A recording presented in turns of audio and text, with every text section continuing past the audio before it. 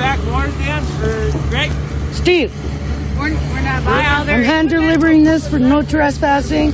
American Religious Freedom Act, number 42, signed by the Ojibwe Warrior Society. For all this construction happening. 75 feet. You find your boss and give that to him. And then he can deliver it to Enbridge, because they no longer are wanted here. They are trespassing from the Ojibwe Warrior Society. Pass it on. And you better pass it on to Enbridge.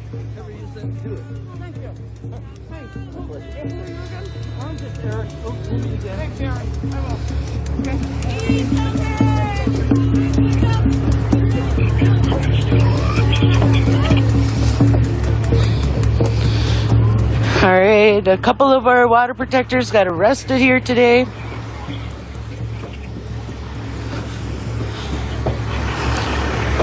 And the continuing of the raping and murdering and killing of Mother Earth is still happening.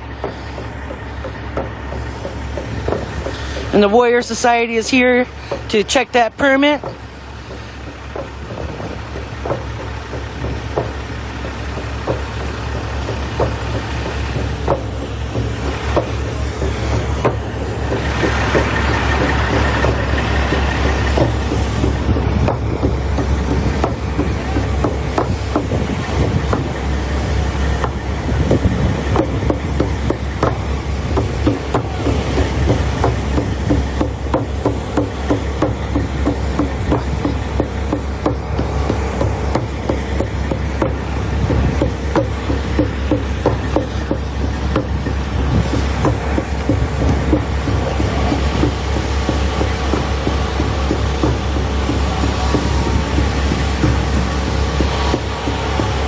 I don't know how to operate this camera, but look at that.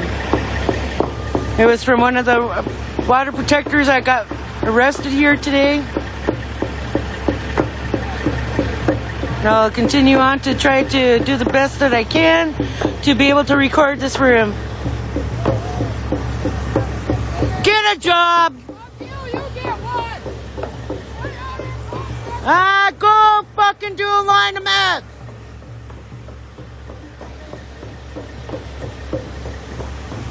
And we got more water protectors over here being arrested.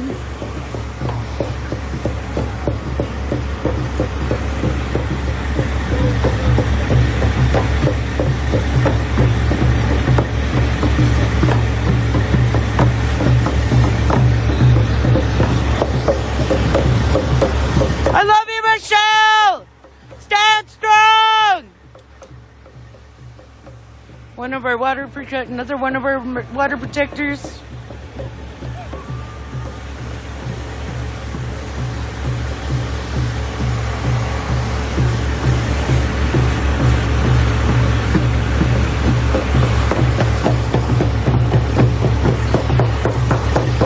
This other camera is heavier than I thought. A lot heavier. So I'm doing the best that I can to man both cameras. He left it running just in case. Thankful that they weren't able to grab it from him. And I was nearby to be able to grab it for him.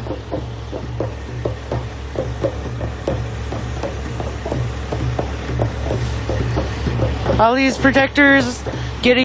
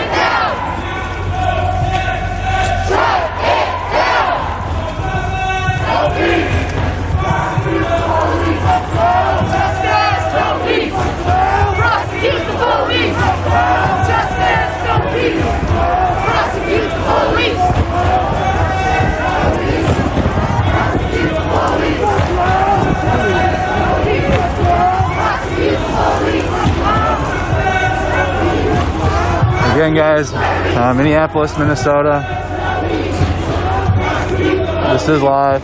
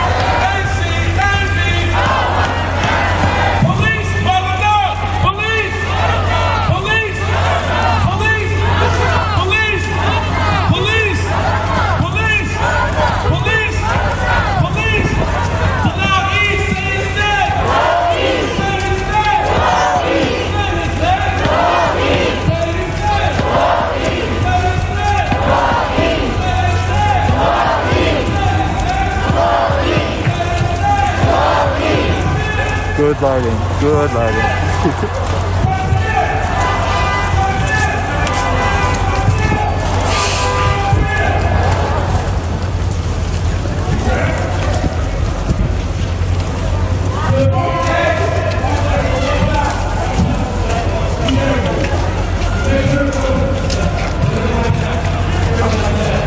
Well, and I'm sad that she passed on. But I feel like I've learned from Joy, because like she helped us all become who we are. You know, just a little person made a big difference in me and my son, and I just wanted to share that with everybody, that like I came here because I wanted to help to make a difference, and Joy was here to make a difference, and I'm just glad that we're trying to make a difference in this city, and I'm glad of that. Like, this is all I wanted to say, was like, you know, we're here to make a difference. They got yellow zip ties going on. Sorry about that.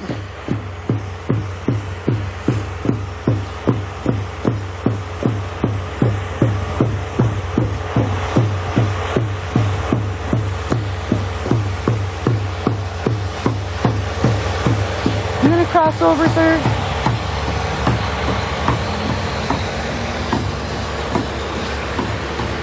As to deter this kind of action in the future. And so we demand from our political leaders the immediate removal of this president, while understanding, as my colleagues have said, it will not end fascism, but it will show that there is a counterforce. And if we continue to bear witness and build a new world, more people will join us in building a United States and a globe where human beings can flourish together. They came to our church to tear down our sign and to intimidate us. But we are bolder about the work of human freedom and liberation. We will not be deterred.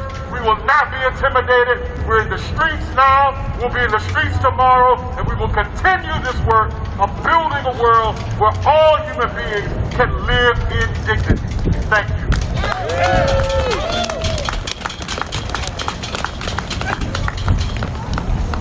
Now give it up one more time for Reverend Lamar.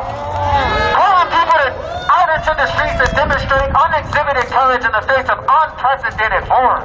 One more time for Reverend Lamar and Carl Dix.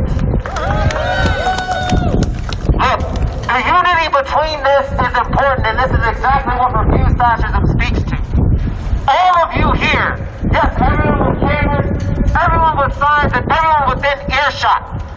We all saw what happened on Wednesday, right? Yeah. We all saw what happened.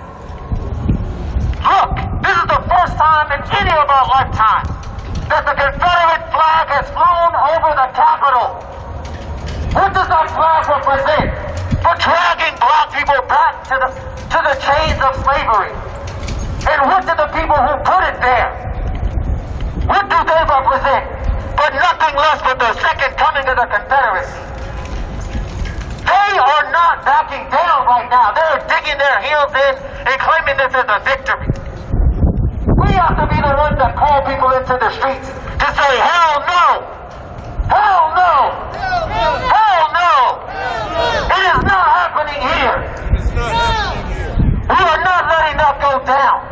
And as Trump calls them, like he called them on January 6th, to lay siege here, as this continues to happen and these fascists stay in the streets, we have to actually be out in the streets, as Logan Lamar said, to be an opposing force. We actually have to be out in the streets to drive them out, and we gotta drive Trump out now. We can't wait 11 days.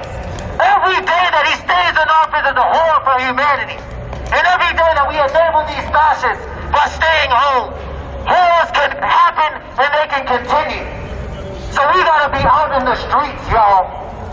We're with Refuse Fascism, and we're calling all of you guys to get organized.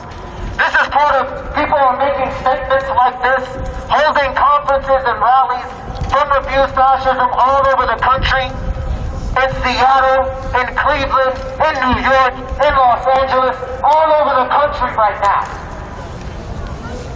So I thank you for being part of today's action. In the wake of the horror that happened on Wednesday, look, there's no more important thing that you could be doing right now, for real. George Floyd! George Floyd! George Floyd! George Floyd! George Floyd! George Floyd! Terrence Franklin! Terrence Franklin! Terrence Franklin! Terrence Franklin! Terrence Franklin! Terrence Franklin! Terrence Franklin! Terrence Franklin! Justice! Now! Justice! Now! Justice! Now! Justice! Now!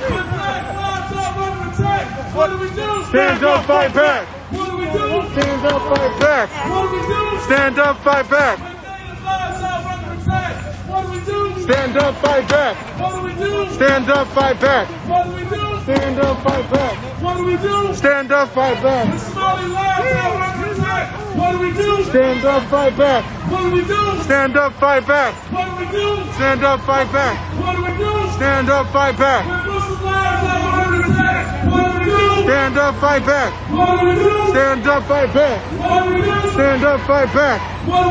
Stand up, fight back! Black lives, they matter here. Black lives, they matter here. Native lives, they matter here. Native lives, they matter here. Somali lives, they matter here. Somali lives, they matter here. Muslim lives, they matter here. Muslim lives, they matter here. Fuck this.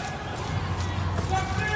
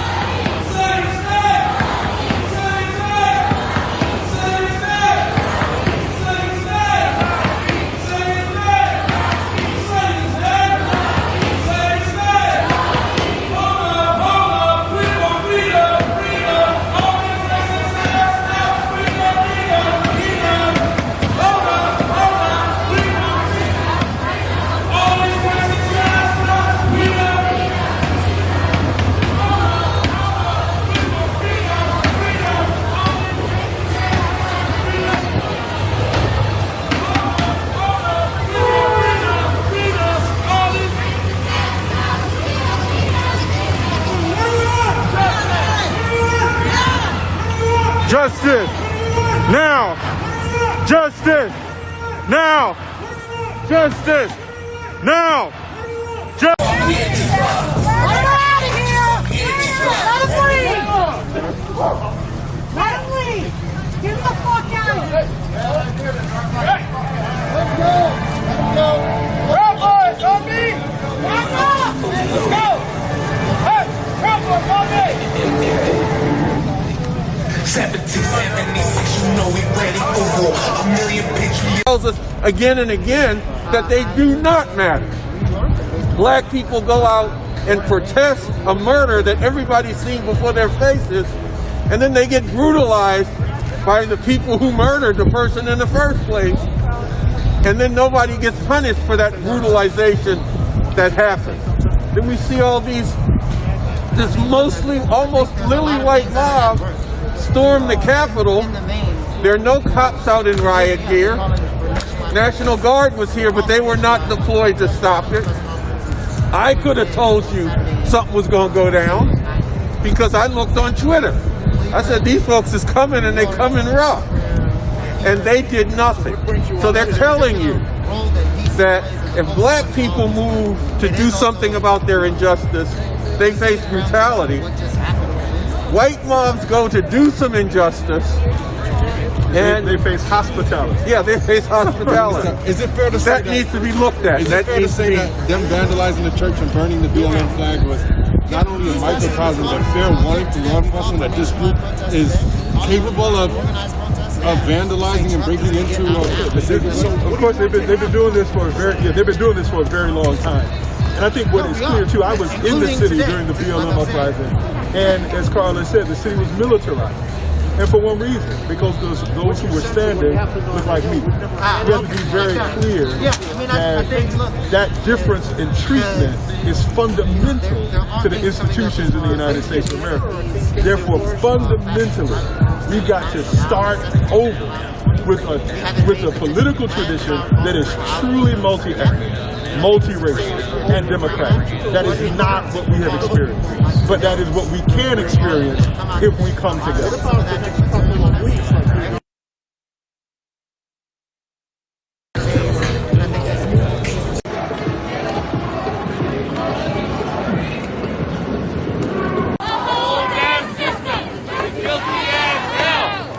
Black lives! Black lives! Black lives! Black lives! Black lives! Black lives! Native lives! Native lives! No doubt. The brother of Isaac Ayton. We gotta get two more gloves real quick. 16, like nobody cared, you know. And when I was transferred all the way downtown to the big Jackson, where they have like a youth unit, still not my hospital, but I noticed how they treated the kids of color.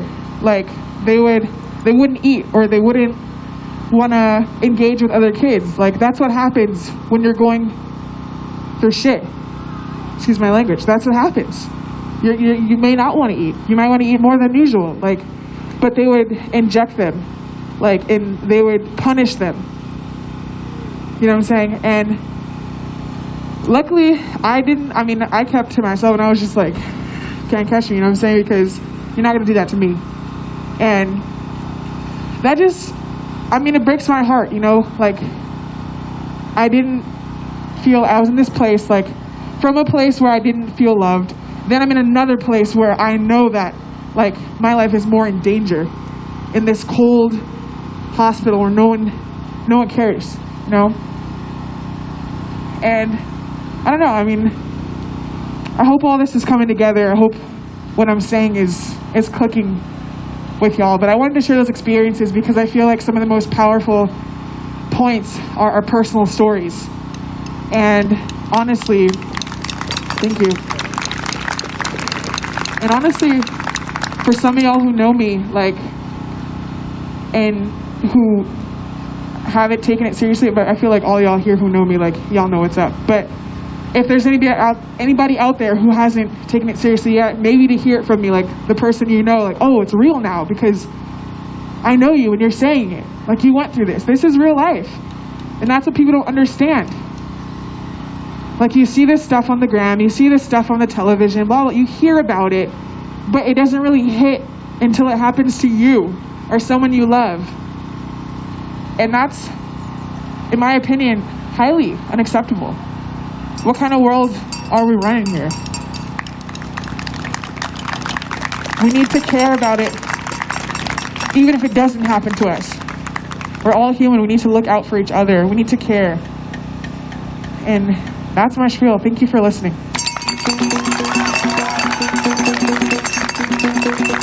Thank you, and thank you for sharing your personal experiences. It's beyond courageous, and I just want everybody to recognize a few things before we continue. This crowd is mostly white.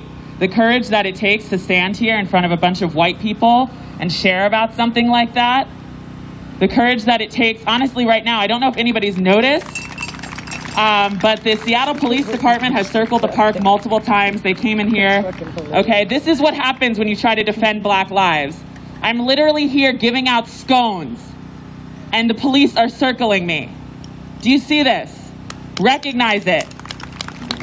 It's not something to clap about, but recognize it, okay? And another thing I want you to recognize is Black students. Recognize Black scientists.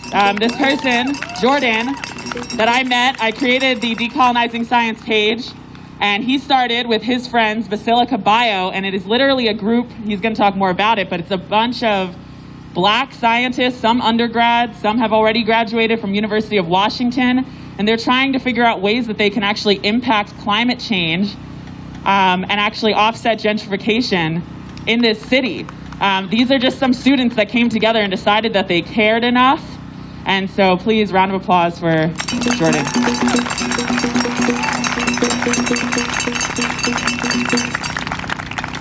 Thank you for the introduction. Can you guys hear me? Good? All right. Hello, my name is Jordan Jackson. I am the co-founder of an organization called Basilica Bio. We started back in May of 2020 after a conversation that I had with my co-founder about biotechnology and how we see a stunning lack of it in the communities that need it most. Communities of color, primarily Black communities, and also low-income communities, they don't get access to the cutting-edge biotechnologies that are going to do things like remediate their soils when their soils are the ones that are the most toxified, right? They don't get things that, a little less loud. Oh, louder. We don't get things that'll help fix our water, even though our water is the most toxic when you look at anybody else's water.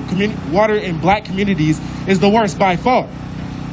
So we started Basilica. We were tired of having conversations about diversity and inclusion, and we were tired about, complacency from institutions. I go to the University of Washington, and during the Black Lives Matter protests earlier in the summer, we got a lot of "we feel for you," "we care about you," all these sorts of things, and no action.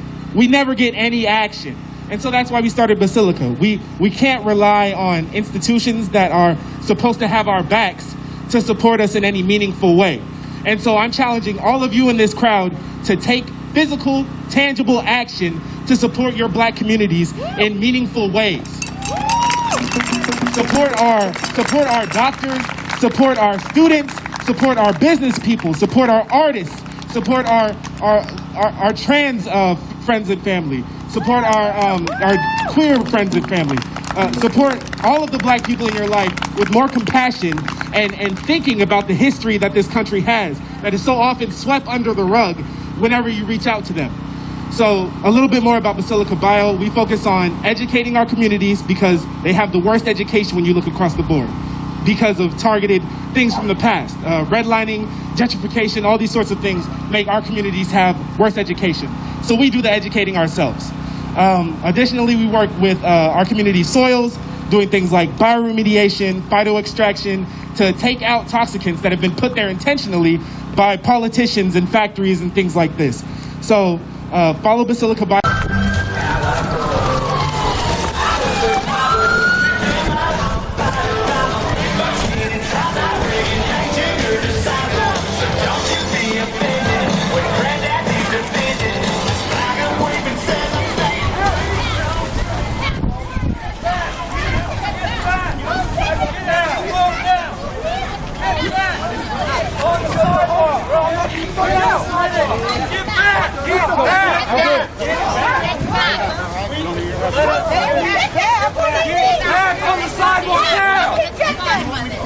Fucking Antifa protector! Fuck fucking Antifa! Fuck Antifa! Fuck Antifa! Fuck Antifa! Fuck Antifa! Fuck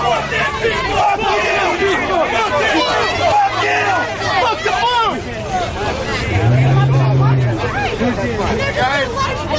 Fuck it! Let him go! Come on, guys. He attacked an old man. You fucking idiot. Go get him. He's walking away. You just gotta let him walk away. They're walking away. Motherfucker. The guy that attacked him. Y'all too busy fucking messing with Daughter. Fucking blood. I have no idea. Come here.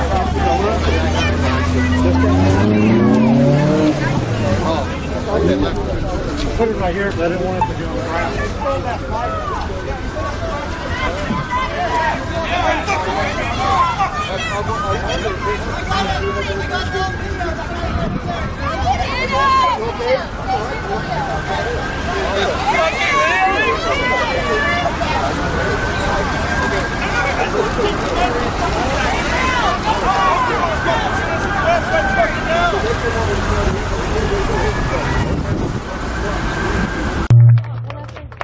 Also, can we get a big round of applause for Quick? They've been keeping us safe this whole time. Thank you so much. Thank you. Thank you. Oh, yeah. Our comrade right here has some free COVID masks if you want some swag. But yeah, thank you so much for coming out. Have a good rest of your day. Be safe and fuck the police. I was about to get rushed. I was like, what are you rushing? I don't want my life.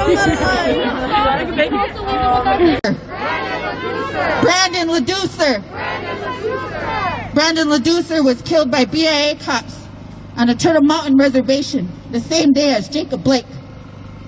And the same day that Jacob Blake's officers were found to be not guilty or to be held accountable was the same day that Brandon LaDucer's mom got sick and tired of this fucking bullshit and reached out to the media because her son's name was not being said. Her son's story was not being heard. So she came out on her own to tell the world that Turtle Mountain police shot Brandon LaDucer 11 times. 11 fucking times. So we have our own BIA police on our reservations and they don't give a fuck about us either. Just because you come to a reservation and kill us is the same shit you were fucking taught. Yeah. Whether you're coming from rural or city. They teach you guys that shit all the way around. But how dare you motherfuckers keep killing our people on fucking stolen land. You don't like this shit? You can go the fuck home. Bring that Nina. Bring that Pinta. Bring that Santa Maria. And get the fuck out of here. Yeah. You don't understand what the fuck you're doing. You're making people stronger. And you're making this a very, very hard road for you guys to be traveling. Yeah, listen. And we ain't gonna stop. No. There'll be more. Yes. The more you kill, the more will come. Yes. I just want to say thank you guys for allowing me to share your space. Yes, we are on stolen, occupied, indigenous land. But still, I have respect for all of you. I have respect for the people that I march with. We love all of you guys and we're here for your families. We're here for Dalal, even the Wishitu men, unnamed in Robbinsdale. We want everybody to feel that, love when you're not being loved. We've been going through this for 5 years. We know love and we know not love. We know help and we know bad help. Yes. I was sharing a story with Toussaint about Iktomi. Iktomi is a trickster in our way. There's a lot of Iktomis in this movement. They stand here and smile with us, but we see you. Listen. We see you. Listen. You're picked out every single time you come to hurt these people, come to fucking make your videos and talk your shit on your fucking Alpha News and your fucking Mill City shit. Yeah. We see you. Fuck Alpha News. Fuck Mill City. Y'all get what you fucking deserve. Yeah. You keep coming out, we're gonna keep coming out. Yeah. Amy. We know you, Amy. Listen. We'll be seeing you guys again. Yeah. Teresa. Yeah. We know you. Since y'all like to put names out. Yeah. Chad. Yes. Darren. Yes. All of those, Becky's. Yes. Yeah, listen. The Karens, the Emilys. Yes. You know, one thing I don't get is like, they're so talking shit about Antifa, you know, Antifa. But like, they're the ones who should be afraid. You should be afraid of that then, and leave these people alone. Because just as smart as you think you are, we got a lot of smartness on our side too. Yes. So remember that. Gloves off. Listen. Gloves always off, motherfuckers. Listen. Thank you guys. All right. Listen. Jalal Eid, say his name. Say his name. Say his name. Say his name. Takbir. Takbir. Takbir. Takbir. Who afforded the greatest power, rank, and privilege would terrorize and throw a tantrum on their own stolen land, on the land that they stole? Who afforded the most privilege, power, and rank, luxury, and abundance would throw a tantrum and burn down the land that they stole and colonized? Who would do that? Who would do such a thing? And take it further, what kind of behavior? What kind of behavior is that? What kind of behavior is that given permission to? Who gives permission to that type of behavior? Because that don't happen in a vacuum. That don't happen in a day. That happens being told, yes, yes, yes, you get permission for a lifetime. Those white men were afforded that bullshit permission their whole lives. Yeah. They were told that they're special. They were told that they're great. They were told that they're colonizers. They were told that they're conquerors. But what we saw on Wednesday is that they're children. Listen. They're sad, sad children. Sad children that are violent terrorists. Yes. And when we have people in this town, never call them rioters or terrorists like J. Coles at KSTP. Listen. Old dusty, crusty J. Coles. Listen. Talked to another white guy. Again. From Rosen Security and said, hey, what did you think about Wednesday? And they said, you know what? The security was pretty weak. Are you kidding me? That security was cooperative. Yeah. It was not weak. They chose to let them in. Yeah. They chose to not use violent force. They chose to not pull the same guns and shoot the same bullets at those brothers that they shot and pulled on Jalal Eid. Yeah. So old dusty crusty J. Coles doesn't get pulled into HR until he falls below a white person's standards. He gets called in. Philippe Cunningham, the city council member of Ward 4, decided to tweet out, friends, I'm so sorry, but Jalal had an illegal gun in our city, thus resulted in losing his life. Shame on Philippe Cunningham. And I'll tell you right now, I'm speaking to all the black brothers in this audience right now. I am tired. The native and the black brothers in this crowd, I am tired of being told how I feel, what my anger is, who I am, where I should be, where I shouldn't be, what I should be saying, what I shouldn't be saying. I am done with that shit. It's done. You can't sit here and tell me Terrence Franklin wasn't murdered. You can't sit here and tell me George Floyd wasn't murdered. You can't sit here and tell me Jalal Eid wasn't murdered. I'm not going to wait for fucking Mike Freeman to tell me. Yeah. I'm not going to wait for them. And you don't have to wait either. Brothers, sisters, non-binary, trans, family, everybody. You don't need to wait for them to tell you what happened. You saw it with your own eyes. You know what went down. Now hold them accountable. City Council member Philippe Cunningham runs a dangerous narrative in saying an illegal gun resulted in the loss of his life. That's justifying the death of a black man yet again. And do you know what that does? That tells you every time that you're not worth it. It tells you that your life is worth losing. It traumatizes you to the point that you believe that you're less than living. It's the opposite of the assholes that stormed the Capitol on Wednesday. They were told that they're special, exceptional, elitist, and they're not. They're no better than you and I. And that behavior is deplorable, shitty, and inexcusable. It should be put in jail and then put in prison. Yeah. They should be put in jail and then put in prison. Yeah. And when we talk about trauma, look no further than what happened to Jafford Smith. Yeah. Was murdered by the cops, and then a loved one of his took her own life. This continues. This goes deep. And this is why your community has showed up here. This is why we're here, to show love for one another. When you saw what they did on Wednesday, yes, they had solidarity going into that house and acting a fool. But once it started to go down, they wanted to separate real quick. But let me tell you something. If you went down, I'd be right there with you. If you got shot, I'd be right there with you. If you go to jail, I'd be right there with you.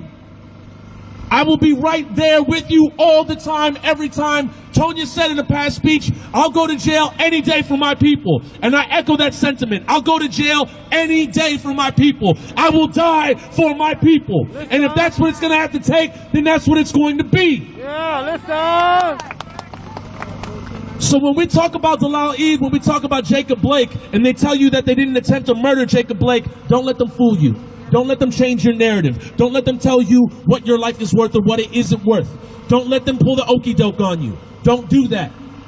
And when March rolls around, we're going to be right here. We're going to be right here. Because what they've taught us is that they don't hold people accountable until they fall below a white person's standards. But they can traumatize, murder, and lie on a black person's name and never have to go to jail or prison for it or suffer accountability. But come March, when this trial comes, we'll be right here. Yeah. We'll be right here. Yes. And for these white folks that are saying, why are they doing this to Target? Look yourself in the mirror.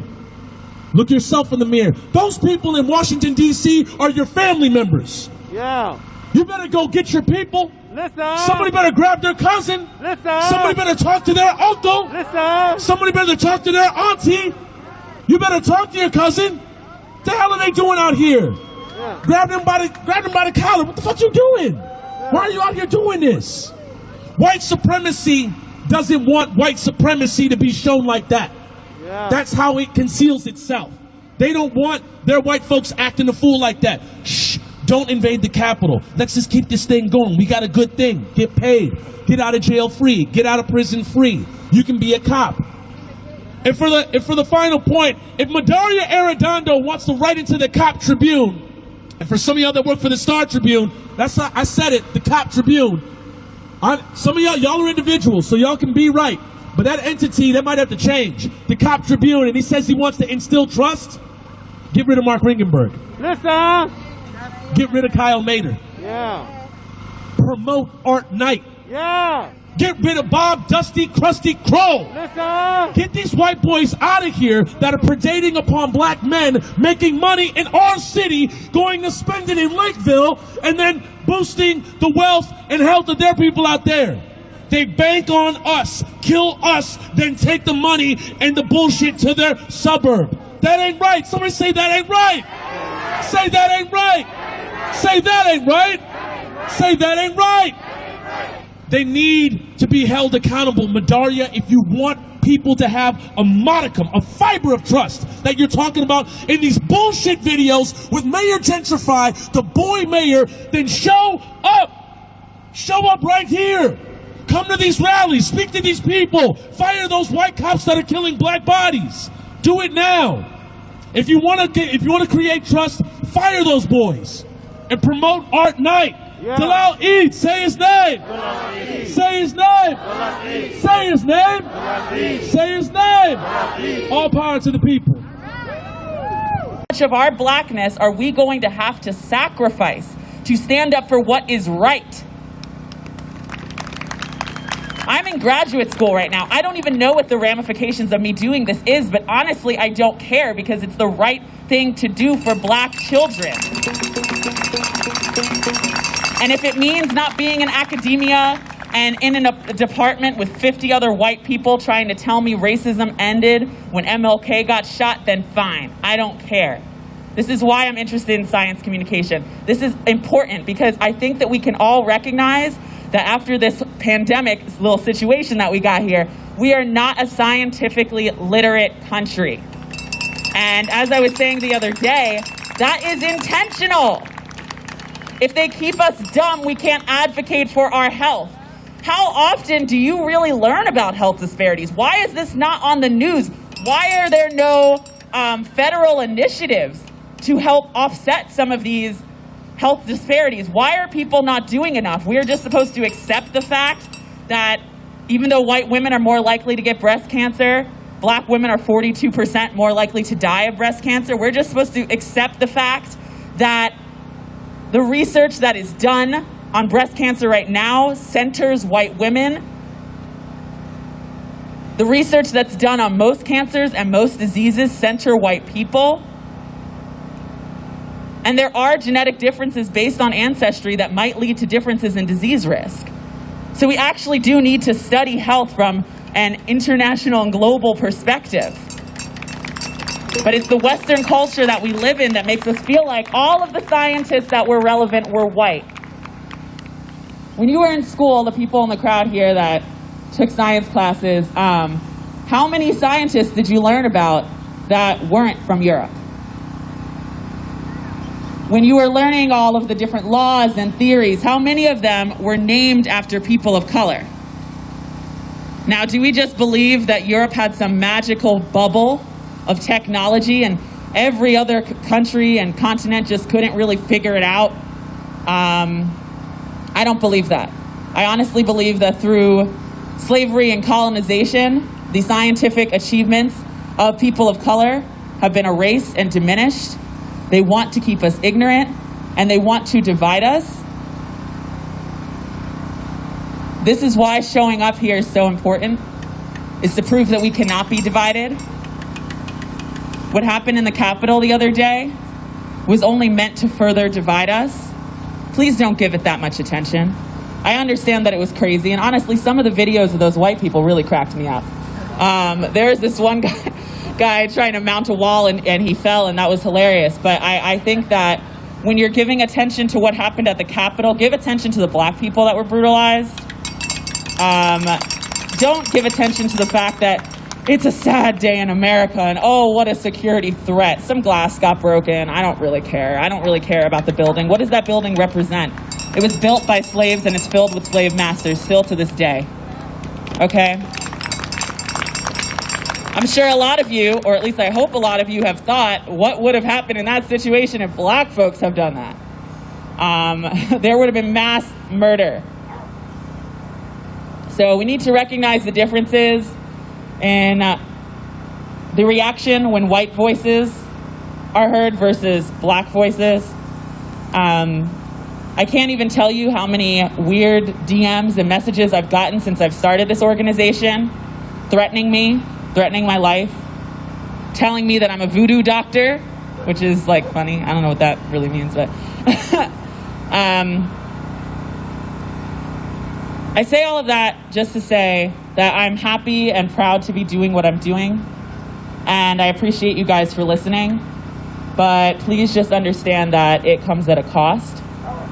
And also, we're streaming live. I noticed Seattle Children's Hospital hopped on the live. Thought that was kind of funny. Because I'm pretty sure they probably are the ones that notified the police about this event. And also, I found out they also donate to the Seattle Police Foundation, which I thought was kind of funny. Because you say that you don't have money for interpreters and translation services to help international people, international patients that come into your clinic, but you have money to donate to an organization that systematically kills and tortures houseless people, black people. Yeah, it's interesting. Just keep things in perspective. And so next I will bring up Nate.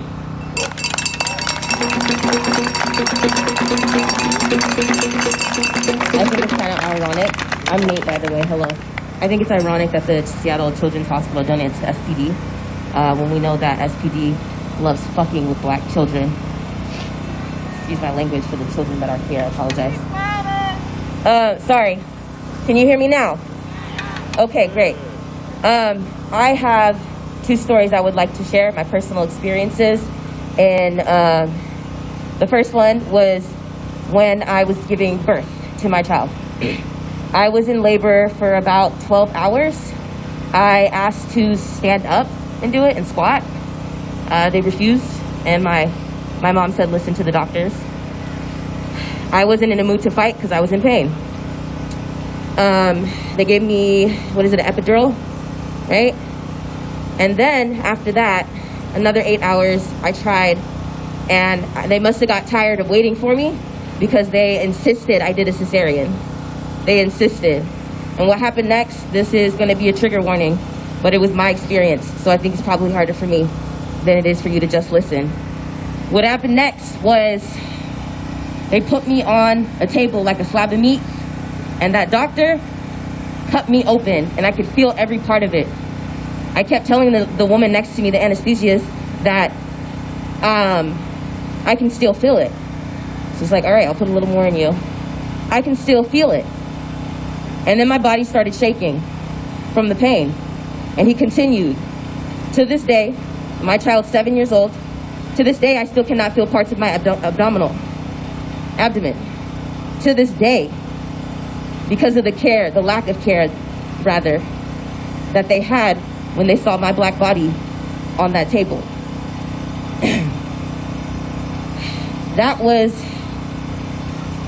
probably one of the shittiest experiences because I felt so vulnerable and body on that table. That was probably one of the shittiest experiences because I felt so vulnerable, and usually anybody who's here and knows me knows that I speak up, and I speak up for myself and I speak up for others all the time. But it's different when you're in a position that you've never been in before, and the people around you, like my parents, they don't know better. They trust anything in a uniform, if you will, or a cape, because they're out here fake saving people. That's something we gotta acknowledge too, our elders. There's a disconnect because they trust this system a little too fucking much. Okay? And we've been proven time and time again, everything that they spoke about in the past has found its way to our current present day. Another experience that I had, this one was with my son. 2 years ago, he got the flu. And he actually got the flu after he got the flu vaccine, but it was another strain that he had gotten. So the vaccine he got was ineffective. I took him to the hospital, to ER, because he wasn't eating, he was throwing up. He was very thin, I could see his ribs, and I immediately took him to the ER. And when I took him to the ER, they put us in a room. I had to hold my son down so they could poke him in the nose with this long Q-tip. He lost so much trust for me that day because of that. Now what happened next is the part where we need fucking care.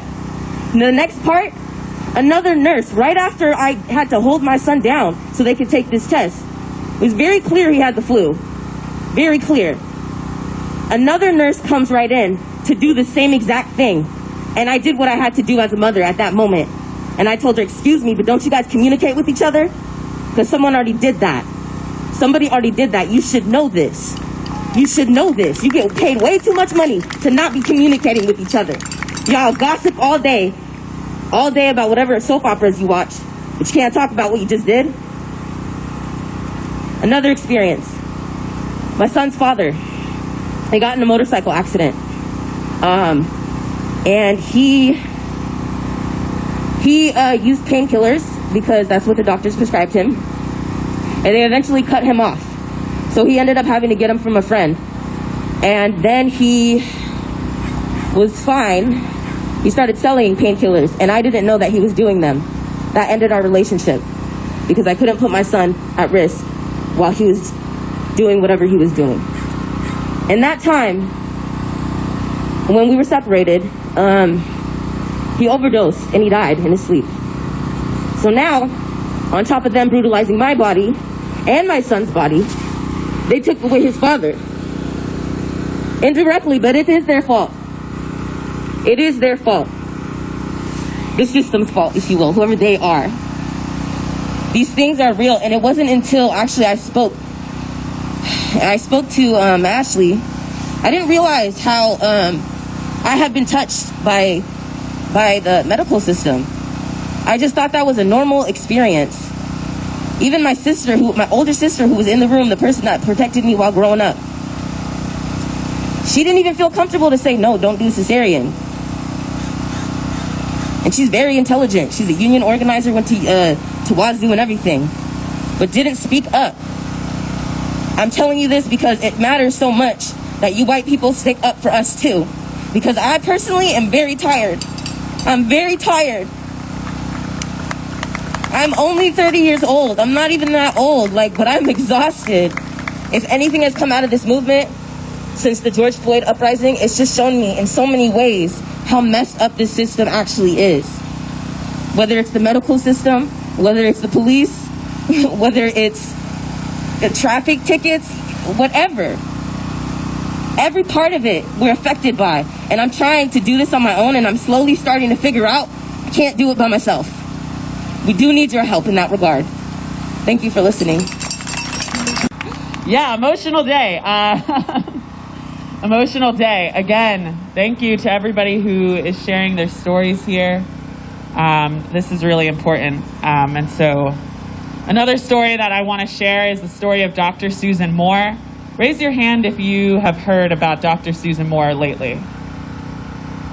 Okay, yeah, not many people. Okay, good. So now I can talk about it.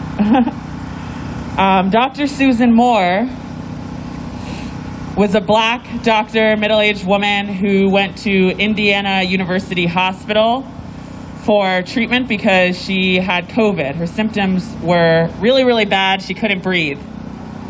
Basically, when she got there, she was dismissed, even though she came back with a positive COVID test and reported being short of breath, which is a common symptom of coronavirus, I think we all know.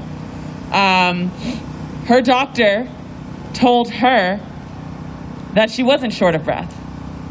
She actually ended up making a Facebook Live video documenting the treatment that she received at Indiana University Hospital because she was scared and she didn't trust the doctors there. And she knew her life was on the line. Especially with the pandemic, it's not quite so easy as just getting up and going to another hospital, and then do you even trust the doctors there?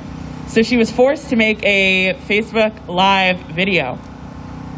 In the video, she said that she had throbbing pain in her throat.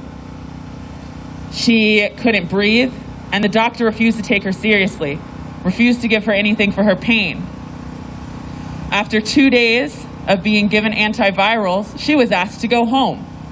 Now, being a doctor herself, she understood that as symptoms persisted for that specific medication, she should have been receiving the medication for up to 10 days. She received 2 doses. It made no sense. She recognized this. Now imagine how incredibly dehumanizing that is. You're a doctor. You know the care that you should be receiving.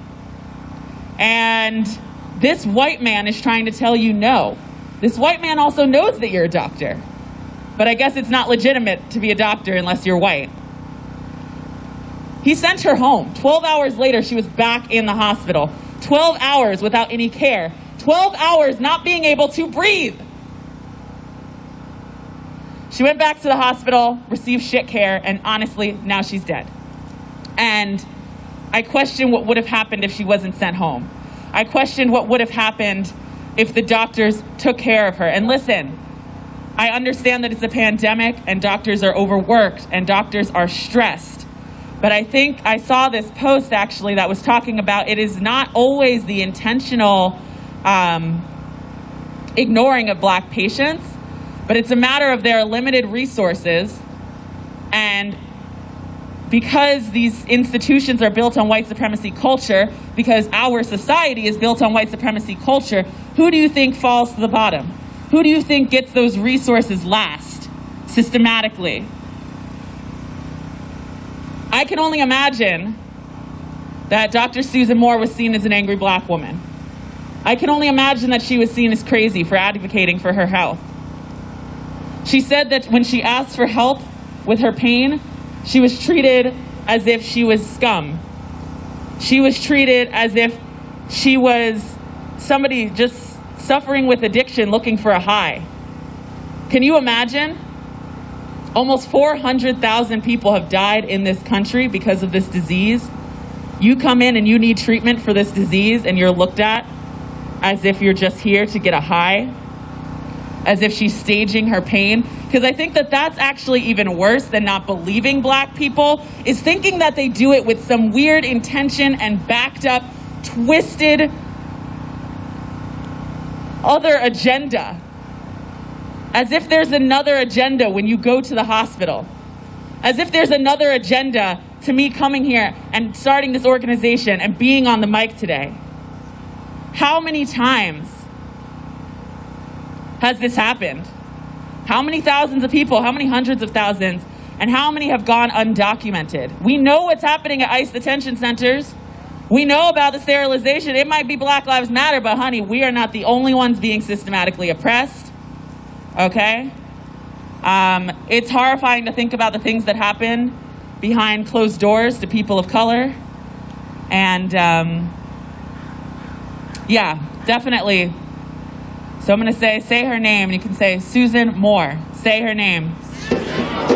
Louder. Say her name. Susan Moore. Say her name. Susan Moore. Say her name. Susan Moore. Say her name. Susan Moore. All right, so next I'm going to expose, and I thank you, Lord, your truth shall prevail. Hallelujah. That the people of God are rising up more and more higher in this time. And thank you, Lord, for those people that are being encouraged or being discouraged right now. Lord, encourage them right now in you, Father, in Jesus' name. And I just thank you for a peace that surpasses all understanding, that we know all is well in this time, that many things there could be a big storm, but thank you, Lord, you're in control. You can stop the storm. So thank you, Lord. We're speaking peace to the storm right now in Jesus' name. I work at Seattle Children's Hospital, and I'm a resident at Odessa Brown Children's Clinic. Odessa Brown is by far my favorite part of residency. Honestly, don't know what I would do without that clinic. I met Ben on my first day at Odessa Brown, and I think anyone who's met Ben can agree he has a powerful presence. Sorry. Can you guys hear me? Louder. Oh, okay.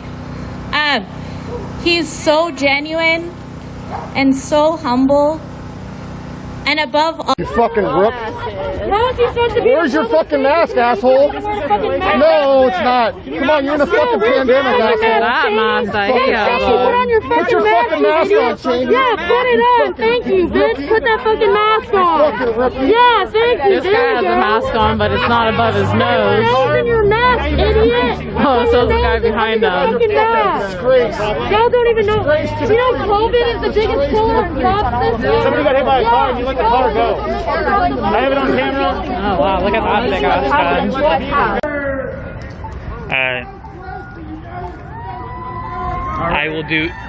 I will post what happened. I'll let you guys know in the actual post. Up here for the Pledge of Allegiance.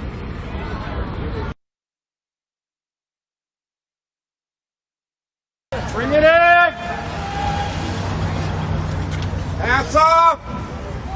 I pledge allegiance to the flag of the United States of America and to the republic for which it stands, one nation, under God, indivisible, with liberty and justice for all. And this was a $4-point-something million deal where they sold our children's data, special ed children, sensitive IEP data to a data mining company. And then, what? Okay, and then I'll also, I want to define charters. So we talk about charters as being an option of school choice.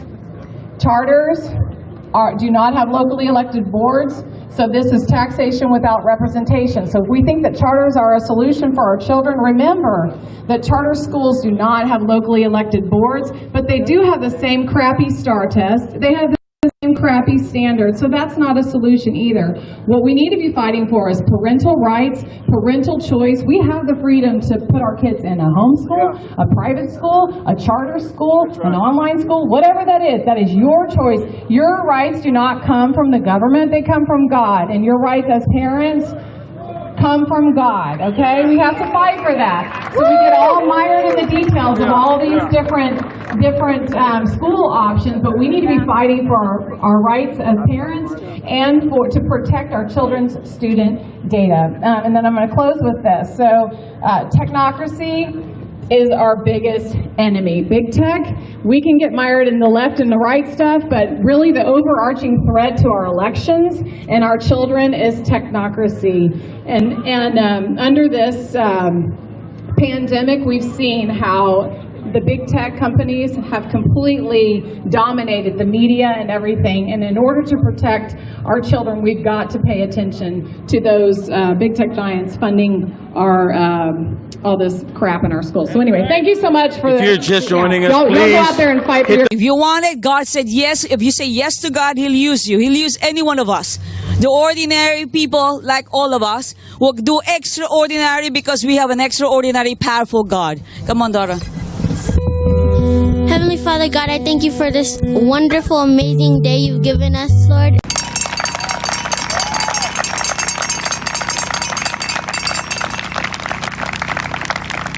Protecting our First Amendment rights right now by threatening us with violence? What the fuck is this bullshit? Oh my God, why are you holding it like that? Well, they want people to back up, but a lot of the officers don't have masks on. I feel so protected right now. Ooh, I feel so safe. Oh. We want to play Lives Matter match.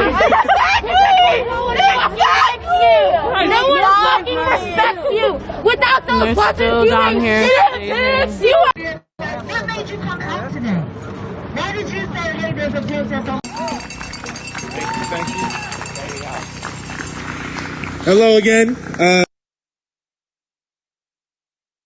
We have two that are coming up in 2021. At the end of February, we're going to be starting our Gardening Under the Microscope, or GUM project.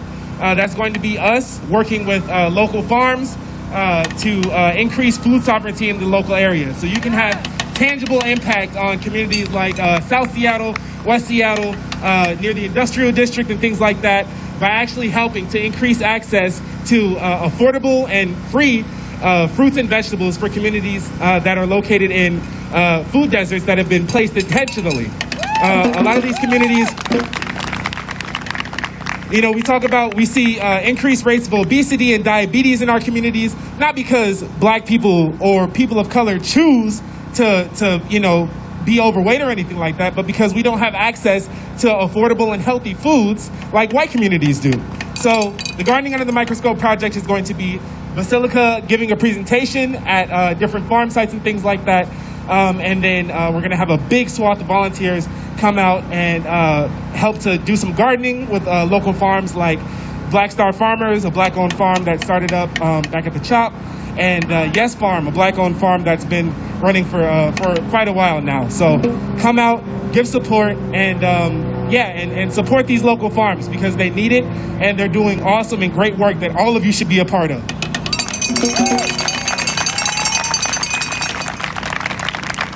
The second initiative that Basilica is going to be undertaking this year is called the Social Determinants of Health Curriculum. We're going to be going into local schools, specifically schools in predominantly people of color communities, and giving talks and educating about the social determinants of health, you know, why certain communities look the way they do today, some history, some context behind like why there are factories put next to black and brown communities, but, you know, white communities don't have these same factories. We're giving context that traditional health and science classes don't give because we have to do it ourselves, you know. So we're going to be doing that, and then we're going to be, again, facilitating a community action project, teaching kids how to do gardening and farming and a little bit of carpentry, so building things that gardens and farms need, while also giving them, you know, credit hours and things like that. If you want to be a part of that, let your local schools know, talk to their principals, tell them to reach out to us because we'll be reaching out to them soon. And also, you can come out to the volunteer days and help support the kids that are going to be doing really, really good work. So thank you for your time, and Black Lives Matter.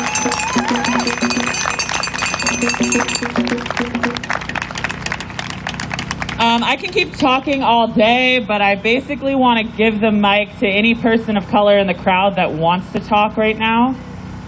If anybody wants to share an experience that they've had as it relates to medicine or healthcare. If anybody wants to talk. Round of applause for Cass.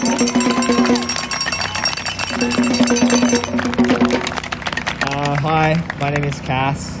I didn't really plan on speaking today, but I have a story that I'd like to share about my father. He was misdiagnosed. You can't hear me. He was misdiagnosed with cancer about 12 years ago.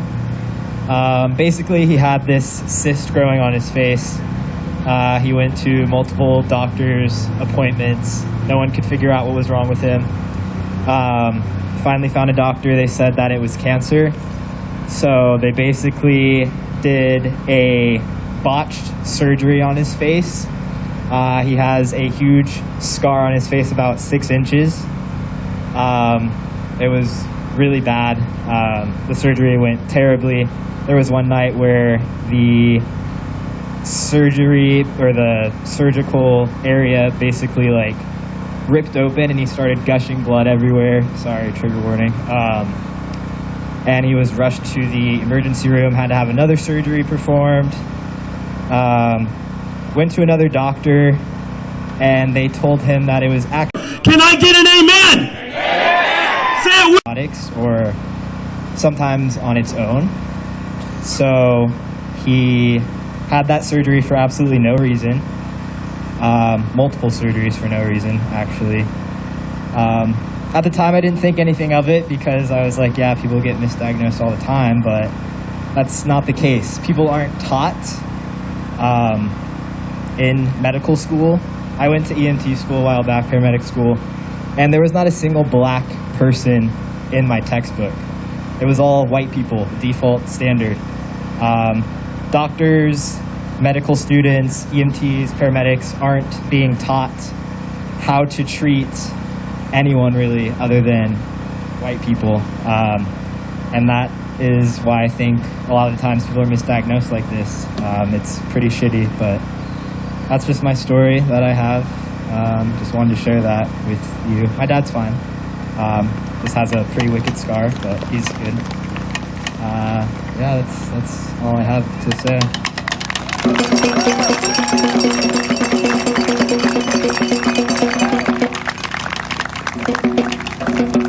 Thank you.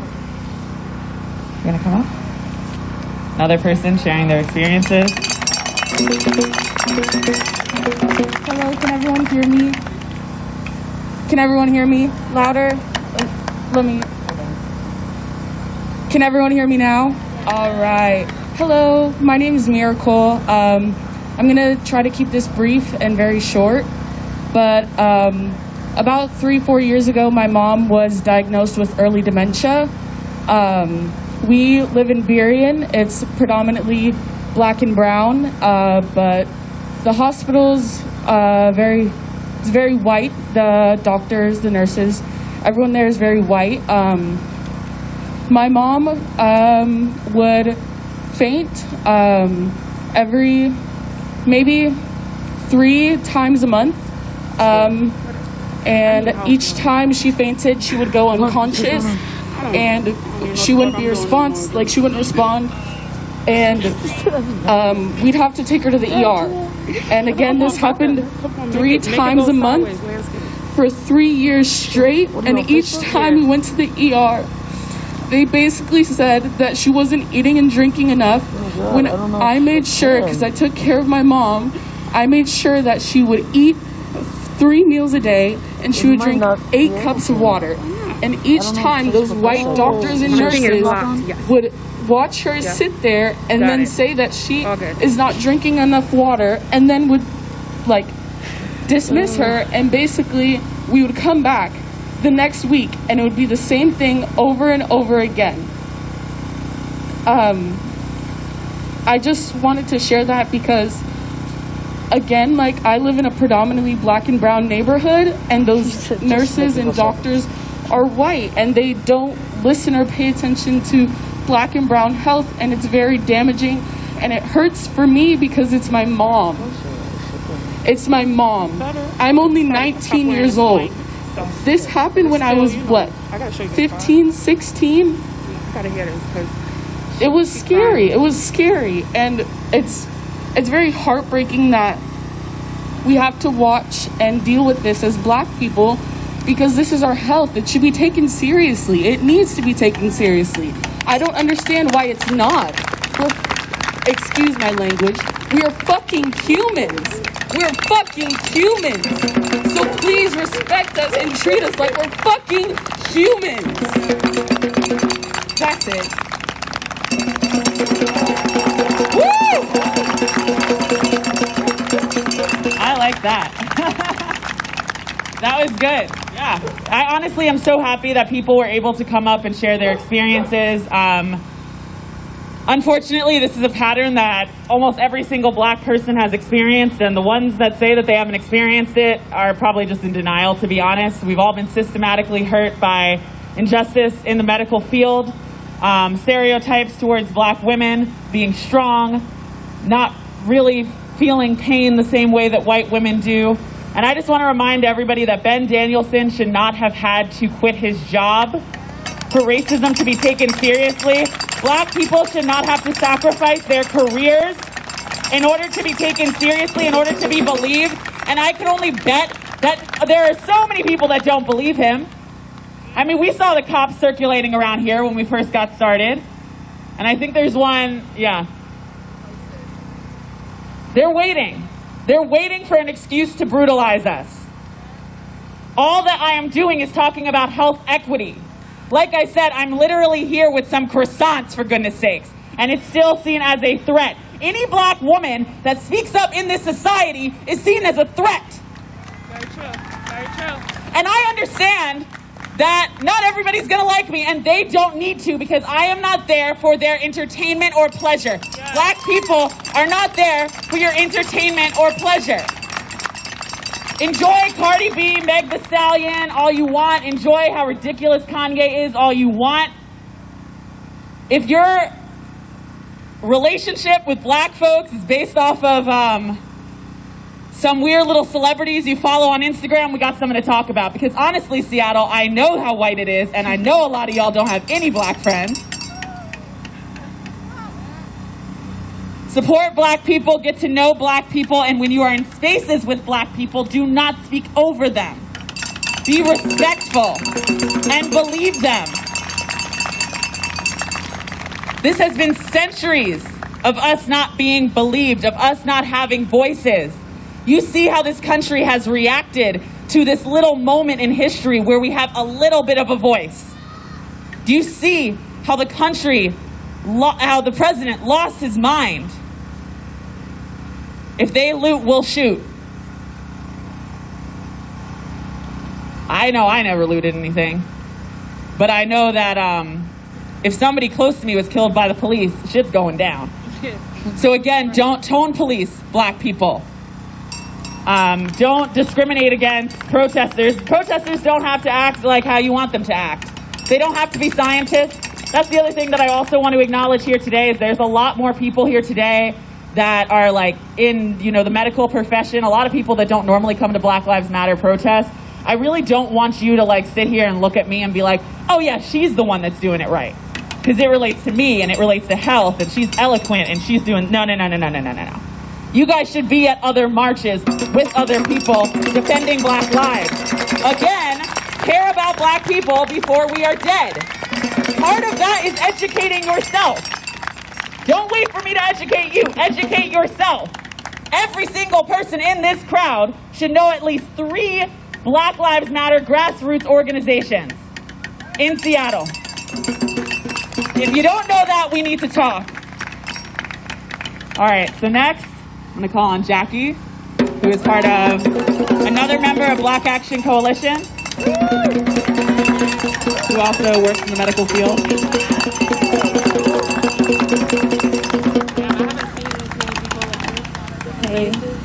Yeah, no. It's really good to see all the faces out here.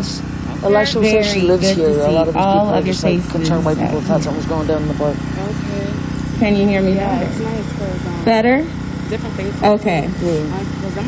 Well, I just wanted to come out and say a few things today that absolutely relate directly to what that shit. I don't want to beautiful human Miracle shared with us. A very real experience.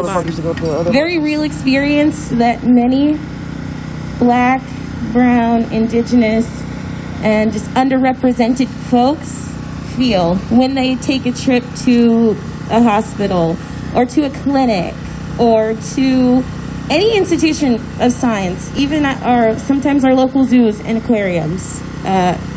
We see underrepresentation. And when we think about this, the narrative is automatically drawn for us that BIPOC people lack qualifications to do these jobs. And I'm here to set the record straight. I would like us to all carry away nothing more than I've said, that is a false narrative. BIPOC people do not lack the qualifications or the knowledge for jobs in STEM. In fact, they are just suffering from racial discrimination that we might see played out in the workplace and referred to as hiring bias, workplace discrimination. These are very real. These happen in all of our jobs. These happen at our community centers. And more importantly, BIPOC scientists do exist. They're here in all shades, all genders, all pizza preferences even. So it's an unfortunate fact that, and you can find this anywhere. Only 23% of our postdoc graduate students, BIPOC students, can find work or even acceptance. Actually, postdoc acceptance is right now at 23%, and job rates are even lower for those graduates. What about the 77% of those folks that have already triumphed through great adversity? First, adversity through the school system, where in those universities that they've aspired, that they are leading in, they're still being subject to random searches. They're still the ones being stopped through those metal detectors. These universities are not doing right by our students. But once they triumph, once they actually graduate, which they do, then they're met with hiring discrimination, which has got to stop. All sorts of hiring discrimination. And in all of our institutions. And that is exactly why we're seeing misrepresentation and underrepresentation of our folks. Again, it's not because they're lacking the skills or the qualifications.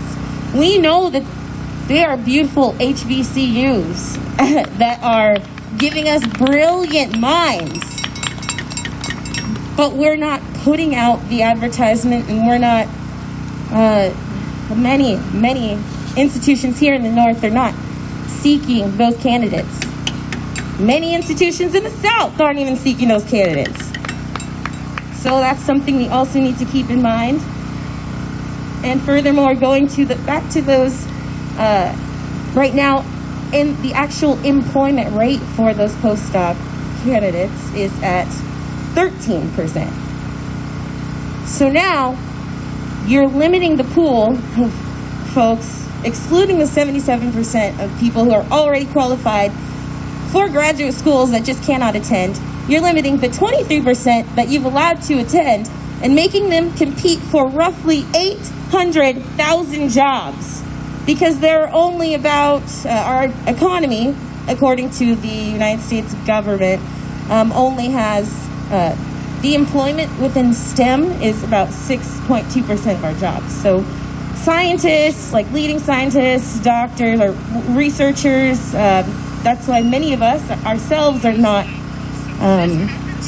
we're not in our own laboratories, we're not producing our own, we're not producing our vaccines. It's a very limited number of folks that are doing these, and these jobs are even more limited just due to plain old hiring discrimination, frankly. So you're making our BIPOC folks compete for an extremely limited amount of jobs, excluding them. And then also, another factor, once those folks are in those extremely limited positions, you're now making them suffer through just plain old workplace discrimination, which is why we mainly stand here today. Because a brilliant mind has brought it to our attention that in our own community, we have some really hard-hitting workplace discrimination. So, again, just want to take it back. That is why we're seeing these limited numbers. We're making it so hard. It's not that BIPOC scientists do not exist, or that BIPOC students lack the qualifications, and even when you give them, we know that they have the tools. Morning March and many other, Black Action Coalition and many other great organizations in our community have donated a lot of schooling resources to our children. But we need to continue to carry it out. We need to continue to make our schools safe havens for our children, because we are giving them the tools that they need now. We are feeding into these mutual aid societies that we are now popularizing, which is such a beautiful thing. So the only way to keep it going, mutual aid societies are the foundation for the work we do in our communities.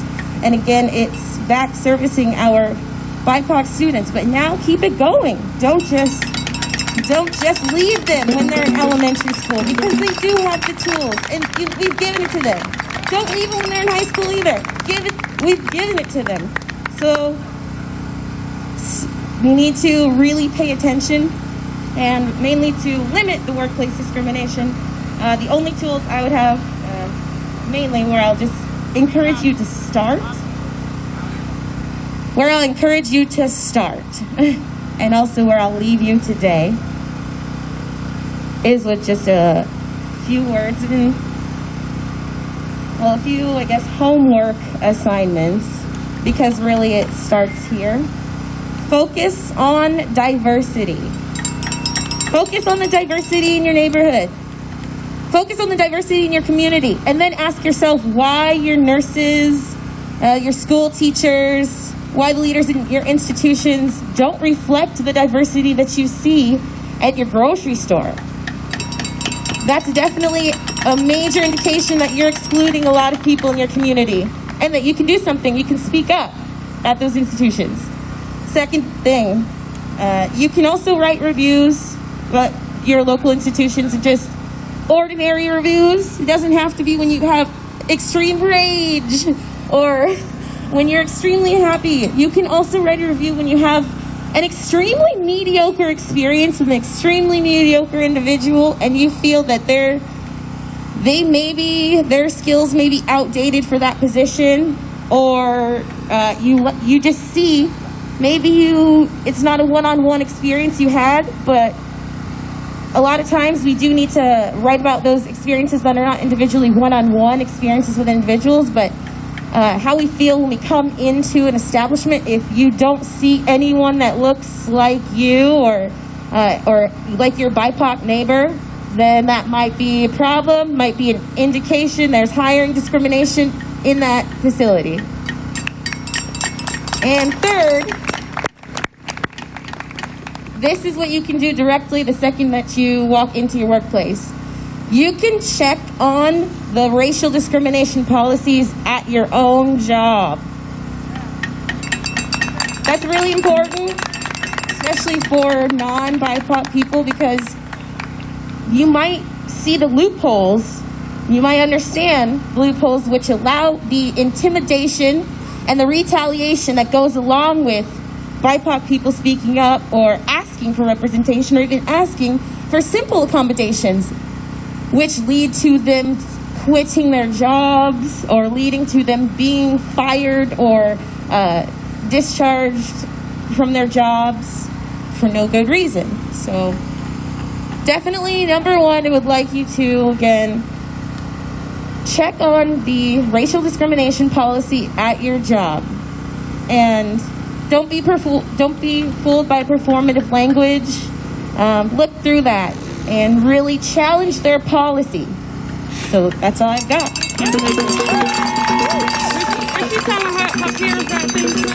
Thank you, Jackie. Follow Black Action Coalition on Instagram.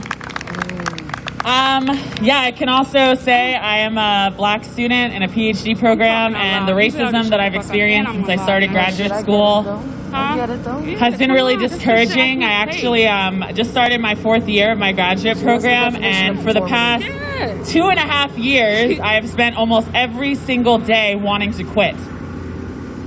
And I know that getting your PhD, a lot of people want to quit because it's really, really hard. A lot of people, regardless of their ethnicity, really struggle in these programs. But the weight of the imposter syndrome that I experience day to day, the expressions on people's faces when I walk down the hall, do you realize how much safer I actually feel going to school now that because of COVID, there's hardly anybody in the hallways, but I'm still considered an essential worker because I work in a lab. I feel so much more comfortable because I don't have to see as many people, because I don't have to see so many looks of disgust from white old faculty. There are no University of Washington Medical Center, there are no black faculty PIs in mentorship positions. Wow. University of Washington Department of Biology, no black faculty. Oftentimes, we will have these little retreats, our department, where we share our research. And I remember seeing all of these faculty go up to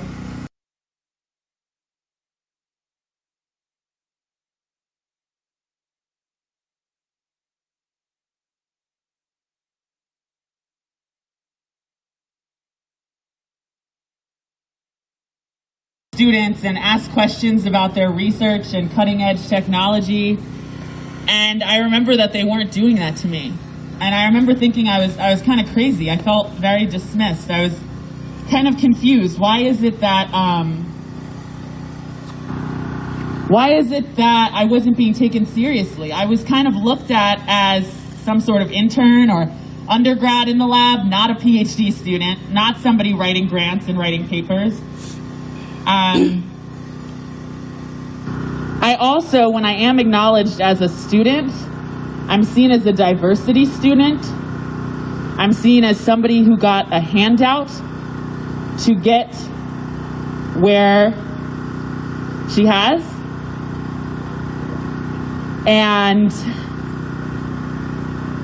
I don't say this to sound cocky, but out of everybody that was in my cohort to enter graduate school, I'm the only one who had been published in journals beforehand. I had to work twice as hard to get into this position.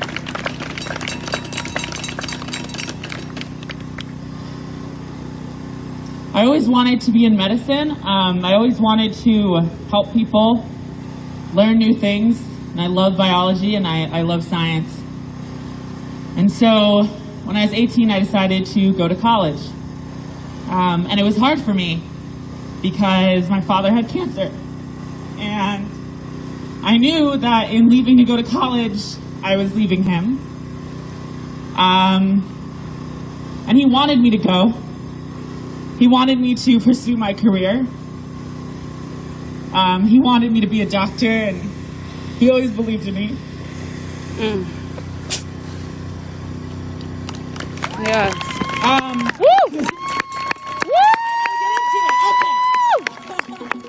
Yeah, he always believed in me, and unfortunately, my second month of college, my dad. Oh my God. I'm gonna go to her. I love you. You want me to stand with you?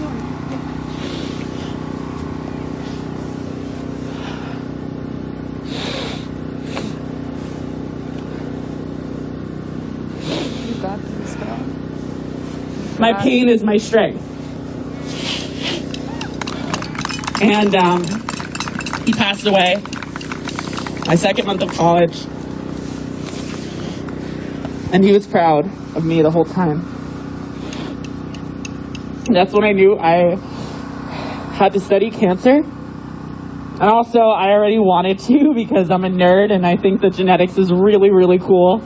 But I say all of that to say this. It was not easy for me to go back to school after watching my dad die. It was not easy for me to sit in classrooms and learn about cancer,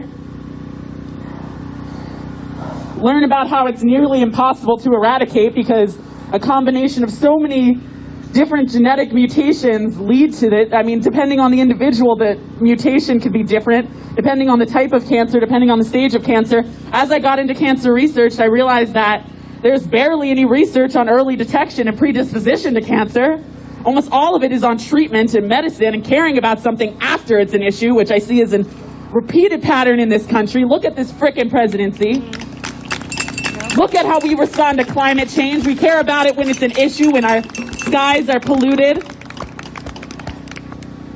It was so hard for me to finish with the depression that I had, that I didn't even realize I had, because I was so overwhelmed with the fact that my dad was sick that I didn't prioritize my health. I went back to college, even though everybody told me that I should take a year off. Because I know you guys, not a lot of people in this crowd really know me, but I don't do that whole sit down and whatever. No. If I want something done and I want change, I'm going to do it. I get shit done. That's just what I do, and that's how we do it. And you want to know what? That's something that my father taught me. I remember how many times I visited him in the hospital, and he was jokes and laughter constantly. Holding up my head with dignity, that does come from him. And so I continue to do that for the rest of my undergraduate career. I got into research labs. I worked really, really hard, and I ended up getting into graduate school. And I got here, and I realized that it wasn't what I thought it was going to be. I can't tell you how heartbreaking it is that the only thing that got me through the last 4 years had been thinking, I'm going to do it. I'm going to make him proud. I'm going to get there. I'm going to be a doctor. And then to get there and be on a campus where the Republican Student Union decided to hold a racist bake sale. They basically were protesting against affirmative action, which, by the way, isn't even real. And they are protesting by selling pastries. And they are going to sell the pastries at different prices based on your ethnicity. UW did nothing to stop this, by the way. And they were trying to basically show that somehow indigenous people, Latinx people, and black people get handouts. So they had different tiers. So they said basically if you were white, you paid $1 for your pastry. If you were Asian, you paid 75 cents. If you were Latinx, you paid 50. If you were black, you paid 25. And if you were indigenous, 0. What message does that send?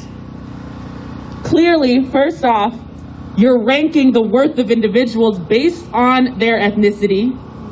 2, you are insinuating that we are getting handouts that we are not getting, especially when it comes to indigenous individuals. What is that about? $0 for a pastry? They're insinuating that indigenous people just get stuff for free all the time. I don't know what planet you are on, but from the planet that I'm on, from the place that I am standing, indigenous people get nothing in this country. They have been systematically erased. What is the whole deal with how we were taught about Thanksgiving? What was the whole deal about how I was assigned a tribe to study? As if this was some like foreign, old existence of individuals that just suddenly disappeared. Anyway, I went off on a tangent there. I don't know where I was trying to go, but It's all valid. yeah, it's all valid. And I just, you know, it's just, I called out, of course, because I don't like to stay quiet. I called out this bake sale in front of my lab. Basically, I sent in a Slack channel, I just sent that, hey, this bake sale is happening. For any people of color, just know that this is happening, because how would it have felt for black students of color and other students of color to just be walking through campus? They get to the red square and there's a bunch of Republicans telling them that they're not worth shit.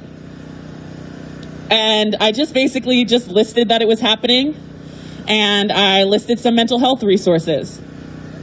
The backlash that I got for doing that is still a thing to this day, 2 years later. I was accused of trying to push a political agenda. I was accused of being unprofessional for giving mental health resources to people of color because there's a white supremacist organization on campus. It was really interesting because I looked up all the profiles of all the people that run that Republican Association. There are photos of them with their hand raised in Nazi symbolism. They made a status saying, yes, obviously it was racist. That was the intent of the bake sale. Nothing happened. President of the university didn't say anything. This was freedom of speech. There was a Black Lives Matter protest months earlier. University of Washington Police Department was all over the place. Interesting how I didn't see them at the bake sale. Oh, I actually did see a few, but they were protecting the little Republicans. So let's just keep that in mind. So this is kind of going back into why this Black Lives Matter movement is not just about police brutality. It's not just about what's happening in the Capitol. It's not just about Trump. There are little versions of this happening everywhere. I mean, there are a lot of people who probably live around here. University of Washington's right there. I doubt many of you even heard about this bake sale. Right? So, yeah, this is the day-to-day experience as a black student. This is the type of emotional and mental stress that I'm constantly under. And it impacts how I communicate with other people. It impacts my ability to even get work done. So it hasn't been easy. It hasn't been easy for me to get here. So the insinuation that I'm here as a diversity student, the insinuation that I didn't work for this shit, the insinuation that I'm just some loud, weird, tall black woman, which I guess I am loud, weird, and tall, but I just feel really out of place. And there are people that serve to remind me of that. But, you know, even though it's been really, really hard, I don't know if I'd take it back because of moments like this. You know, I moved to Seattle from New York City. I had no idea how white this shit was. Lord, I did not know it was going to be this much of a mess. I didn't realize there was going to be so much ignorance in a city that claimed to be a major metropolitan city. I didn't think that there was going to be so much ignorance in a city that has some of the, it has like some of the highest percentage of individuals having graduate degrees and coming from really high education backgrounds. I mean, yeah, I didn't expect it was going to be like this. But all of this pain that I've experienced since I've started graduate school, it's all come to this point. Creating Decolonizing Science was such a breakthrough for me, realizing that I could combine science and activism. Because I had lost my passion for science, and I realized that it was because of the white man. But when I realized that I could reclaim my voice and do it in this way, it meant so much to me. I feel empowered. I'm not going anywhere. That's right. I might cry and shit, but I'm not going anywhere. Right. And also, I'm starting a podcast February 1st. Tune in. So basically, this is what we're going to do next. We're going to have a few chants and shit, like get it poppin'. And then we're going to have a few more speakers, and then we're going to go on our way. Okay? So anybody who has the megaphones, get ready, spread out up in the crowd. Whose health matters? Whose health matters? Whose health matters? Black health matters. Whose health matters? Black health matters. All day? Every day. All day? Every day. All day? Every day. All day? Every day. Whose health matters? Black health matters. Whose health matters? Black health matters. Thank you guys. Make some noise. I think like all the microphones. No. Okay. Well, let me know when you want me to. Whenever it's ready. You can right now. You sure? Yeah, I'm about to introduce you guys to Tia. Thank you. Love you. All right. Hey. All right. So I just wanted to share my story because I recently Louder. Okay. And I had to get surgery.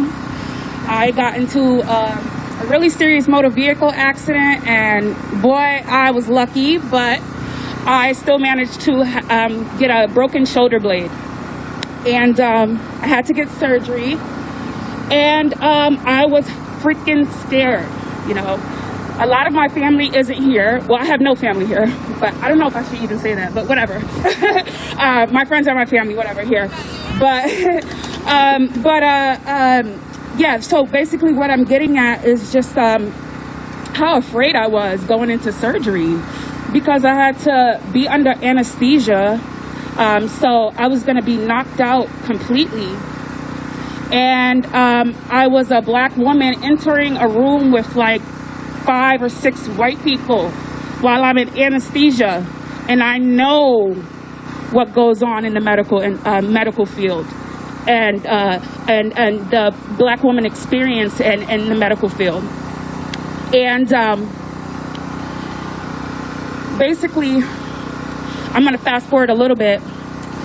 My young nephew, he's 12 years old, and when I was in a hospital, he called me. He's just like, "How are you doing? How do you feel? Like, what's going on? Like, are they treating you okay?" And I was so surprised that he was asking me that because, you know, he's one of those 12-year-olds that are like really intuitive, but like they just watch tons of YouTube videos about a subject and does their research and like becomes an expert.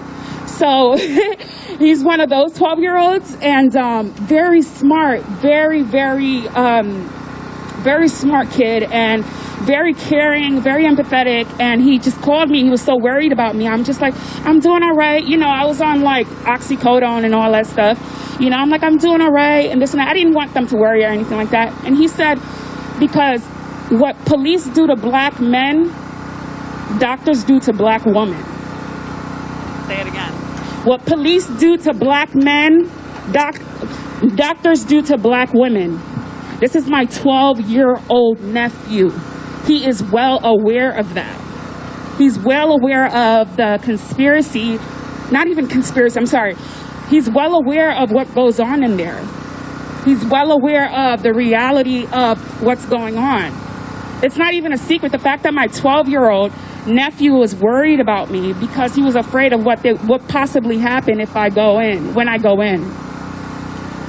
And that made me so sad. Not only was I shocked, it made me so sad. I was just like, wow, here's my 12-year-old nephew worrying about me and knows this. And knows this. 12 years old. I thought my generation would be like maybe the last one, maybe the upcoming generation would have to experience it to this degree, but he knows exactly what's going on. And y'all know exactly what's going on too.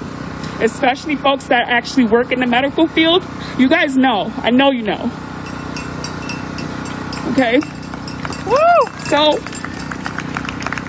right before, you know, I get my anesthesia and I feel myself slowly going. And the doctor comes in. You know, I'm surrounded by, you know, white folks, white doctors. And before I go in, the doctor speaks to me. He's just like, "Yeah, it's going to be a 4-hour surgery and this and this and that." And I'm petrified, but I'm also like, I'm going to be under anesthesia, so I'm not even going to feel the fact that I'm scared. And I looked at him and I said,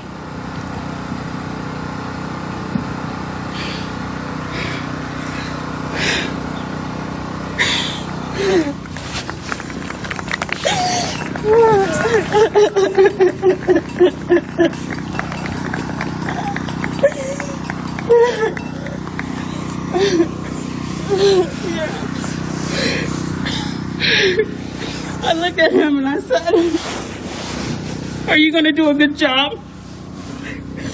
And I looked at him and I looked him in the eyes and he looked me in the eyes.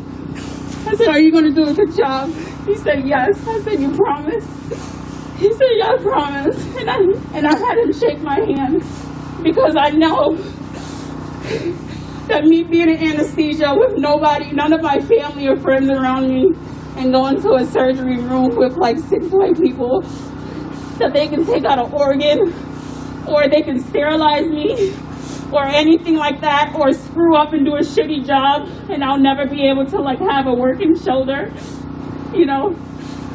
So I had him shake my hand and I said, "Just promise me you do a good job." He said, "I would."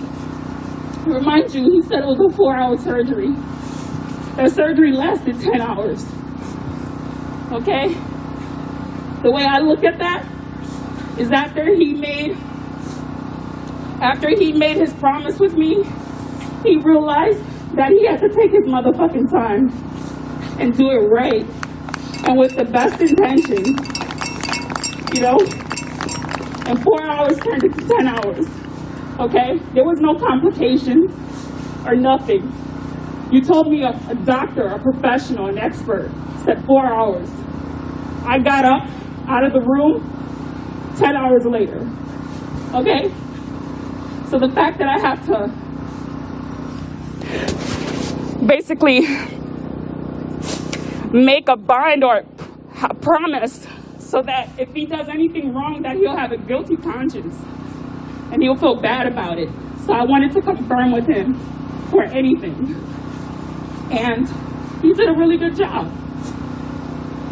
He did a good job. And I'm grateful for that. But I also know the risk that I took and the reality of everyone else like me that goes in there and what can possibly happen. You know, and I'm grateful. I don't have my arm sling on today, and I'm so grateful because I thought I wasn't going to be able to use my right arm. I got hit by a train. A fucking moving train. You can do it.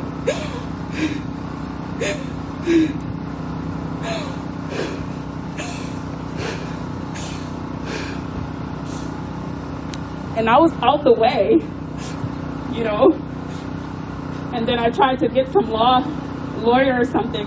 I've had lawyers hang up in my face because they didn't believe me, or others said they can't take my case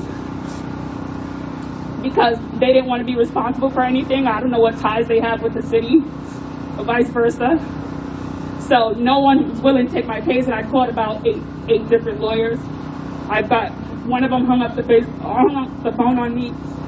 But besides the whole lawyer point, you know, a couple of them didn't even believe me that it really happened, you know. They stopped my pain medication while I was still on pain. 5 milligram oxys. I don't know if that's the norm for a surgery. It's not? No. They gave me 5 milligram oxycodones.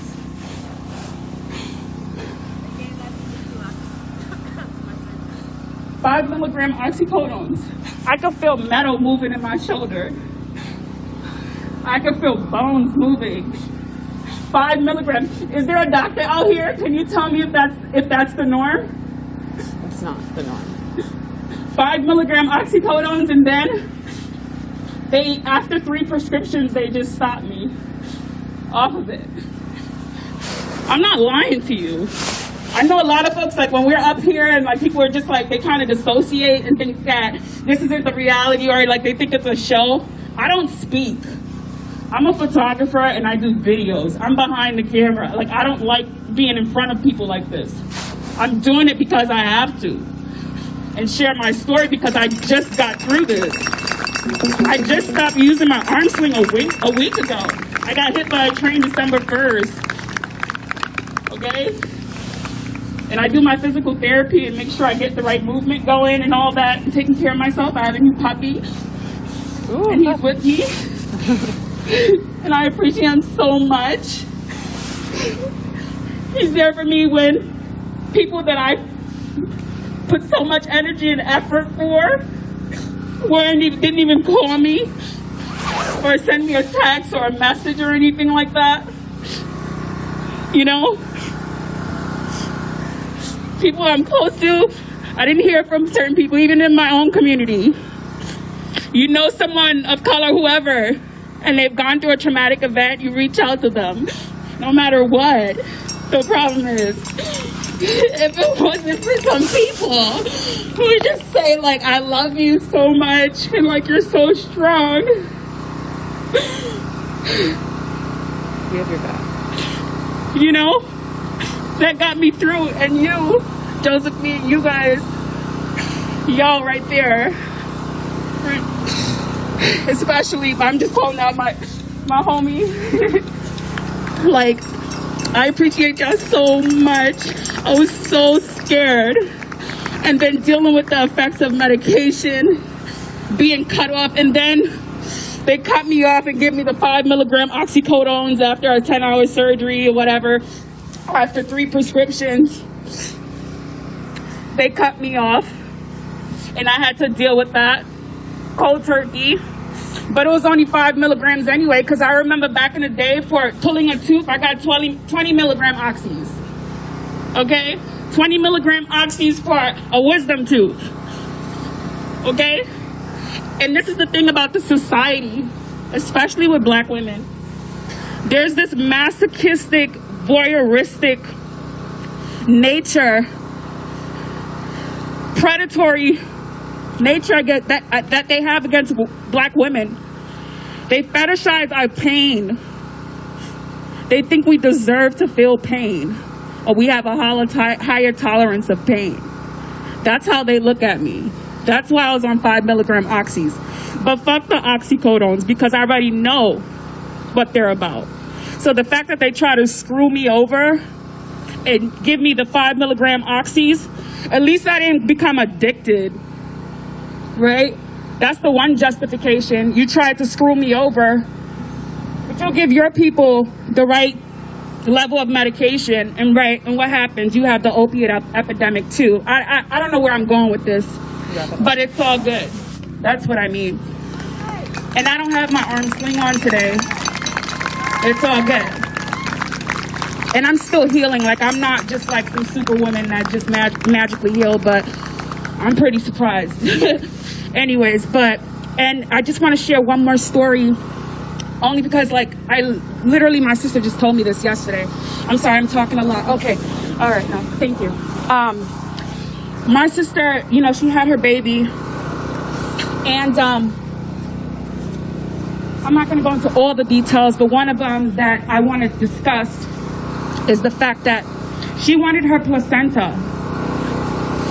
She wanted to take her placenta with her. They refused to give her placenta. They said it's unhygienic. What do you need to do? What do you need that for? You don't need that. What are you going to do with it? Oh, you're going to have to pay if you want to store it. She's like, well, just put it in the bag and I'll give it to my mom. Oh, no, that's unhygienic. Why do you want it? And they spent hours just discouraging her from getting her placenta. But in Hollywood, you hear about it all the time. Gwyneth Paltrow, they put it in their freezer. Every child they have, right? Because they know the power of the placenta. So when black women go in to give birth, they take in your placenta. And you know what's happening? They're finding cures for disease on our bodies. But they wouldn't give us our own organs. They'll take the placenta to make medicine and find out what's going on with cancer and all that stuff. That's what's going on in the medical field. Is there any doctors out here? Can you just raise your hand? Okay. So the next time you deliver a baby by a black woman, help deliver a baby, encourage her to take her placenta home and explain to her what it is and the power of it and what it's capable of doing. Give her that option. I encourage you to do that. Make some printouts so that you can give some information about the power of the placenta and how it has the capability of, like, curing cancers and diseases and all this stuff like that. Tell them that. Encourage them to keep their placenta so that if anything goes down in the future, they know to take it out the freezer. Because you know how powerful the placenta is. But they wouldn't dare tell my sister. They wouldn't even give her her own organs.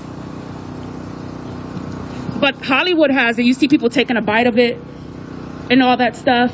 It's trendy, it's this and that. How powerful the placenta is. Encourage a black woman to take her placenta with her and then tell her what it's about. Have a printout, encourage her. Give her that option. Because you know what the placenta is. Because I know y'all use it. I know y'all use it. Oh yeah, you store it. You store it. And they find solutions to all these problems and stuff like that.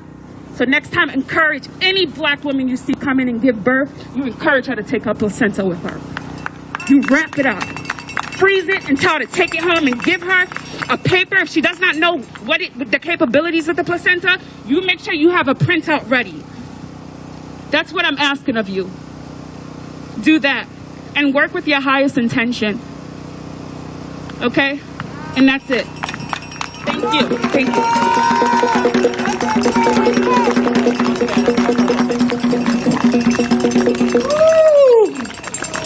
Lord, we have been crying today.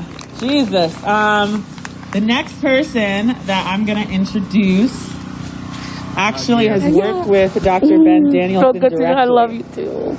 We love you. If you would like to come up here and introduce yourself. We didn't get to meet beforehand, unfortunately. No. Hella late. What's up? What's up? No, I'm sorry. I was trying to. The puppy had red eyes or something. All the organizers. Thank you, Ashley, and thank you for all the organizers today that helped to put this crowd together. My name is Winona Hollins Haig. Louder. And you would think that I would know how to use a mic. I'm a DJ for KBCS in Bellevue. Okay, let me see. I think it might just be the mask. Okay, there we go. Again, I'm Winona Hollins. I'm like, listen, I'm gonna hold it to it. I'm like, sometimes I just need some time. I'm a clinical therapist. I'm a native of Seattle, Washington. All right, awesome. Thank you. Okay. And I'm a native of Seattle, Washington, a mother of three, a graduate of University of Washington alumni, and also just a friend of Dr. Ben Danielson. And I wanted to say today that it's just an honor to see the number of you out here who really are strongly advocating that something must be done. You know, in the society that we're living in today, and we can see from the White House and other political examples, sometimes people just stay in the mix to get along with whatever is happening, you know, just do my job, get my paycheck, and go home. Dr. Ben Danielson was an exception to that rule. He worked 20 years, hard years, working to take care of children like my son's grandson.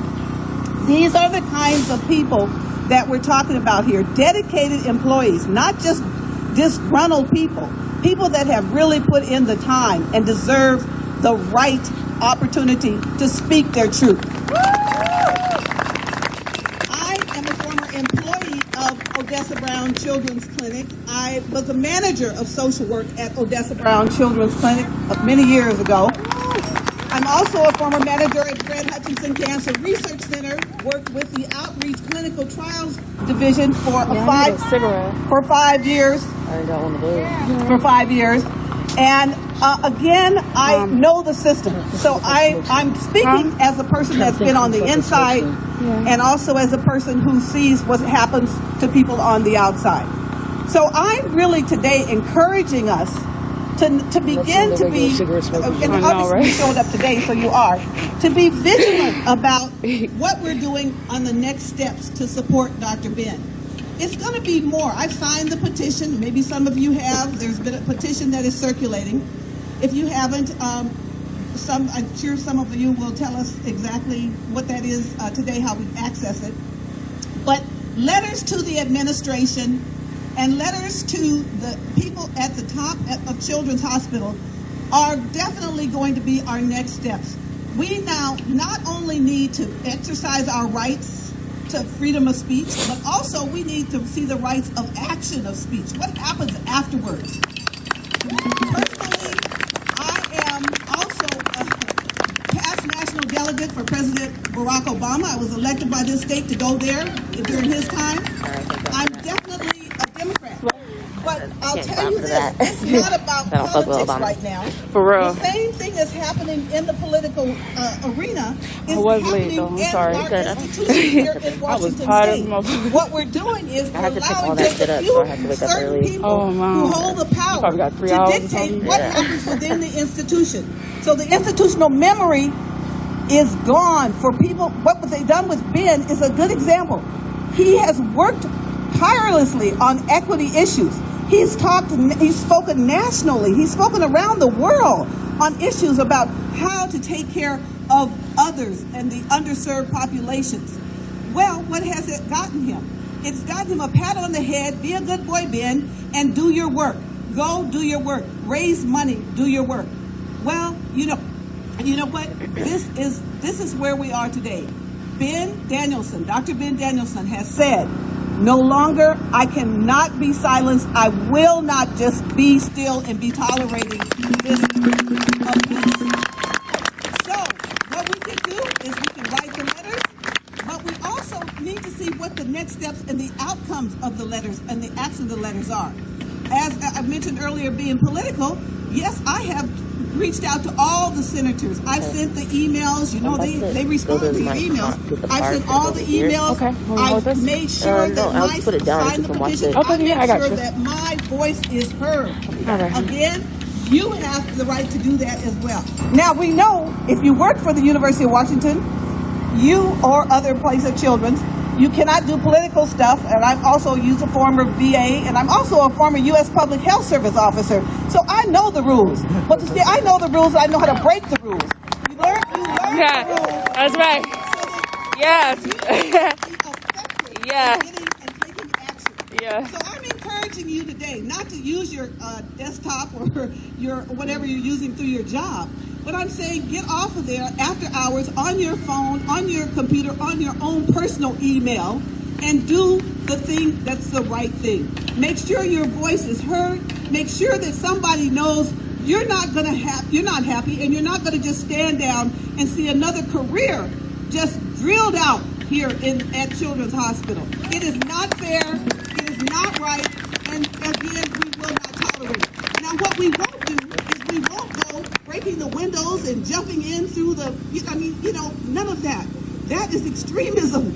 That is not how you change things. You change things through your voice, and you change things to making sure that action is taken to make sure that things are done right. Last but not least, I'm also a member of the Washington State Association of Black Healthcare Professionals. Right. That is another organization that Ben is in. What we've done now is we've morphed into the African American Health Board, and it's like Ashley. It's like these younger doctors that are there now. They're the ones that are taking the lead. It used to be Dr. Thompson and Dr. Millie Russell. Well, now it's the younger people that are standing. I'm retired, so it's younger people that are voicing what their concerns are. So we look to those institutions also to write their letters and to demand meetings. There has been a meeting, incidentally, already with the powers that be of black physicians and Coach Lenny Wilkins, and many of us. I'm a co-founder of the Odessa Brown Children's Hospital Guild, amongst others. There are many people right now that have been in the seat with the CEO saying, what just happened? And why did it happen? And what will you be doing to ensure that it doesn't happen again? And all the other questions. So there have been meetings already scheduled. But there's got to be more than a meeting. Because see, what happens is we'll get everybody's attention, and then everybody's on it. And then, like you see, you don't hear anything else. What we need to do is be vigilant. We must be exacting. And we must stay the course. And you know what? Each one of you can do your part to help us. You don't have to be a client at Odessa Brown, or you don't have to be a peer of Ben Danielson. You just have to be a person that knows truth and justice and will speak up for rights. Thank you. Yeah.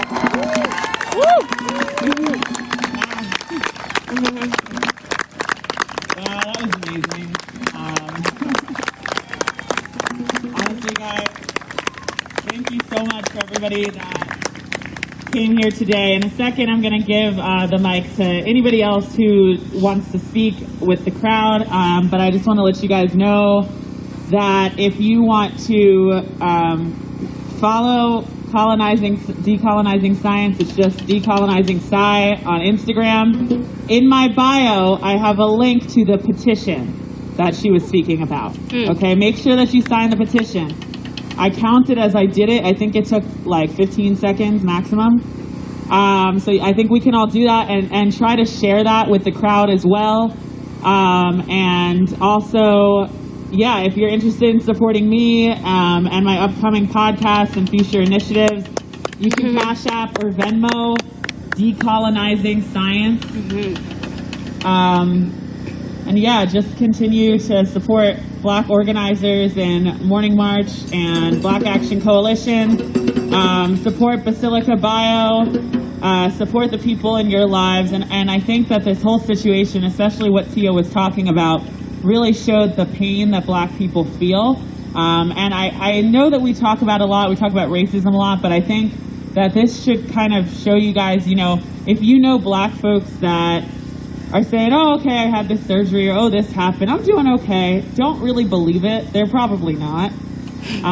There's a lot of pain under the surface there. We've been basically brainwashed into believing that we can't express our emotions.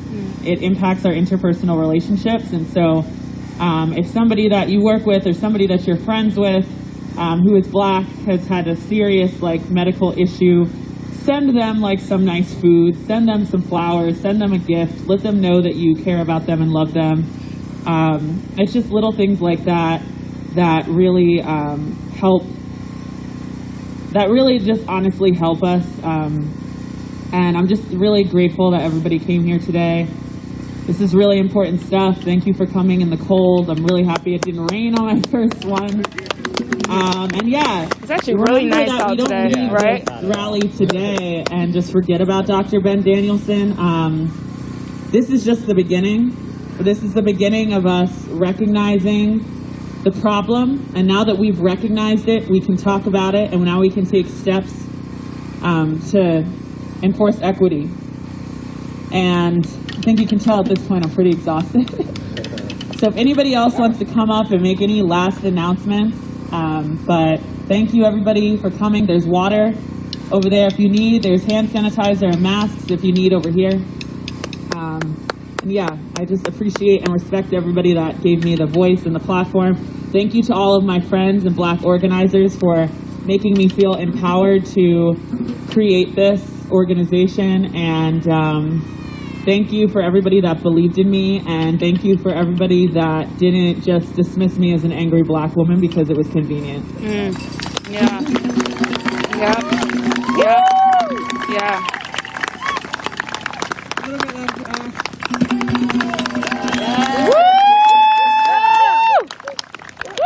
I just want to take a minute and look around for a second. Just literally turn around, look around. Said I was about to steal it. Who's around you?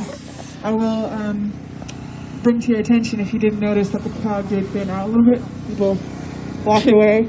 I know, I can't find But I want to encourage you to Bright sides. speak to the people who you know who aren't here today. So when you leave, have conversations. Your work is not done. You cannot say, oh, I went to a rally. Okay, that's it. I did my part. That's not nearly enough. Like, you need to be sharing this. The work is ongoing.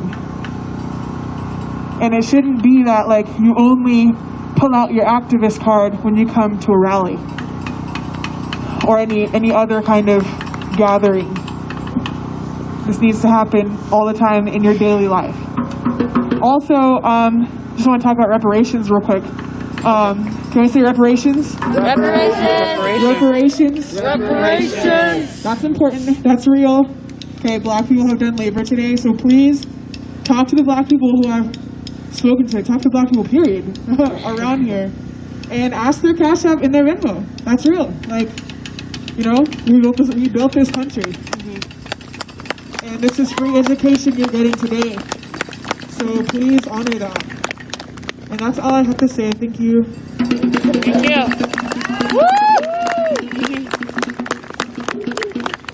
God damn it. to wrap this up. What the fuck I'm saying? This nigga. No way. Let me stop. Hello. Whose lives matter? Say that louder. Black Lives Matter. Who else's lives matter? Indigenous lives matter. Period. Indigenous sovereignty and Black liberation go hand in hand, and I know we talked about whose land we're on today, but just another reminder, we are on Duwamish land. This is Duwamish land, and this should be free back to them. So I just want to always call a reminder to that. And while we're also here, I want to also talk about, since we're talking about healthcare, the epidemic of COVID inside of the jails. It is a petri dish in there. There are Facebook pages of family members who have missing inmates right now, who are saying, have you seen this person? They were moved to D block, to C block, and that place has coronavirus madly. They don't have blankets. They don't get the food that they need.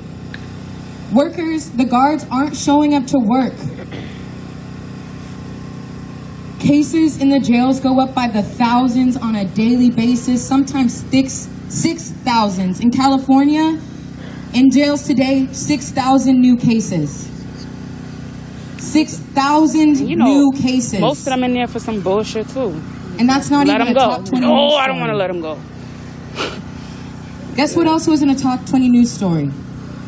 When we lost 360 inmates during Hurricane Katrina, when the guards just didn't show up and left them there in a flooded jail to die. When we talk about Black Lives Matter, we need to talk about also the inmates. We need to talk about the people who have been mass incarcerated for crimes that white people would never go to jail for. We need to talk about the people who were arrested in school at 13 for stealing a pencil. And then the recidivism rate after that for going to juvenile prison. Things like that happen. A pencil. Look it up. It's happened. So when we talk about Black Lives Matter, we talk about Black families. We talk about the Black lives that you might not feel comfortable with. And that's by design of society. They pinned us together from the moment this country was created. The only reason, that's why we need to start reading the fine print. That's why we need to not take breadcrumbs. Because the 13th Amendment, slavery is abolished except for in the form of punishment. Was a breadcrumb, was an illusion. We did not read the fine print. We did not know that they were going to then mass incarcerate and do slavery that way. And then try to kill us with epidemics like COVID.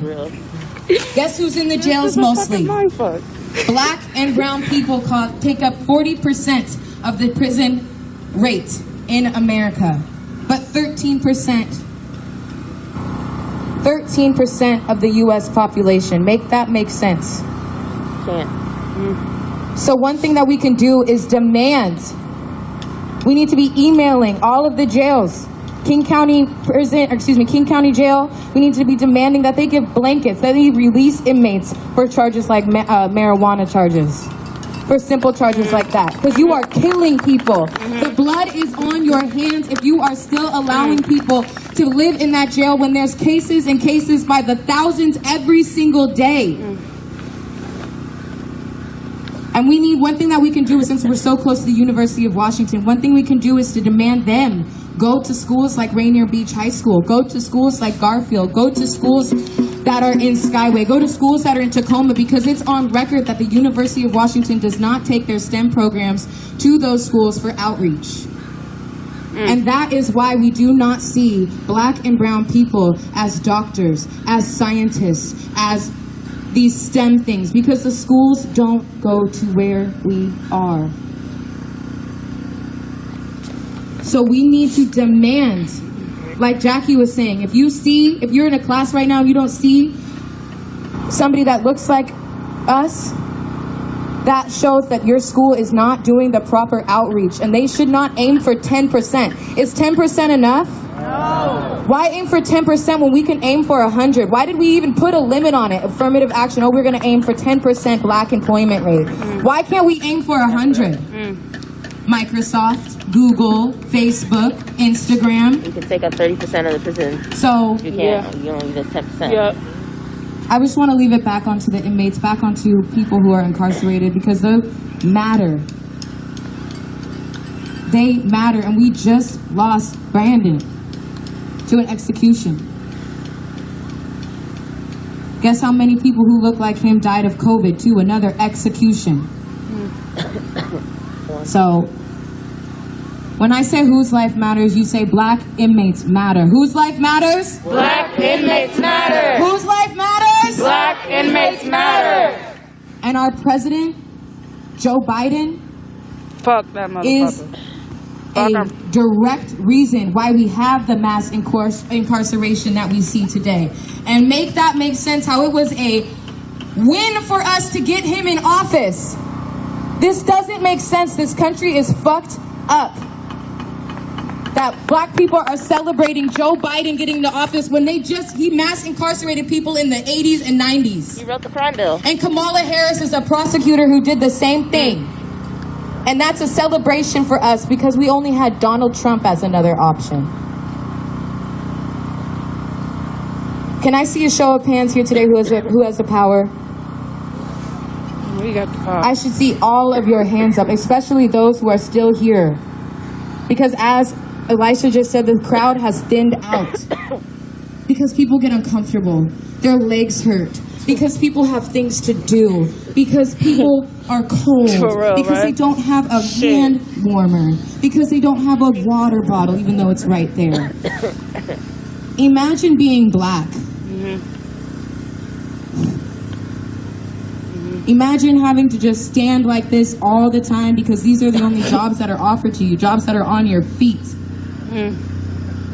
Imagine having to stand like this all the time in the cold because 40% of your brothers and sisters take up the homeless population, the houseless population. So, people who are still standing here today, and if you're white, I shouldn't have to thank you. We shouldn't have to thank you because it is your ancestors who did this. But I am going to thank you today and for standing for 2 hours straight, 3 hours straight, and showing that you have the power and you will stand up for black people and you will continue to stand for hours for people that you don't even know. I will thank you for that, and I hope that you keep coming out every single day, and I hope that you realize that you have the power and you don't have to go to Morning March. You don't have to go to BAC. You don't have to go to any of these things. You can create decolonizing science. You can create homies helping homies. You can be your own person and create a march. We will show up for you. Post a flyer. We will show up for you. Can I see another show of hands of who has the motherfucking power? Who has the power? We have the power. Who has the power? We have the power. And whose health matters? Black health matters. Period.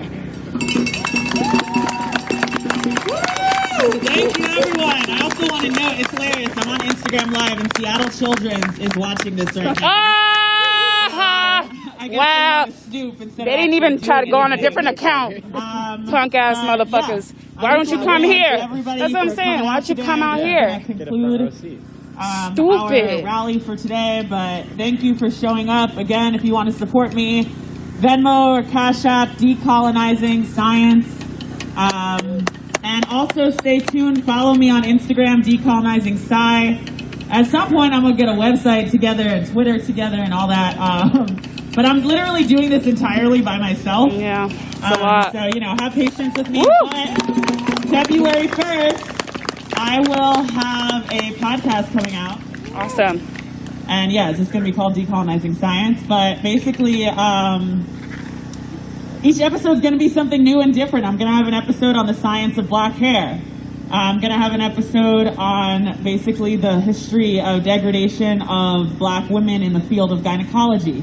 I'm going to have an episode on trans health awareness. I'm going to have an episode on how gentrification actually impacts ecological systems within cities, impacts disease rates. We all the education. It's not just going to be me. I'm going to have speakers that are a part of this local Seattle Black Lives Matter community. I'm going to have scientists from around the country, people from all different ages, young folks, older folks. It's going to be really good, guys. I really hope that you give me the chance and Absolutely. listen and spread the word. Thank you for coming. Thank you, everybody. Please have like a good rest of your evening. I'm now gonna like go to bed because I just cried enough for like 10 years. I think that's something that's really real too. A lot of Black folks don't cry often because like we're so used to being beaten down that we kind of can't even cry because we would just break, and we don't have the option of just breaking down. I think about how many times Dr. Ben Danielson has probably cried over the past 20 years. He works with children. I just want you guys to remember that this is about children. This is about protecting Black children. It's not about a political statement. It's not about getting attention or stealing money or anything like that.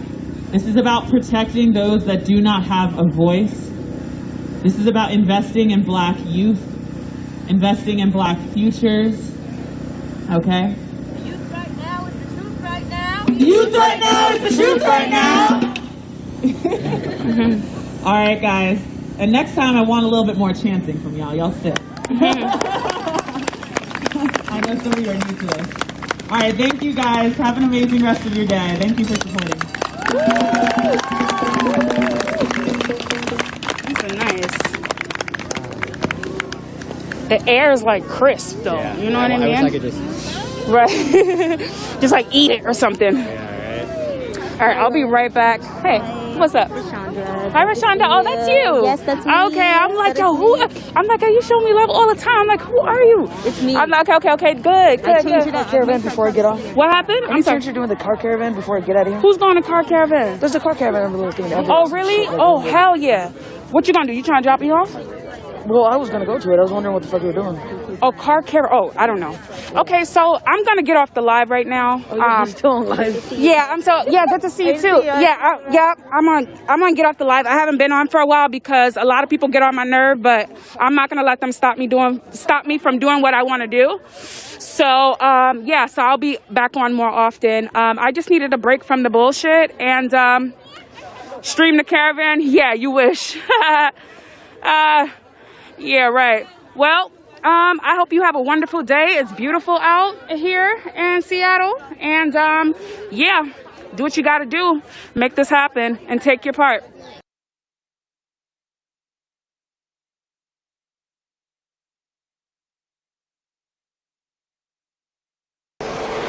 You don't... It's only this big. Walk around with your little medic bag, go walk around somewhere else with it. Period. I don't want anybody who's been affiliated with white supremacists that have doxed me, threatened me, harassed me, or anybody that I associate with, sprayed mace in my mouth with my mouth wide open when I was yelling for people to stop when they were trying to attack KJ at Cottonwood Heights. Anybody who walked with them is not welcome to walk over here with us. No, you're not. Because it's not even up to me. The tenants who live here don't want that here. You guys think because they are not around TV all day long like you are, that they don't know what's going on? They've seen the protesting. We've trampled all over the grounds that they've lived on, yelling no justice, no peace, yelling for police reform, facing off with UCA and all these other militia groups.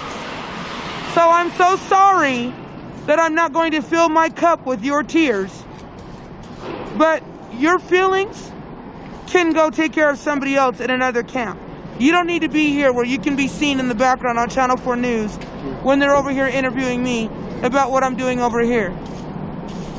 And that's how I know that you're full of it. You don't need to be here. Go somewhere else. Why do you have to be right here? But making it about you. It's not about you.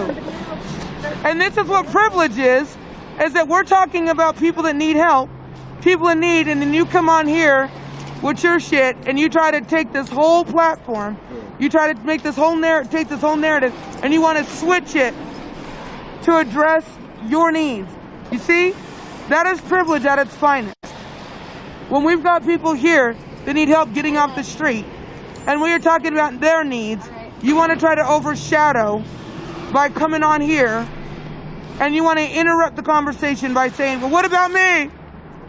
What about me? I want to be able to come there.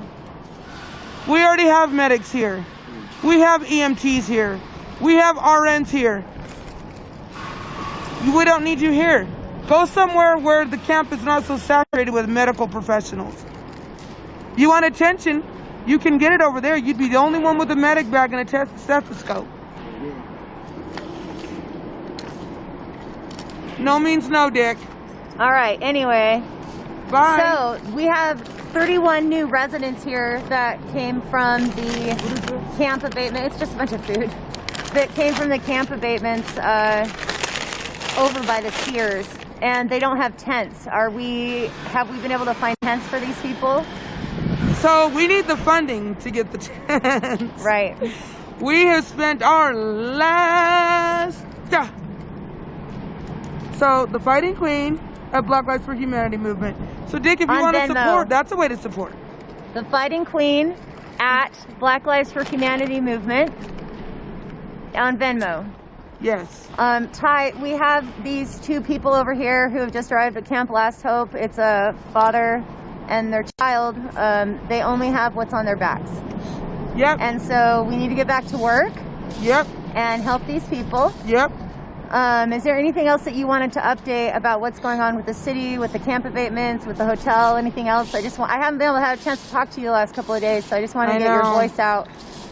Oh, the city is still spending money, paying the police to chase people that have nowhere to go around while snatching what little they have from their hands. Congratulations, Salt Lake. You guys are not amazing. And they are coming here. You know what is so crazy? I've had several people that got dropped off here yesterday by VOA. They're like, VOA said this is a camp. Look, they dropped us and our stuff off. Okay, so the VOA is dropping people off here at Camp Last Hope. The shelter volunteers are dropping people off at Camp Last Hope. Is that what you just said? Okay, just checking. Yes. I'm just checking. VOA is dropping people off at Camp Last Hope when VOA is supposed to Did they drop any resources off, or did they just drop them off? No, ma'am. Okay, no, they ma'am. dropped them off here. No, ma'am. And said, here, take care of it. And then, not only that, they dropped them off and they did not tell them because they know that the stipulations are they've got to be clean, they cannot be injecting out in public, they've got to be, drama-free. We can't do anything to get the police here or to generate a push. And that camp got pushed, and we had vandalism, and we had destruction, and we had a lot of stuff happen last night. My mom is in the hospital, so I didn't stay here last night. And my phone started blowing up. When I got here, I had people that were so pissed they were crying. And I had people that were so pissed that were fighting back tears because people came in and they didn't respect what we're doing here. And it got torn down. Stuff was all over the place after they spent endless hours yesterday cleaning it up. So I had to make an announcement that if they're not going to respect it, we need to find somewhere else. Because this literally is the last camp right now. And they're pushing all the camps here to Camp Last Hope. If we lose this here because of the fact that it's not clean, we're screwed. We do have a good friend that I'm going to try to talk to for a plan B, but that's going to limit who we can take with us if push comes to shove. And so that was a little bit frustrating. But we have people that are coming in. Some of them just have what they're wearing. Some of them have what they're wearing in a backpack. And some of them are coming in here and they feel so defeated. They are so angry that they are lashing out. And I get it.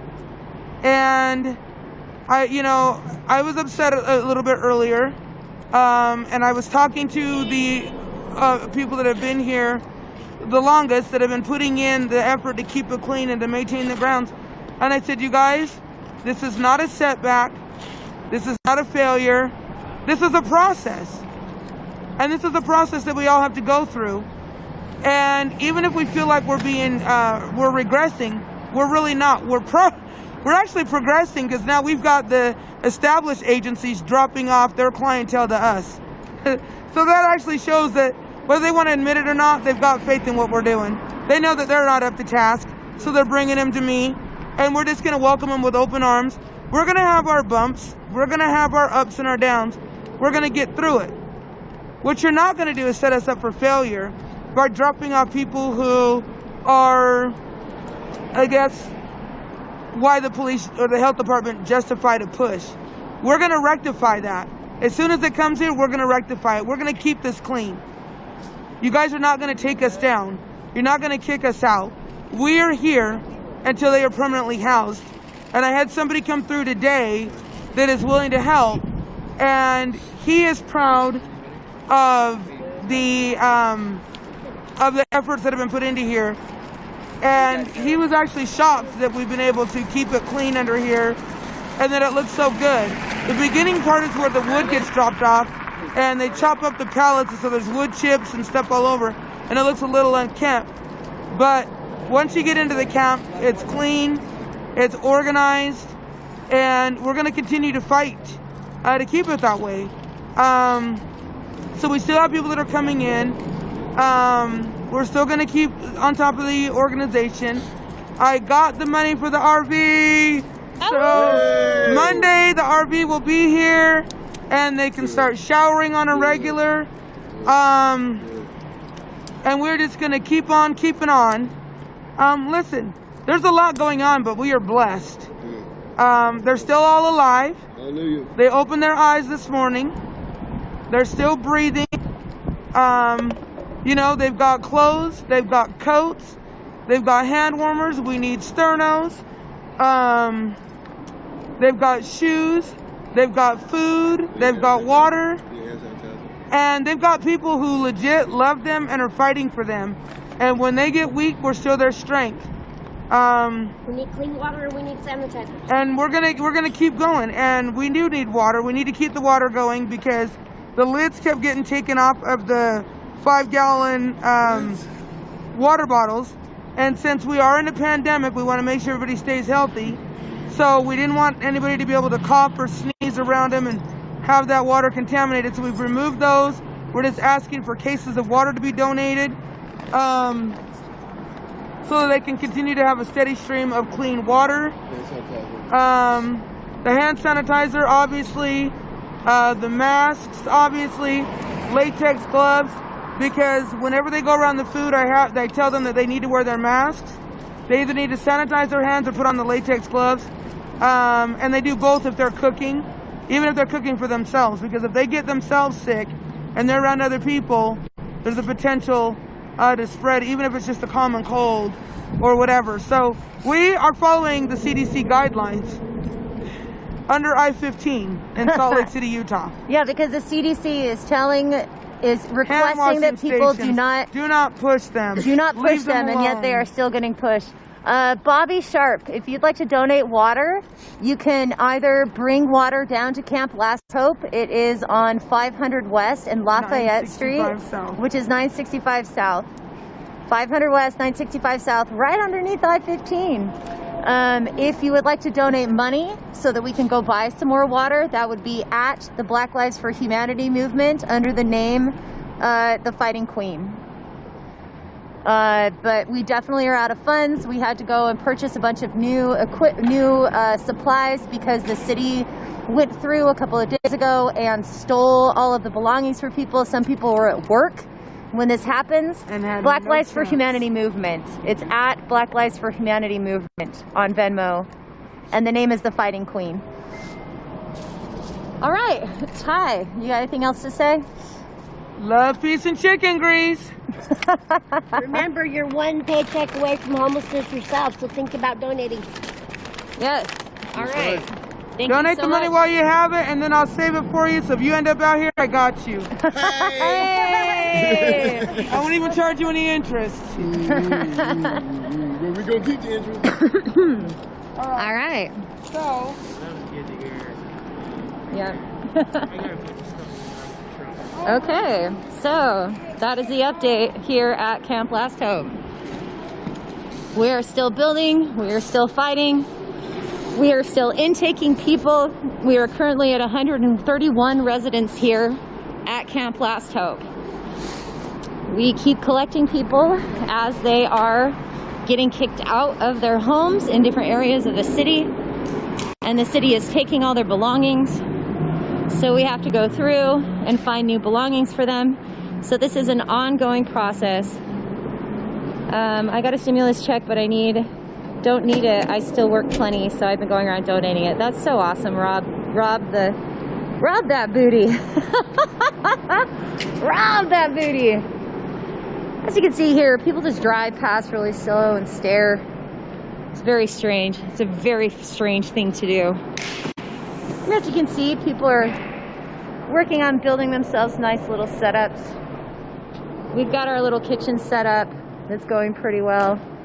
We've got a gentleman that donated generators, which he is here actually now, so I should probably go talk to him. But yeah, we still need firewood. We still need water. We still need help getting trash out of here. If you have a trailer and or a truck and can take a load of garbage out, it's all put in contractor bags and saved up. But if you've been following and seeing the process here, you can see how many more tents are filing in. 131 people here at Camp Last Hope, and growing. So please, please, if you've got tents, sleeping bags, warm clothes, warm shoes, please don't donate any more bikinis, guys. It's ridiculous. Warm stuff, warm clothes, warm shoes, sleeping bags, tents, firewood, water bottles, sterno, hand warmers, warm socks. We need all the support we can get as this city continues to take away the unsheltered people's belongings and they have nothing left.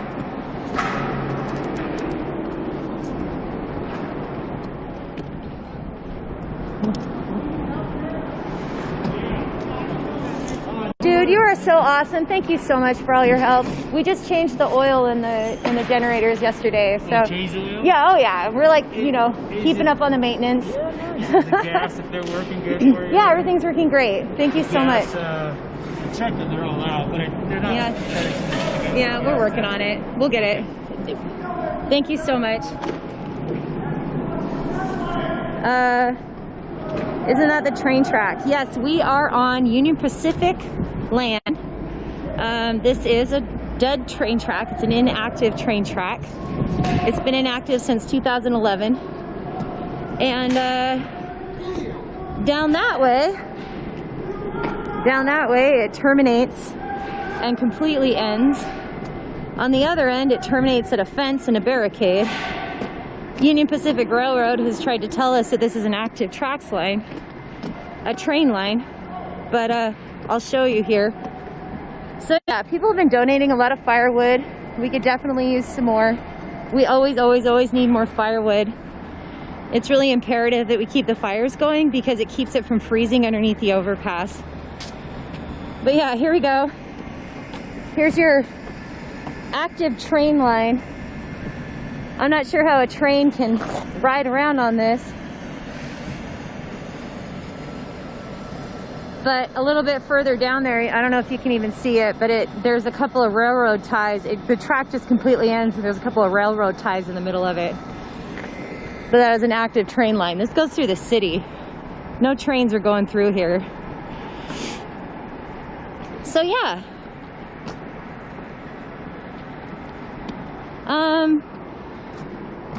Oh, okay. Yeah, there shouldn't be a... Are you Bad Bunny? Am I Bad Bunny? New York City winter, Chicago winter, winter all over, does not stop this movement that we're a part of. I need you guys to be proud of yourselves because I'm seeing a lot of familiar faces today. And I appreciate that. A lot of familiar faces, and y'all have maintained this movement. Y'all are here to show and prove that this movement is not just a phase. This movement is more than just moments. This movement, each and every one of y'all right here are part of history. Y'all are a part of history. So give it up for yourself.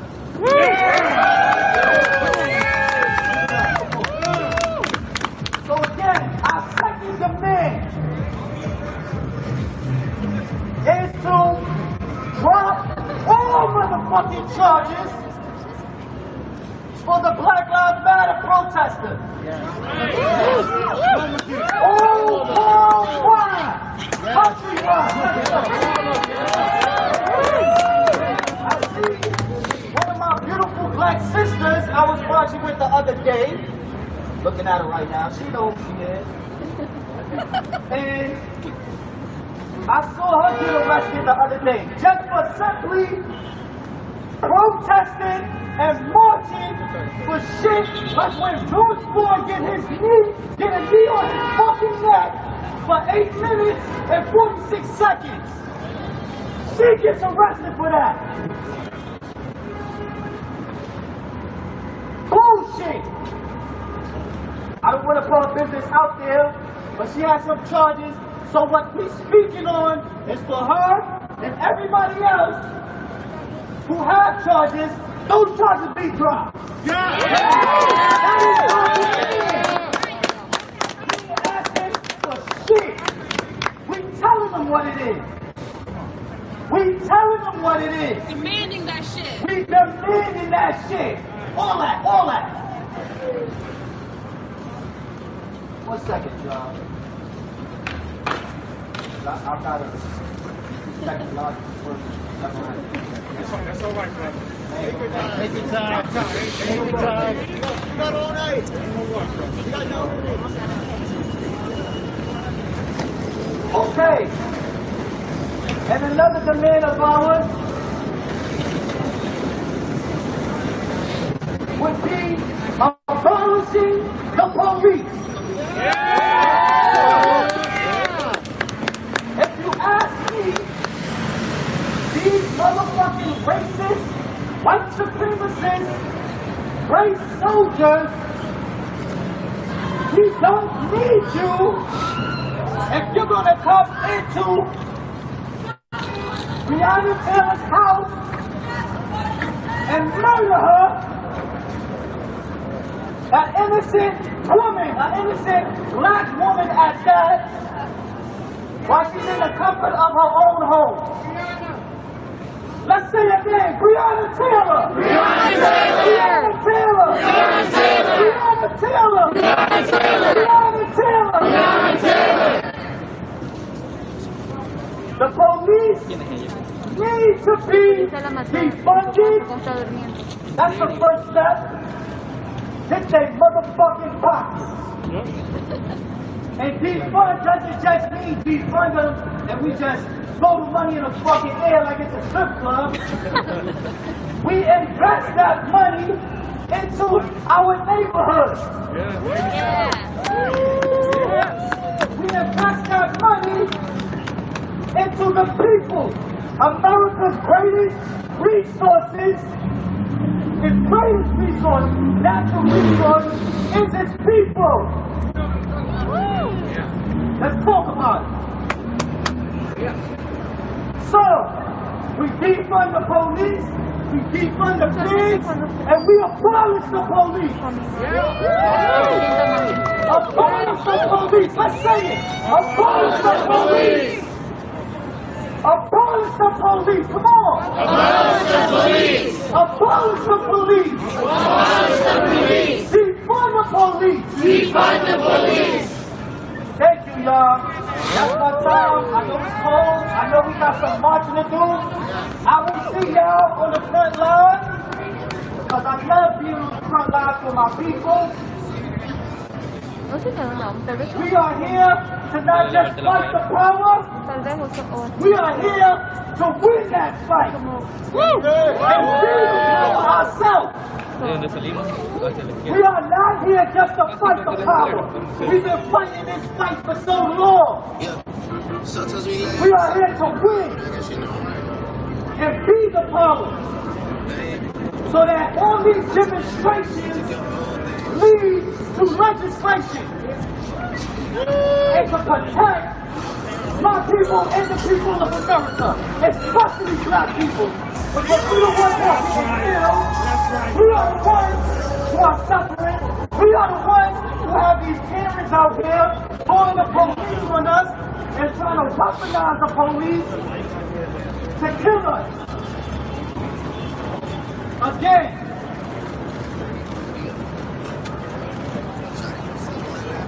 That's my time. I appreciate y'all. I hope I didn't leave a crowd. Thank y'all for listening, y'all. Let's go. Come on, Dad. Let's go.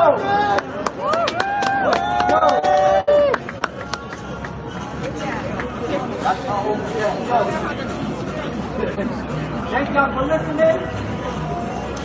We appreciate y'all, and I'm going to pass it off to the homie Dad. Give it up for Dad, y'all. Let's go. Ron in the building, passing it off to my brother Dad. Let's go.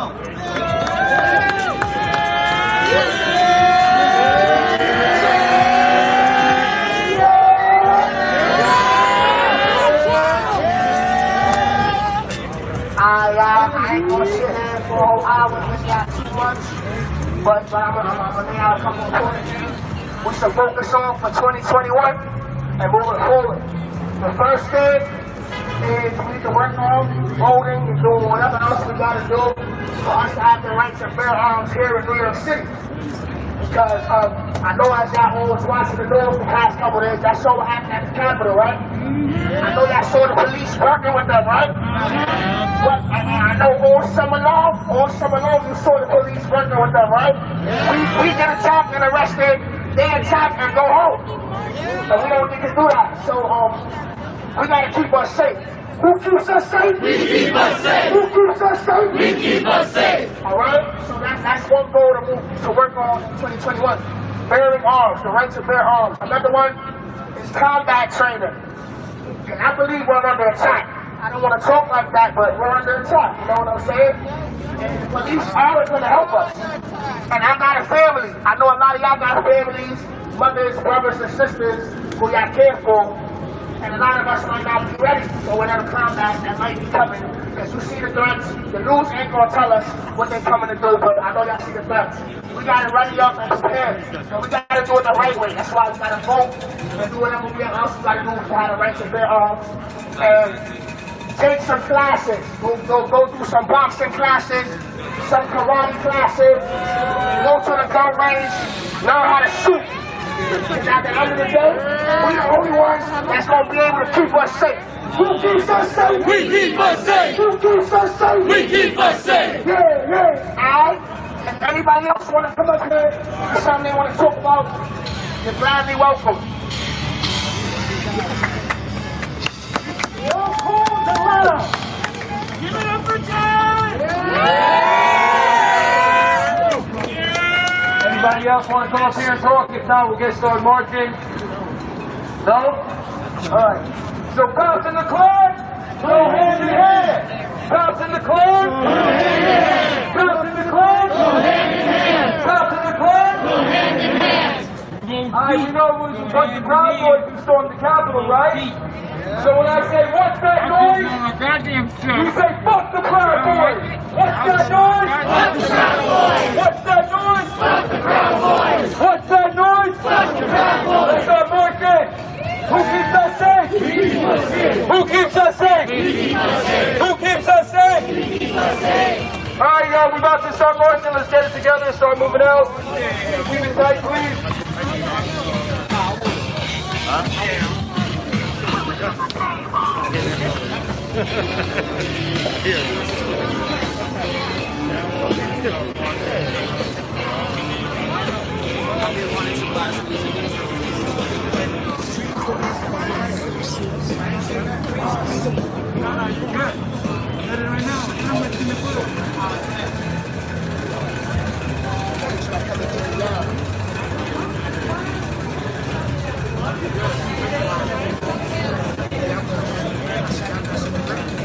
Give it up for our president.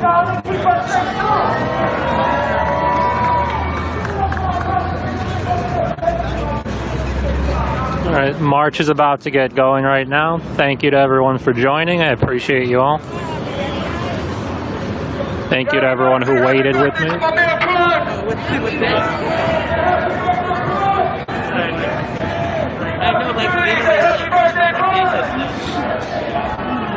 also just not, I'm a pretty shaky guy, so I had to have it.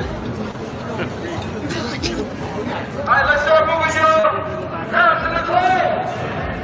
I can hear you. Pass to the flag. Pass to the flag.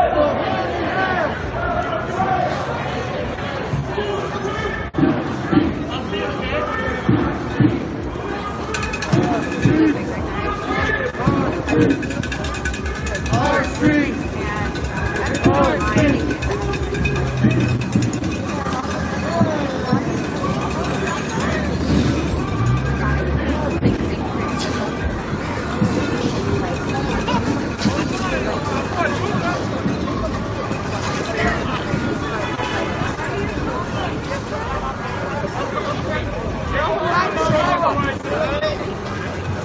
How's it going?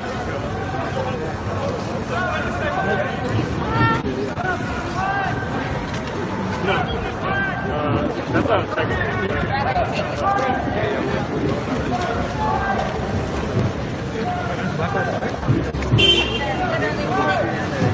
The cost of the flag! Hand in hand! The cost of the flag! Hand in hand! The cost of the flag! Hand in hand!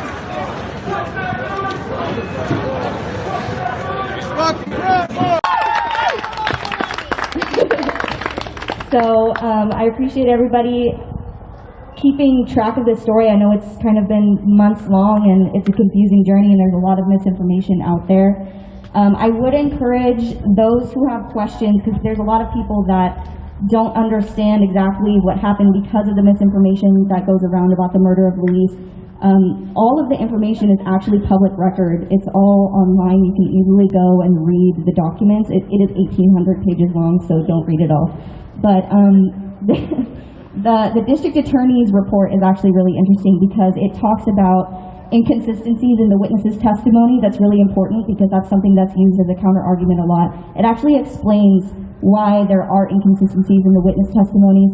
It talks about the timing between when Officer Maloney got out of the car and when he started shooting him with rubber rounds.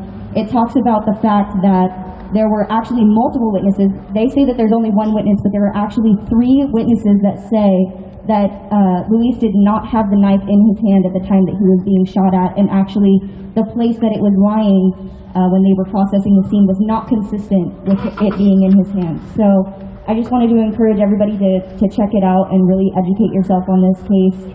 We're not protesting for no reason. We don't want Maloney out of this community for no reason.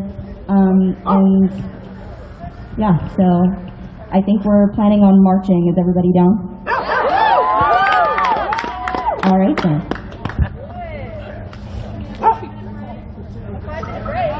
Yeah, take a break.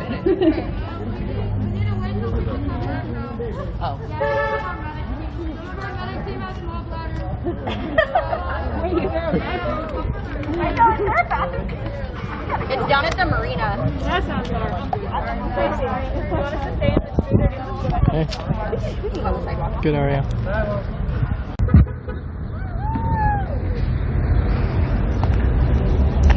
Me is globalist, right? And that's a broad thing to say, right? Sure. There's multiple things in it. One of the huge offenders or enemies of us is the Rothschilds, right? And the banks, right? We're talking about bank. We're talking about the bank already, because it's a bank heist, right? Because what's going to happen is when they beat us down and all the stimulus money, right? What they're going to come back around and say is, oh, the country's bankrupt. We need a new system. But what system are they going to go to? They've already been putting it out. They're going to try to go to digital currency, right? In Canada, they've already put out there was a press release or something. They're already talking about in Canada, if you're in debt, what they'll do is they'll pay off your debt, but you sign over all your assets. Well, if you don't have any assets, What does that mean? It's like a payday loan right there. Right. You know, that's just like the ultimate, like, you know, like bait and switch type. You can live in this house, but it's owned by the government. Right. Right? So when you start getting into all these things, they're going to take all your assets and they're going to make everyone an indentured servant. Right? So that way they control every aspect of your life. You basically, you go and you work for them. You're a serf. You go and you work the fields. Right? Now in Washington State, we know the Democrats, right? Here's how I look at the Democrat Party. I think 60 to 70% are good people. They just don't understand the secondary and tertiary effects of what they're voting for or the policies they're pushing. Because if you ask them, they say, yeah, I want to be free, I want this, I want that, I believe in God, right? But then they don't understand that when you're voting for the Democrat policies and agenda, you're voting for socialism. And when you vote for socialism, where's God's place in socialism? There is no place. The state is God. Okay.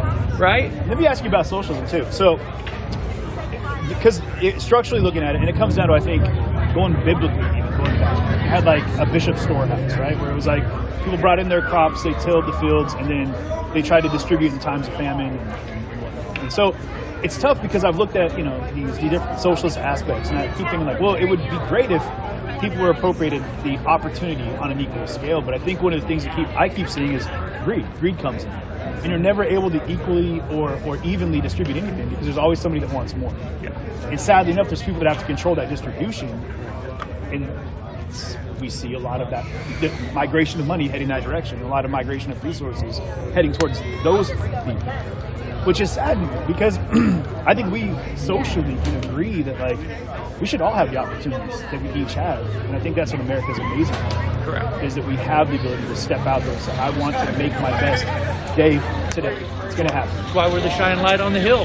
And it's tough, man, because you've seen people, and drawing it back around, small business owners, people that have said, I'm going to stake my claim, like they're talking about, to the American way. I'm going to start a business. I'm going to invest my time, my money, my family's faith.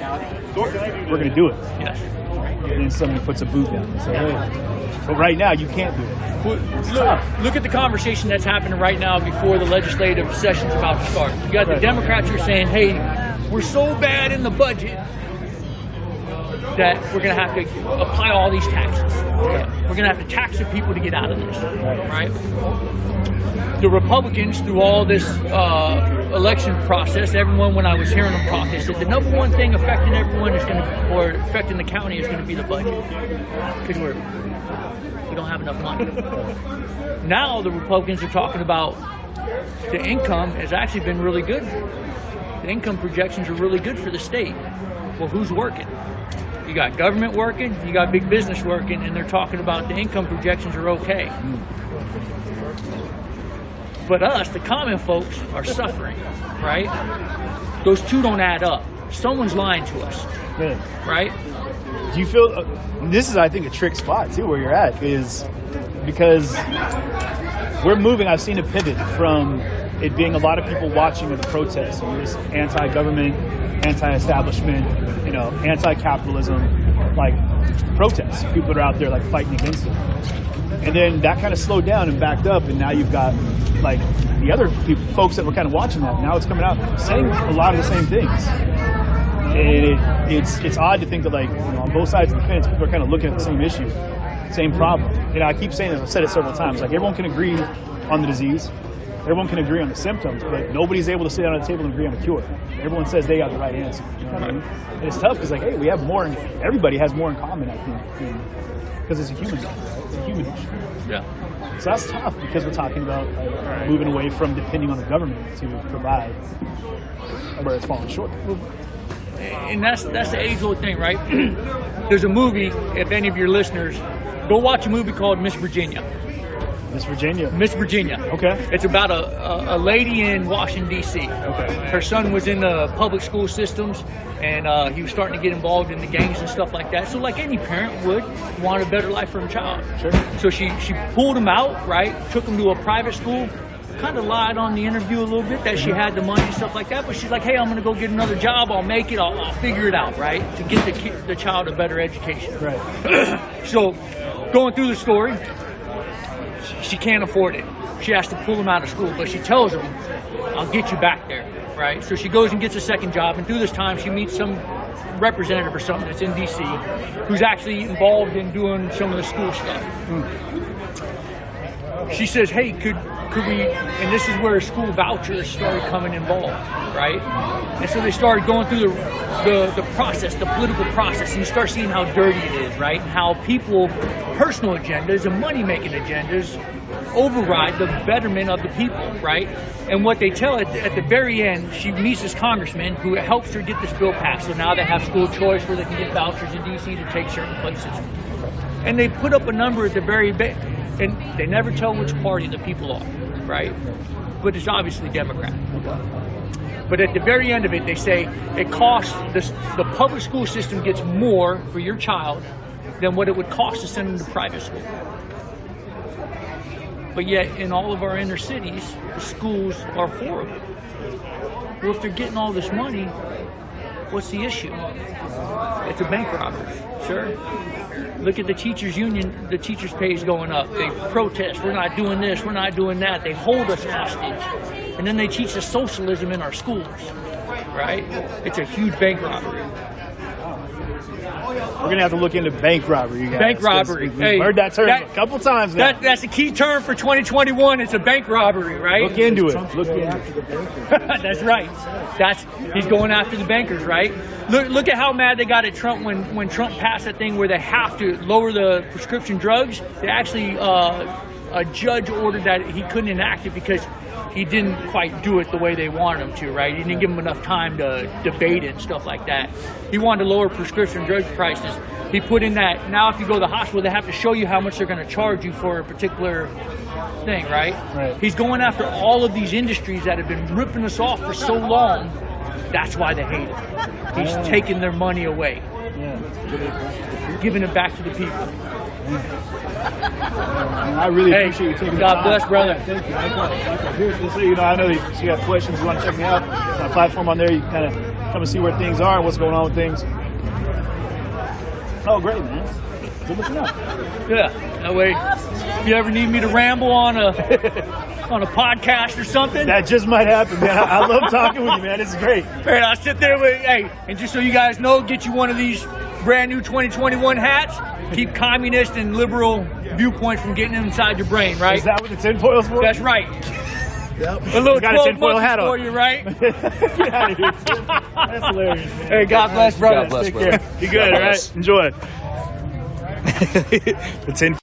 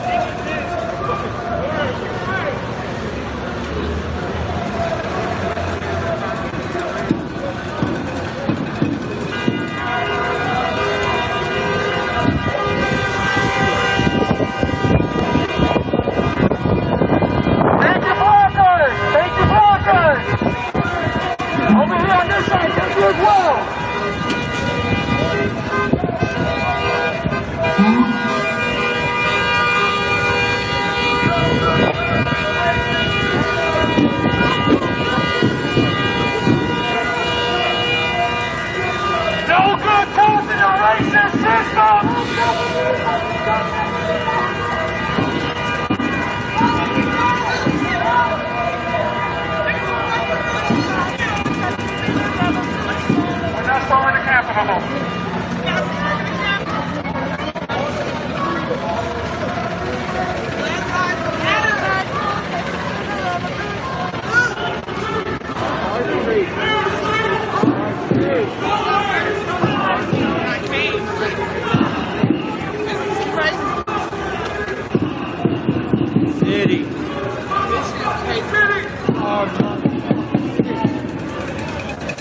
my God, this is crazy.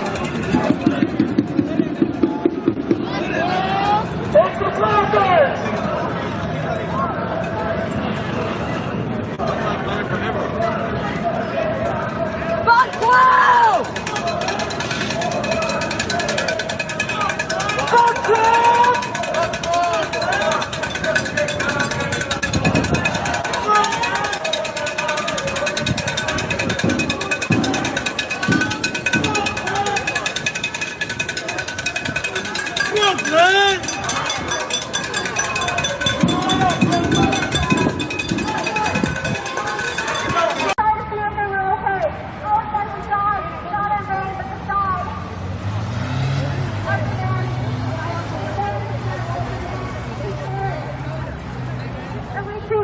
We care for our community.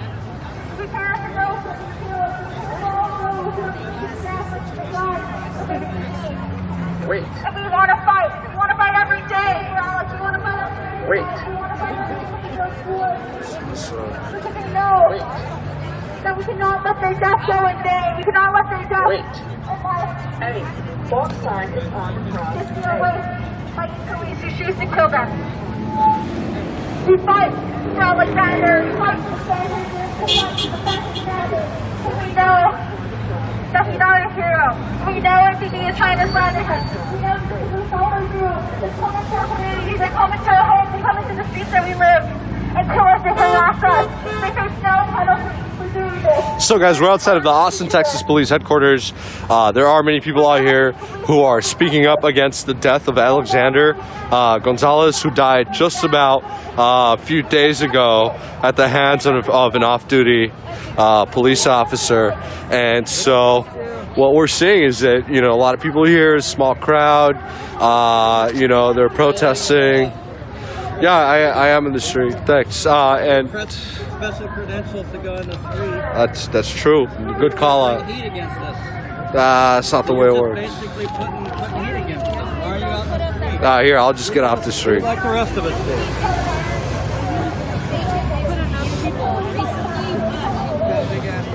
I got these that I haven't worn in weeks. Like, try not to be in the crowd because they're a little bit hostile towards me. 2 pairs? Fucking forget about it. Your hands are set.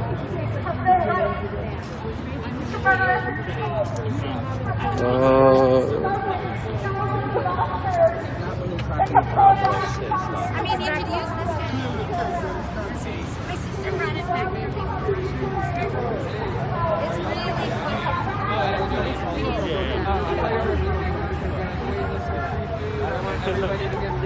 We just got here. Thank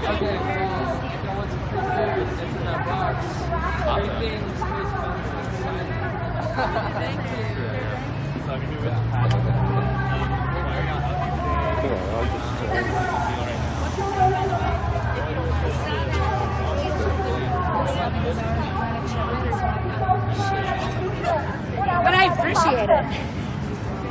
Indeed, you do. Oh. Hi, how's So it it's going? funny, my friend was asking me if I was here because she was going to meet up with me. She sent me a message, and then literally 30 seconds later, she was like, I just saw you on Hiram's feed. I know you're there. I was like, okay, cool.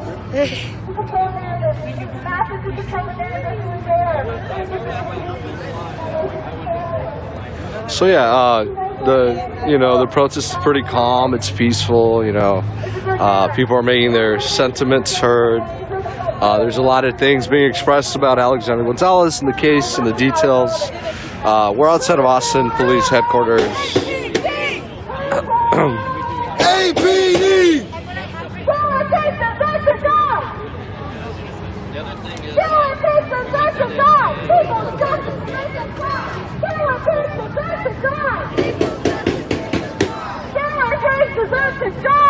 Sorry. Killer pigs deserve to die!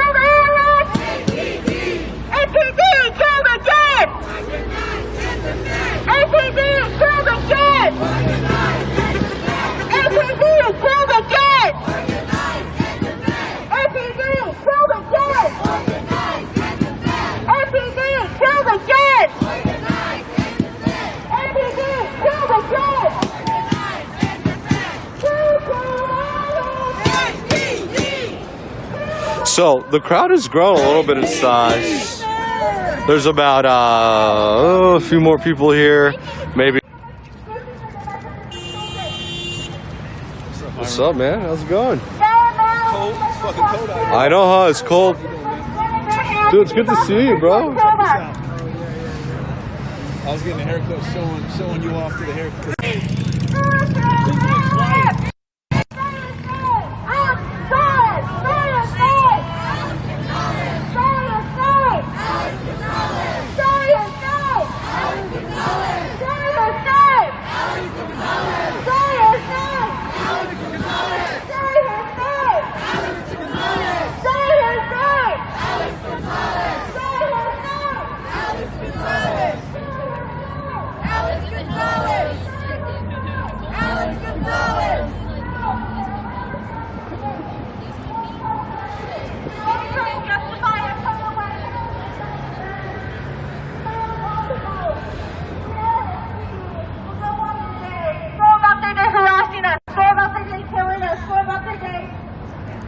Reports on how many of us is shot.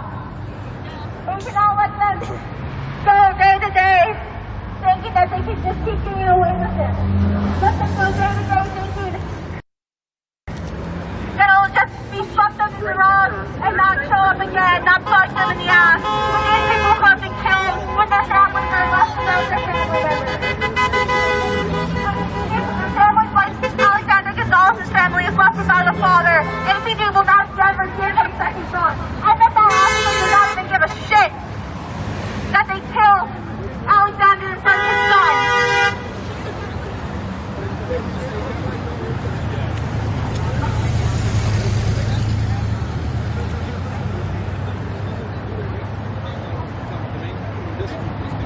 Okay, so for all of those who are here today, So guys, we're outside of Austin Police Headquarters, in front of the building, with about 30, maybe 50 people now who are protesting the death of Alexander Gonzalez. There are definitely a lot more details about his death online. If you're curious about learning, go ahead and look it up.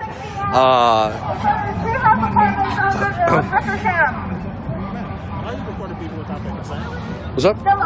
People without their consent? I'm not recording them without their consent, man. People here consented to it. We're in public, man. You know, it's all fair, man. We're in public. No, that's not the question I asked. Why are you recording them without their consent? I'm a journalist, man. I record whatever happens. Can I see your press badge, please? I don't have it on me, but obviously, you know, if I invest journalists are always supposed to travel to a site with their No, you're right. But I didn't think it was necessary today. But I mean, if you're curious, wait. You're here filming people, and you're supposed to have a press badge, but you didn't bring it. Yeah. Why? I mean, does it matter? Like, it does. No, because like, despite that, like, I have the freedom of the press, whether I officially have a badge or you not. have to like, actually be pressed to have freedom of press. No. Do you know how the law works? No. Like, that's not how it works. That's not how it works, man. No. Freedom of the press is more of a general term. I would encourage you to. I don't know, man. I'm not down to. You know, I did this in college. I had these debates. I'm a congressman, so I think I know what I'm talking about on this topic. I mean, I don't know, man. I don't know what to tell you, bro. So why are you recording people without their consent? I mean, you're gonna stop me? You want me to? I mean, no, but I like. What are you gonna do? There's nothing you can do. There's plenty I can do. Oh yeah, you but want me to do it is the question. I mean, I'm not provoking a fight here, man. Like, I'm just telling you, like. I never said anything about a fight. Don't make assumptions, man. I'm gonna film, and that's it. Whether like, you know, they feel comfortable or not. I mean, like, there's Halo camps right there, bro. I'll tell you this. Point that camera at me. I'll give you a colonoscopy with it. Okay. Cool. I got it. Gotcha, man.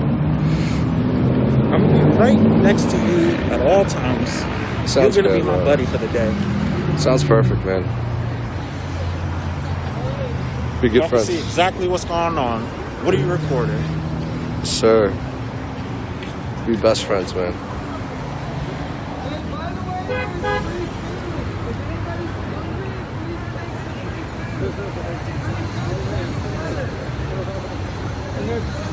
There's talk over there too. Write something. Send a message.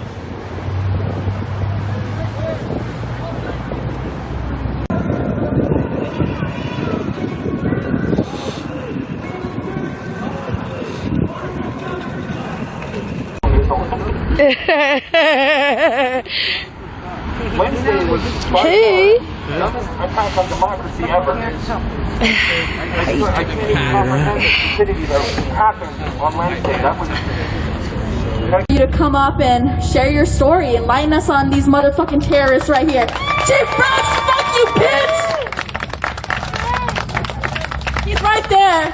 Right there. That's his little office. He's stalking us right now, you guys. Thanks, Shagupa. All right, everybody. How y'all doing out there today? Thanks for showing up out here. I know it's not always easy in the pandemic, and I'm glad everyone's got their mask on, doing their proper thing. And yeah, for those of you who don't know, in 2009, I had a little party at my house too, and me and two of my friends. We went to that old bar. I don't know if anybody remembers the Mutiny. Anybody remember the Mutiny? Yeah. All right. So we hung out at the Mutiny all night, and I'm not a person that drinks and drives, right? I thought I was doing my proper thing. I drove down there and parked my car, got a ride home, and my other friend walked home. So what happened was we got to my house, and it was about 2 in the morning, and we continued our little party. We hadn't seen my friend in months. He came out from Vegas. We put on a little boom box smaller than this and proceeded to have a little circle dance in my living room. And then the neighbors called the cops to complain about the noise. So you might think, well, what's the big deal? A little noise complaint, right? So we heard the cops screech up out front of my house, and then it was just like the movies, right? The record scratch and the music's off. We're like, oh no, cops, right? And then we run to the front door, and we're extremely apologetic. Sorry, officer, the party's over. We're going to bed. We know it's late. Sorry, I had the door open because we were bumping the music kind of loud, 3 in the morning with the door open. But they didn't want to stop. They wanted, suddenly they smelled weed, right? Well, we smell weed. We need to come in. And they blocked their foot in my door, so I couldn't shut the door on them. And I got a little angry, and I cussed a little bit. And I told them, this is bullshit that you're harassing me. We're ready to close the party down. It's time to go home. And can you please get your foot out of my door? And as he refused to get his foot out of my door, my anger elevated a little bit until I was shouting at him, get your effing foot out of my door. And I yelled out from my neighbors across the street, neighbors, I'm being harassed, can you come out? And nobody made it. It was 3 in the morning. And there was one neighbors there, the ones that called the cops, right? And they made a video through their little peepee blinds. They made a video. And you can see the officers at my door just standing there, and they won't go. You can see my anger getting a little more loud.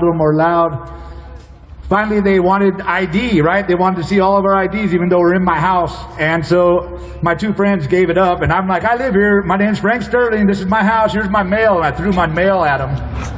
And they wouldn't accept it.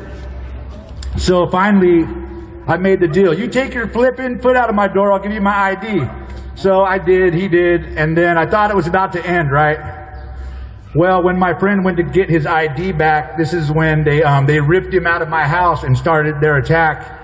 And we proceeded to try to pull him back in our house, and I was the loud, aggressive one, so they threw him aside and they jumped on me, and basically they attacked me. They attacked me in my living room with their fists and their flashlights.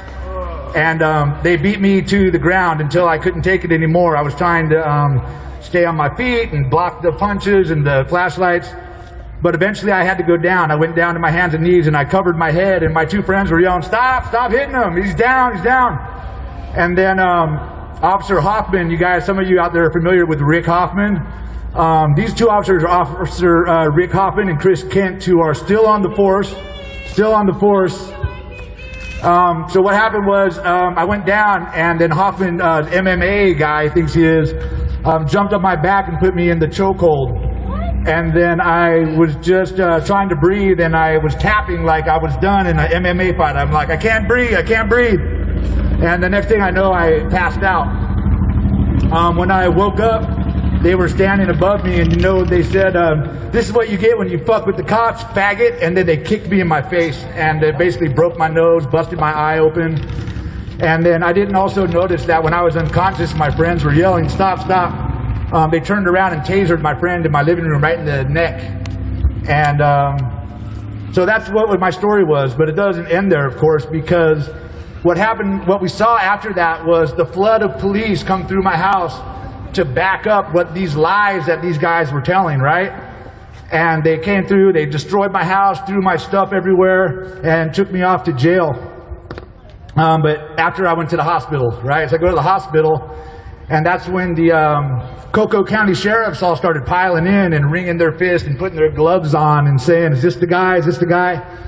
And it got so bad that I told the nurse, hey, I feel like I'm being harassed here, that these guys are scaring me, and they drew the curtains around me so they couldn't see me no more. And what did they do? They walked to the edge of the curtain where there's a little crack, and they're like wringing their fist at me. So I didn't know what to do, so I just laid back. I had stitches in my face, staples in my head. I was all messed up. So the Officer McDonald, who I don't want to let go out of this, transported me to the Martinez detention facility. And then when I got there, it was like I was in the lion's den, right? The biggest guys ever seen, like Marines, buff muscles, crew cuts, they come out with their gloves and they're like, this is the guy, the tough guy who wants to fight the cops?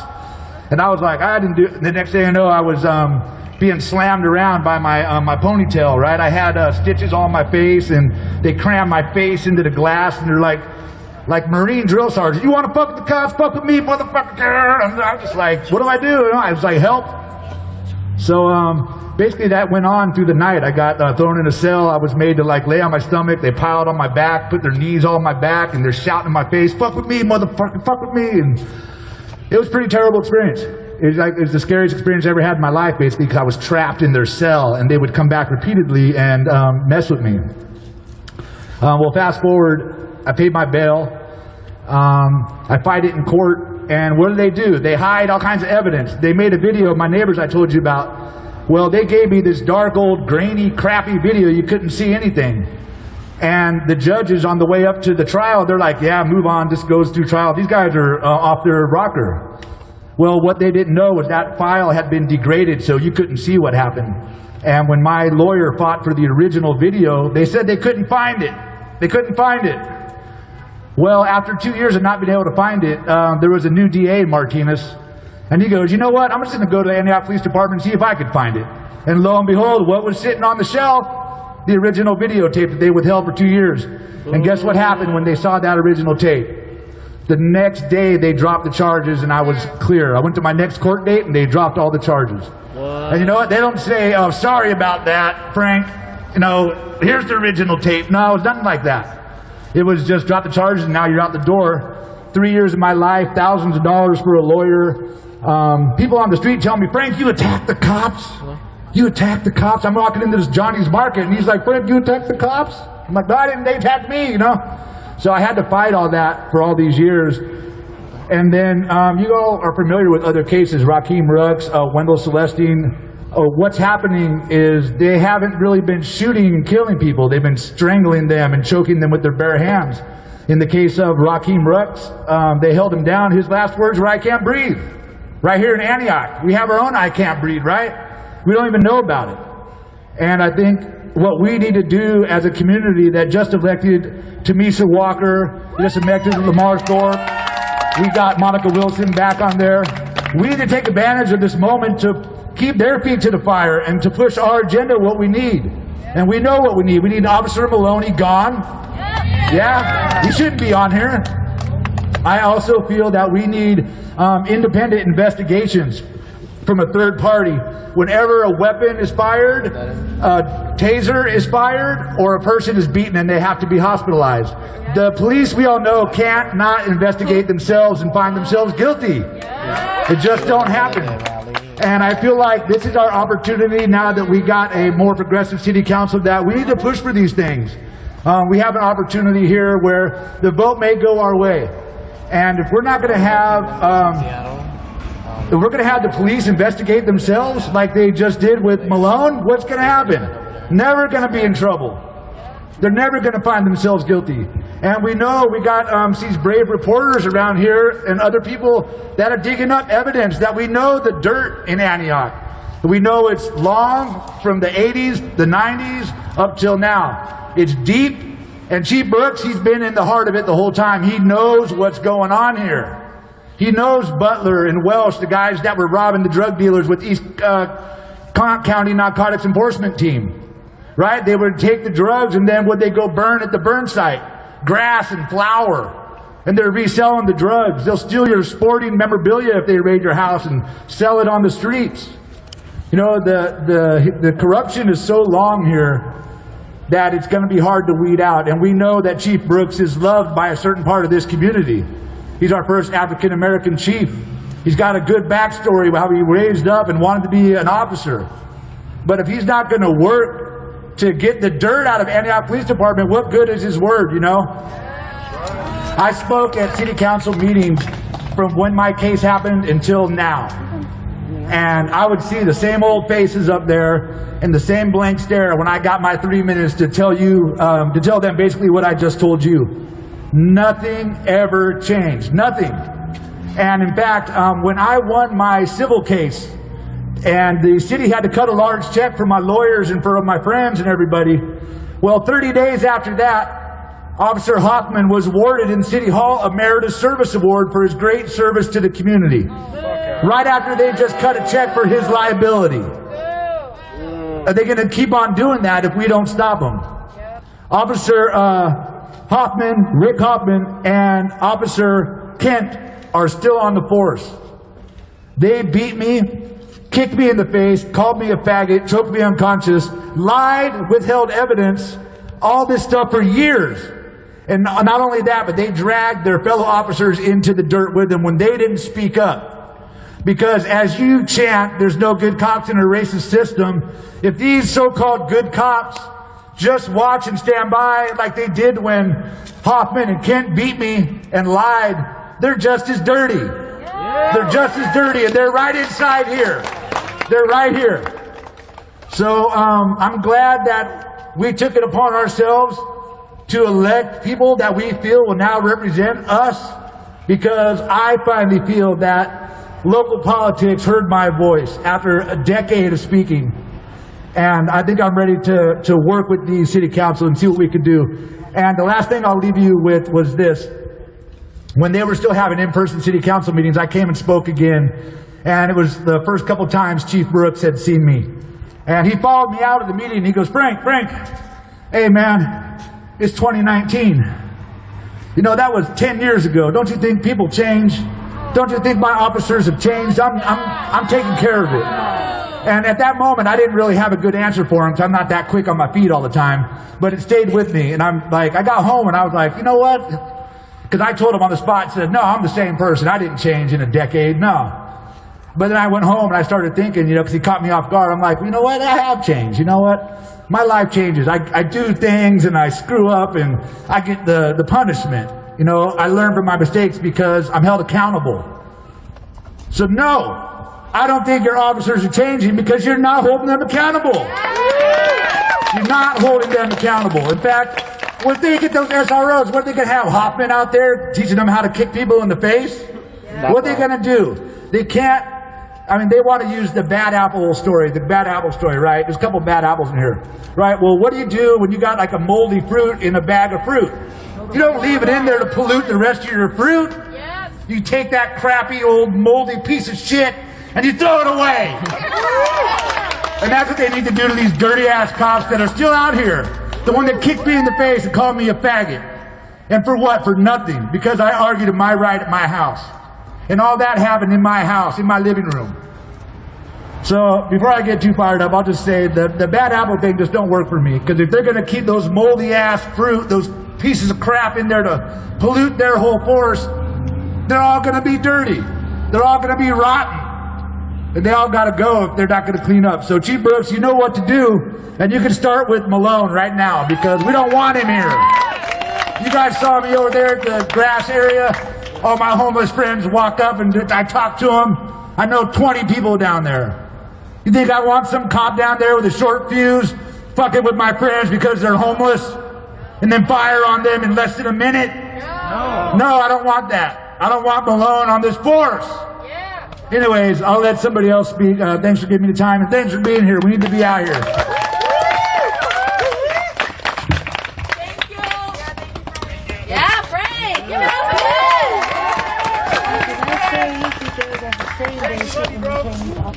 Frank is literally one of Antioch's warriors who has been fighting for years and years now against this terrorist group known as Antioch Police Department. So I just wanted to give her a little recognition. One of the only city council member here is Tamisha Walker. So if you want to give a round of applause for her being here. She's out here listening to the community. She's out here trying to understand what other reforms that she wants to bring up to city council. And she's definitely a social justice warrior who is not only an activist, but she's also a city council member. Give it up, Tamisha. So there's an action item that I will ask of all of you. This Tuesday, or this upcoming Tuesday, there's going to be an Antioch City Council meeting. So we are requesting people to put in public comments to not only support Tamisha Walker as a black activist, person of color who is a city council member, because she has been seeing a lot of scrutiny. There's a lot of white supremacist, fascist lovers, back the blue people who are targeting her for something that had happened to her 2 weeks ago, where her child was literally almost ran over by the police department, Antioch Police Department exactly. And people are blaming her for her son's, for the altercation that the Antioch Police Department brought up. How can we allow to have a police department to be on our streets and run young black kids over? And that is what they've continuously done. Enough is fucking enough. We need to support her and her efforts to create change in our fucking city, because enough is enough. So the three reforms that she's bringing forward to the Antioch City Council is: one, having Antioch police have cameras, because they don't have cameras, so there's no accountability. It's us against them, and obviously everyone is going to believe the fucking police. So one is having cops wear cameras, not only on themselves but their cars, as well as, oh my god, brain fart. What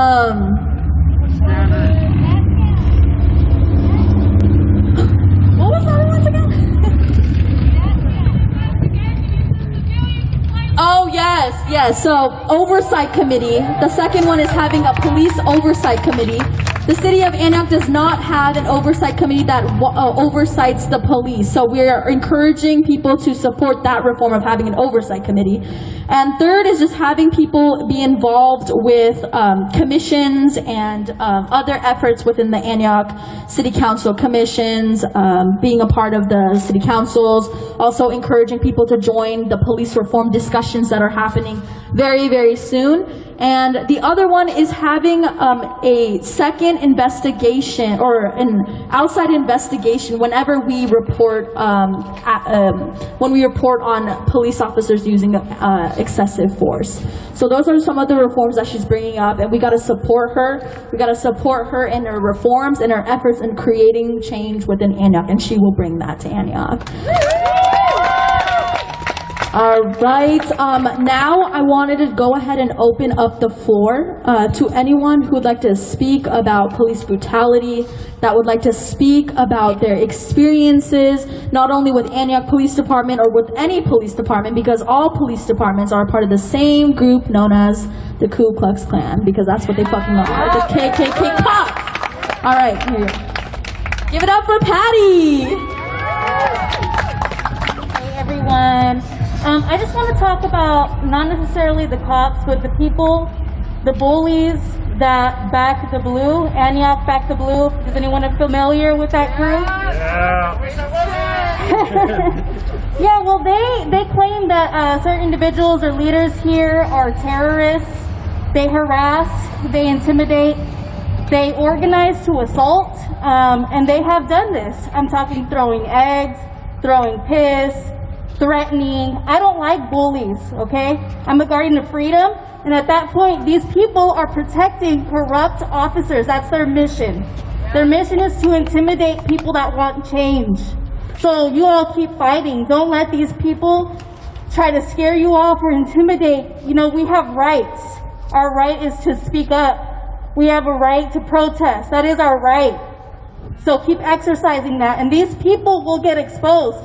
The most bothering thing is that a lot of these people are prior police officers. They are on the city council, and they watch and they see what these people are doing. They are planning, they're bullying, not only leaders, but also people on our city council. I call them cops and friends, and I have a list of them.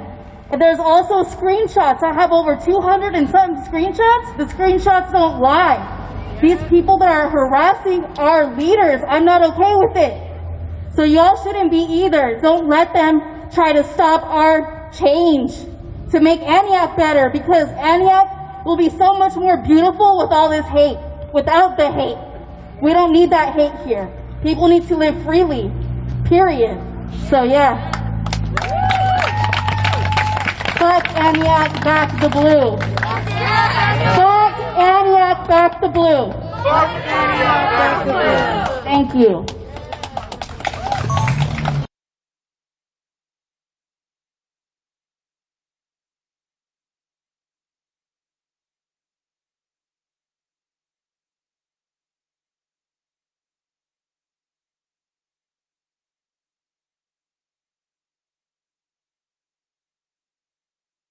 One day than we did in 6 months. Facts. They also had the police on their side. Yeah, they did.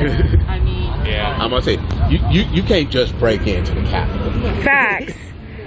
They literally opened the gate and let them in. He was like, "Come on." One of the most secure buildings in Washington. They just walked through the front door. Facts.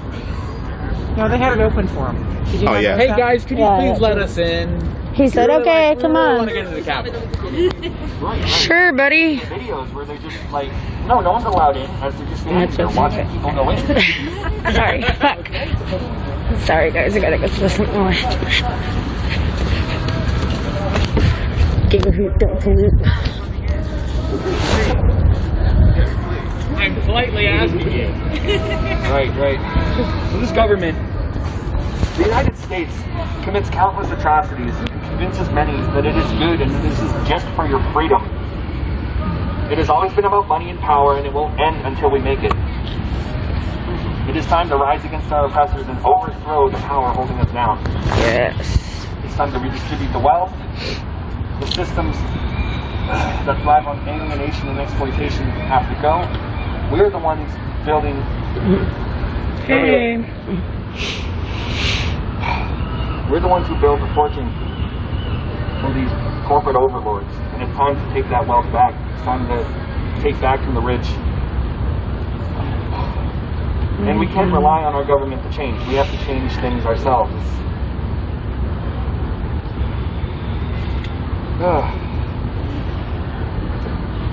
It's time to take action.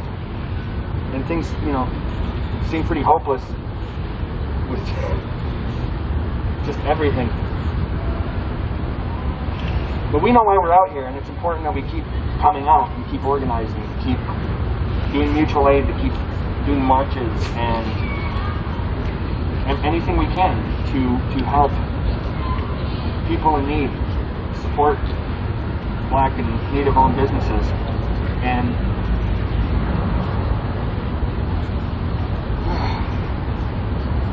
sometimes you gotta cause some disruption. Hi, Coffee. Sometimes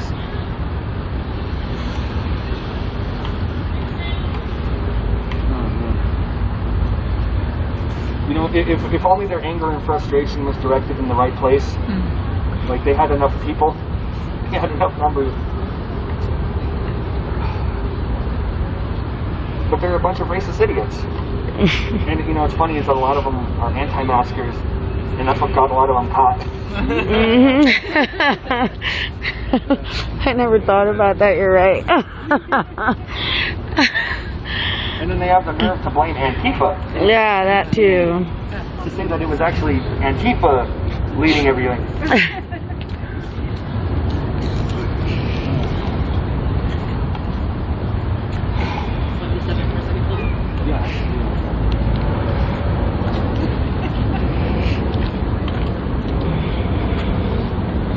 Just to build on all of that, I think the only reason that any of the lawmakers that were involved in all of that were upset was because there's egg on their face and they couldn't hide from it.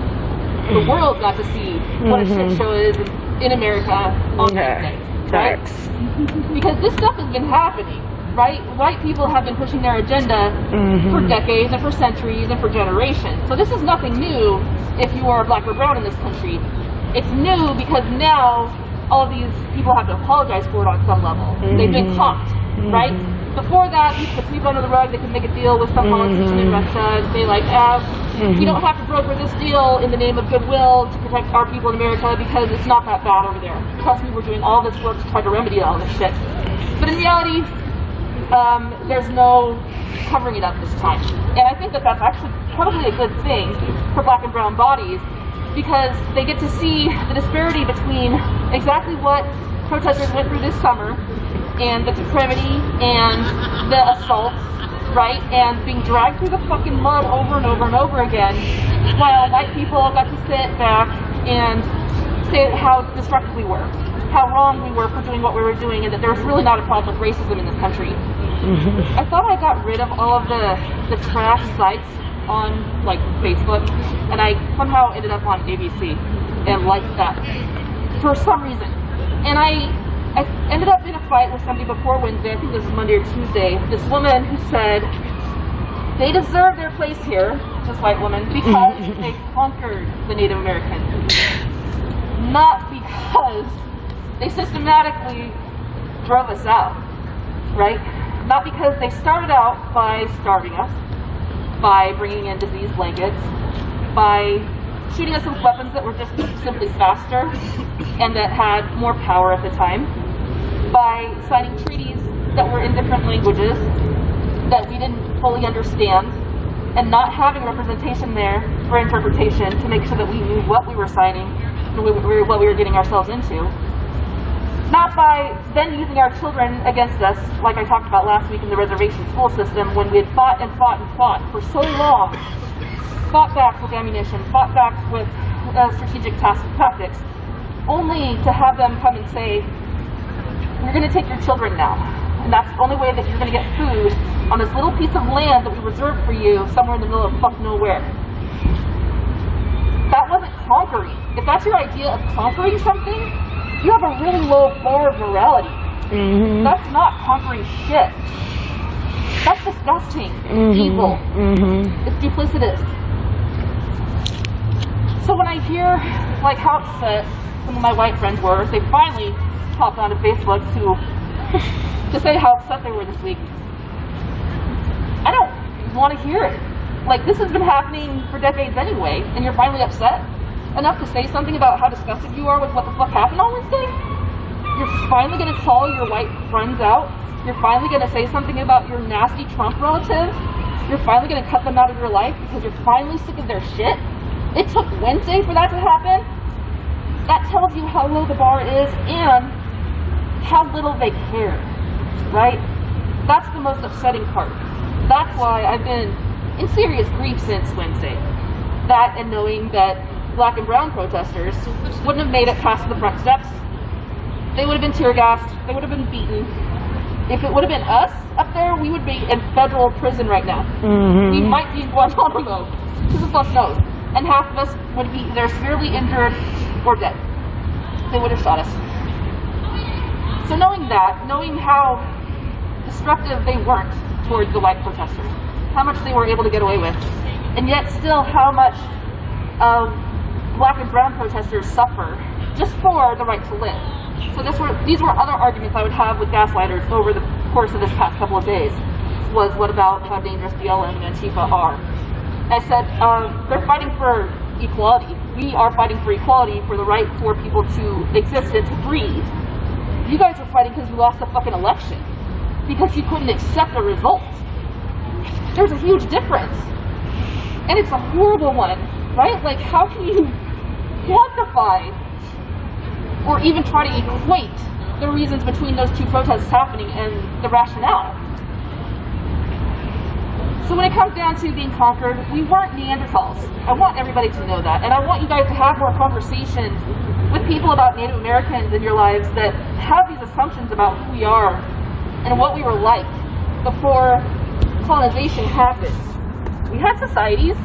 The Constitution of the United States is based off of the Iroquois Constitution. So the law by which this land is ruled is land by a Native American policy. You can't tell me that we weren't civilized. And it's an argument that I hear quite often, that it's because of whiteness and white people that we have technology today. We would not have survived without whiteness. We wouldn't have made it. We would have died out. Is that a joke? Because we were here up until the 1600s and the 1700s when white people came, and then all of a sudden we were gone. Seemed like right? you were doing pretty darn well. We were doing all right. And we, oddly enough, had a lot of those socialist policies that a lot of leftists are fighting for today, right?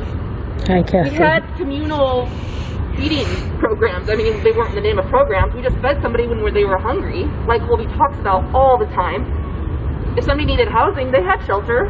If I wanted to divorce a husband, I left his shit out in front of the teepee. He got it. He moved away. I kept the teepee, and he would come and see his kids. And then I would go sleep with somebody else. And that was all right with fucking everybody. Right? Where today, that's considered because of this whole purity system that we live within. And that, again, being the reason nobody wants to speak up. Nobody wants to say impolite things about right-wing people. That the way that natives lived was somehow satanic or savage. Right? They said the same way about the we lived Mayans. The Spaniards said the same about the Mayans. The way we live They were is kind of beautiful. It's peaceful. Intelligent. When we're allowed the right to live the way we want to and the way we need to. So have those conversations more frequently with what people's ideals of Native Americans are. I was chatting beforehand with a couple of friends about why it's just, name a Native American restaurant in this city. Any one of you. And not the person I was talking to about this beforehand. Well, there used to be the Twin Teepees, like, but this was when I was like. Yeah, no, not anymore, buddy. Okay. So you're how old now? Oh, I love you, Jackie. 27. When You're you were so very sweet. young, there was a place called the Twin Teepees owned by white people. I love you. Okay. I was like Thank 7, you. 8, so I can't really, like. Yeah, about 20 years ago, there was one place that had a name in it that somehow had something had to do with Native. Like you said, it was cultural appropriation. Right, cultural appropriation. So name another one. We've got Eritrean, Turkish, Ethiopian, Russian, Italian, Filipino, Thai. We can find Mediterranean, French. Yeah, you can a Native American fucking restaurant. I haven't seen Fry Red in a restaurant ever. Yeah. Well, here's my plug. Off the Res has Fry Bread. It's the one sit-down restaurant that you can go to in this city that has something close to what we call native food. And it's the white version of native food. It's the best they can do because it's what white people would eat. So, Fry Bread isn't necessarily a staple in Native America, you guys. That's not a traditional fucking food. But we eat it, and it's delicious, and we continue to make it. But name a Native American bookstore this side of, is it Missouri or Michigan? Can you? Okay, a Native American clothing store. No. You guys know where 8th Generation is? Alright, so there's one. Find your way there, support them. Do anything. Buy the smallest little fucking $5 thing that you can. 8th Generation. Because this is how bad it is. This is how far removed we are from the general discussion, from having a seat at the table, from having any part of a burgeoning society. And that we are on native land makes that a huge disgrace. Everybody's borrowing this space, stepping on it all the time. This is where anybody who's had any wealth or any success in this country has had it due to the genocide of Native Americans and the labor of black enslaved people.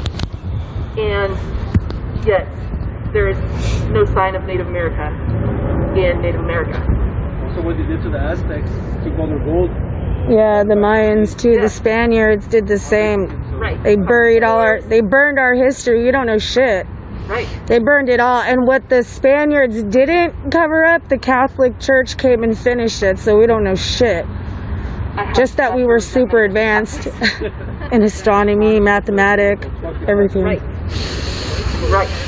Between religion, which is fucking a lot of what conquistadors started from and where it continues to perpetuate from, and just pure greed, this is how we've ended up where we are today. And it's a really sad place for a lot of people that don't have representation or that don't have a voice. And there are... Yeah, it is. Right. Right. She's saying it's... Put them in rows in a one-room building, or in a room in a big building, line them up just like they would be in a factory, right? That's what the classroom is supposed to emulate. It's just like factory work. So they're training you to have to ask permission to ask questions. They're training you to be polite and to be courteous. They're not training you to be critical thinkers or to run after your passions and do what fulfills you. They're training you to make money, which is another issue altogether. But knowing, back to the protest thing, that there are a couple of Native Americans in the community right now that were both at Standing Rock that are looking at, I mean, I mentioned Nick Tilson last night. 17 years is what he's looking at for nonviolent protests. He's a housing advocate. And there are two more that are, one's looking at a life sentence and the other for 30 for nonviolent protests for their place in Standing Rock. This is after people had been sprayed with water cannons and their limbs frozen sometimes and like had to be amputated after that hypothermia set in, right? So I don't want to hear white people bitch about what happened on Wednesday. I don't want to fucking hear it. They can do something about it. They can call their council members. They can finally start writing to their government, their congressmen, and saying, this is what we demand, we will take no less, and until you get this done, here's what we will do to withhold support. I know that there's not much power we have in making sure that our representatives do what we want them to do, but band together and find a way. And when CM Lewis, Councilmember Lewis here in Seattle, so far is the only council member to come out and say that Mike Solon should resign because of Mike Solon's take. Mike Solon is the head of the Seattle Police Officers Guild, right? So he supports these guys, he protects them when they do illegal shit. He makes sure that they get to continue to keep their jobs. Ian Lewis is the only one that's come out and said, fire that motherfucker, because of what he said for BLM and Antifa's part in what happened on Wednesday. And like Colby said, we wouldn't have been caught because we would have been covered, right? Like, we had no part in what happened on Wednesday.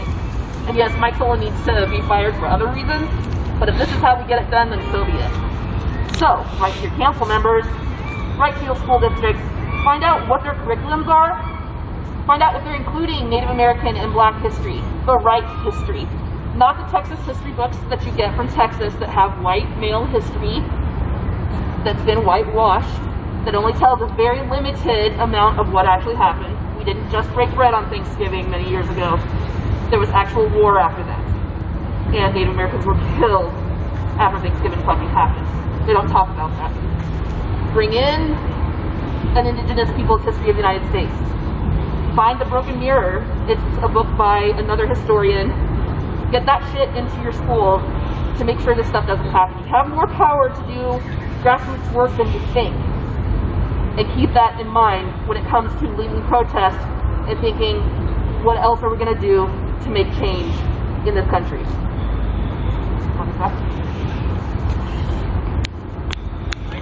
Thank you. Cool, yeah, we'll be marching here in a few minutes. Gonna get congregate situated. We'll be digging through the streets. All right. Hold on a second. Let me see. Oh my gosh. All right.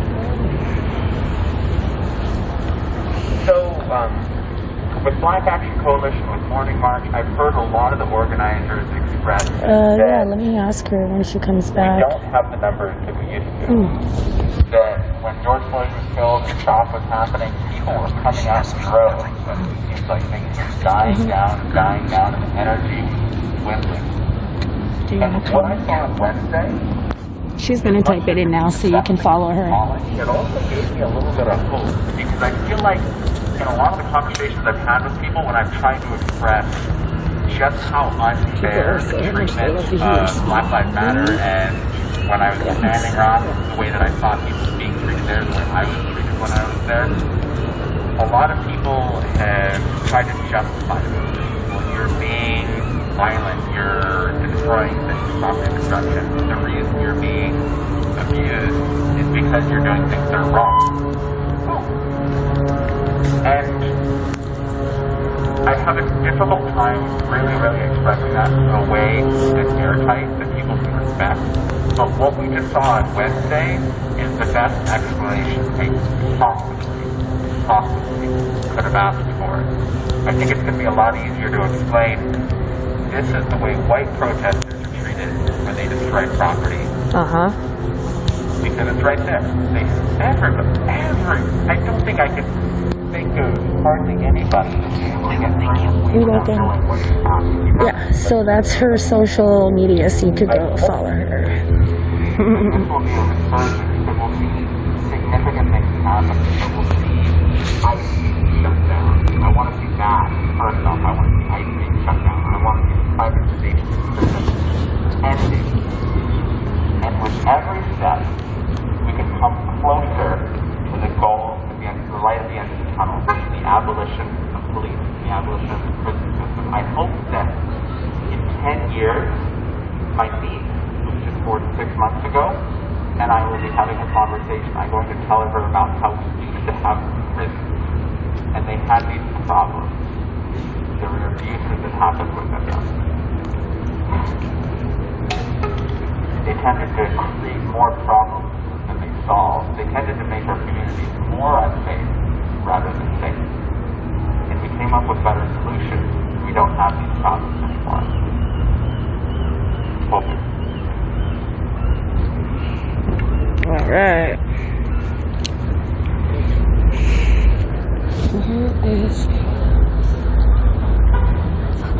I really hope the revolution happens, and that after it happens, all of these things will just be a figment of our imagination, and these things will just remain in the past, and police will be something that you learn about in history, and ICE will be looked at like Nazis. Facts. We need a lot of change. We need to take direct action. We also have to prepare ourselves, because obviously people on the right are willing to take direct action. And, you know, I don't know. Part of me feels like, you know, I'd be down for storming the Capitol building. We did it for the right reasons.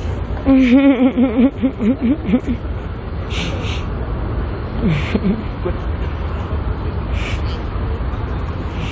the fact that they were overwhelmed by a group of Trump supporters, I mean, that is a historical day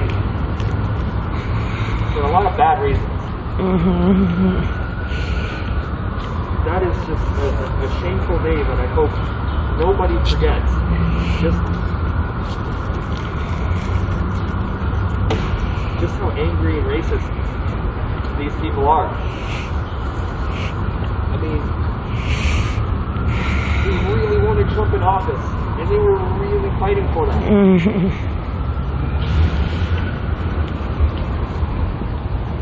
mean, imagine if we had those kinds of numbers, but we're continuing our fight for Black and Indigenous lives, for everything we've been fighting for. And I just want to thank you guys for taking the time to come out here and for continuing to protest and to continue to take a stand, even if our numbers feel like they're dwindling, because meaning it feels a little discouraging when there's as many people as there were in the beginning, but it's you gotta remember there's still people coming out here. There's still people organizing, still taking action. Look for those people. Look for protests.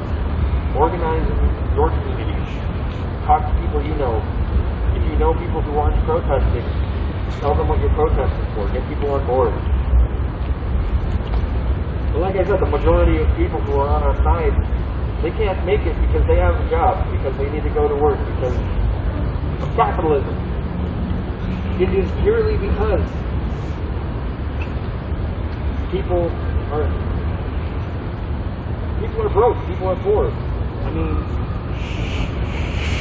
it's really hard to come out here and protest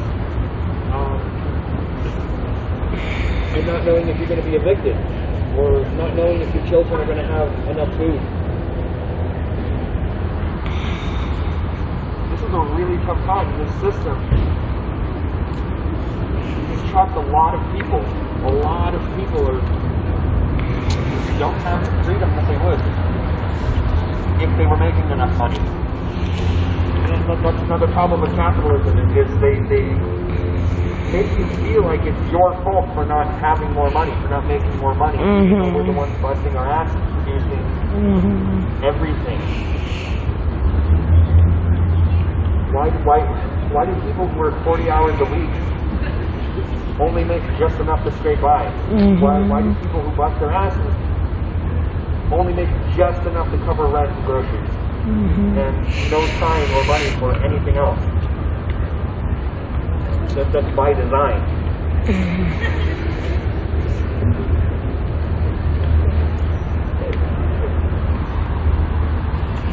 Have y'all been paying attention to that Mike Solon and Sloan situation? Well, the Bob president finally bit off more than he could chew this week. So he got on Twitter and said the stuff that happened in the Capitol is BLM's fault. So all of MAGA destroying the Capitol building was our fault. So this is when I knew he fucked up. And I saw one Harmon Best, well, former Chief Harmon Best, asked for him to resign because he's done stupid and racist. When I saw the former city attorney ask him to resign, the council members are now asking him to resign. The news is killing him. So we might get a little victory in our small contract negotiations. Because he's been flagrant shit all year. Doxing protesters, playing theme music when he's trying to get us up. That was wild shit. Yeah. So maybe MAGA storming the Capitol might work in our benefit in Seattle. That would be nice. In our process of abolition. Because also, wasn't there 2 SPD officers in D.C.? That we know of. That we know of. I was going to say that we know of so far. You know there was more. I don't know. They all went in a fucking group. They didn't walk in the building. They probably won't get fired. But if they did walk in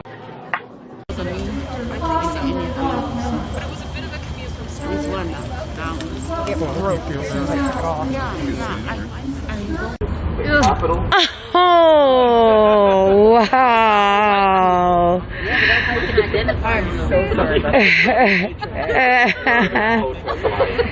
I do take responsibility. I've never seen no shit like this.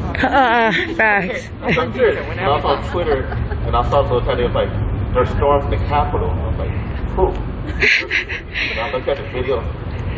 There was one video where the cops wasn't.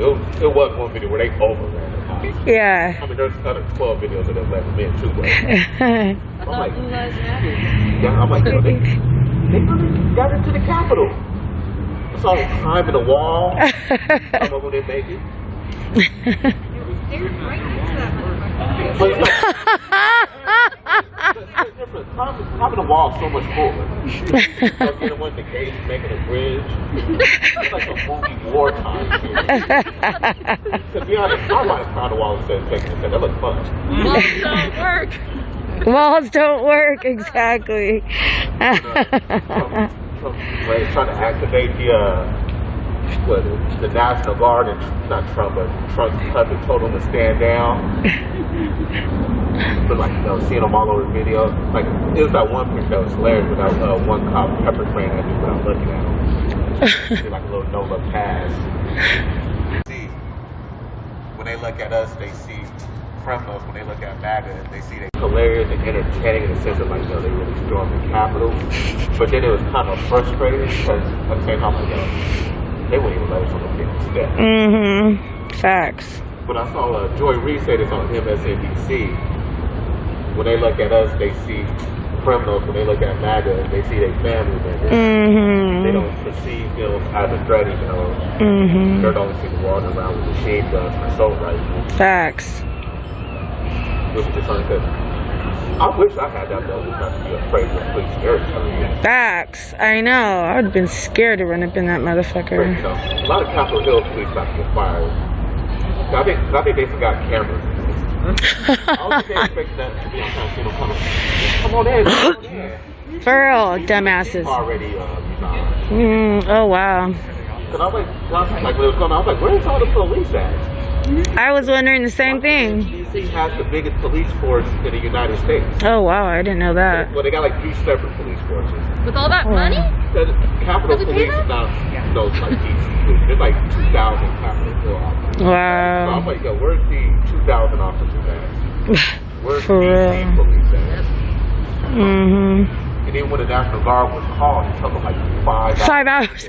Facts. In the crowd. Facts. Facts. They're like, oh shit, we gotta go change. The majority of the crowd was gone. No right. The only people that were still left was the people who was dumb and wanted to fight the police. Well, keep in mind the DOD refused the National Guard to come in at least 3 times that. Yeah, before they came in. No, Yeah. It was Maryland that finally had to make it. Yeah. To have the fucking National Guard come in. Yeah, they kept saying they're not coming. As people storming, then like 3 hours after it dies down, oh, we're gonna send the National Guard now. And also, like this last, Trump is only in office like one more week. So everybody's like last week pandering is just like annoying to me. Like Twitter just now suspended. I know, what the fuck is that? After all his racist shit he's been spewing. Still run for president though. So y'all want to say y'all want to wait till last week to boot them all, so y'all can say, yeah, we stopped them. Or like, Exactly. all these other people come out and like, I don't get, Trump up to send those porn stars money on PayPal, so I'm not even part of the PayPal canceling Donald Trump. Just seeing all these senators, you got like Lindsey Graham. I saw him on the floor like, it's over. It's done. Even his boy Mitch McConnell. You know he was happy about it. His wife had a You saw him trying to get a prostitute on the movie. But like shit's wild, all these people now speaking out. I'm like, yo, y'all knew who he was. And he told us, like, Trump gave like 3 different speeches where he told them to storm the Capitol. Facts. And everybody thought this was for play. Then when he holding them when he got on TV, because first he said he called the national whatever it calls right away, which was not true, but we all saw those news articles or the alerts. Then he told them they are very special people and we love y'all. Mm-hmm. Go home. There's nothing. A lot of people got to go home. Facts. When they say we won, they literally won. They stormed the Capitol, destroyed the Capitol, and like Anderson Cooper said, it went to office. Mm-hmm. With no repercussions, stuff like 5 people because they was dumb enough to take pictures. Mm-hmm. So they couldn't let them get away with that. Facts. So, like it was like one dude, he was ready to kidnap Senate. With the zip ties. Mm-hmm. Zip ties, yep. One dude stole federal mail, put his beat up on Nancy's death. So it makes me wonder, like, what they would have done if they would have been able to catch those counselors. Yeah. But then, like the woman that passed away, like I want to still remember that same time. Like, what did you expect to happen? And he gave you a warning. Yep. What was she gonna do? I'm gonna say, your arrogance got the best of you. Facts. Facts.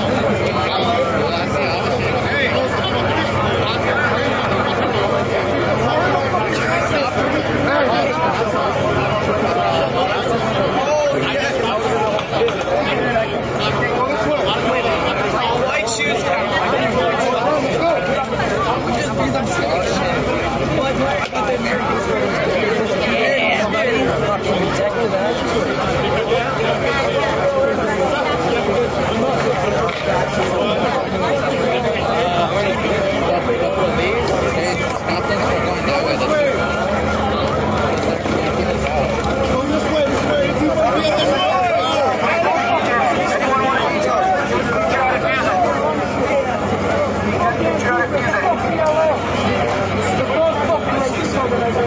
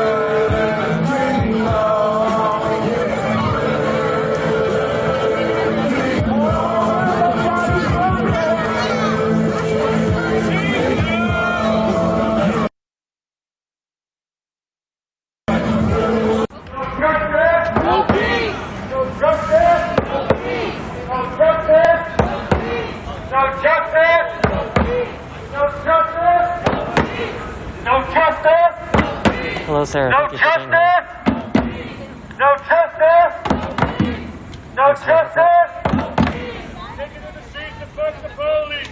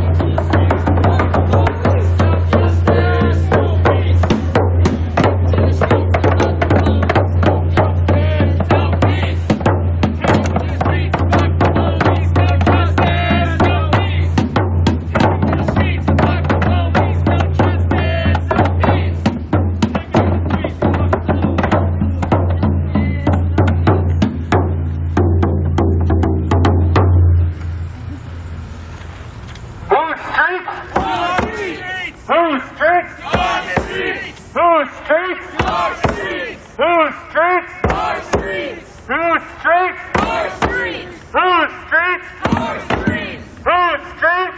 Our streets. Whose streets? Our streets. Whose streets? Our streets. Whose streets? Our streets.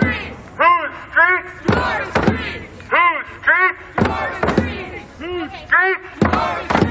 Whose streets? Our streets. Whose streets? Our streets. Whose streets? Our streets. Whose streets? Our streets. Whose streets? Our streets.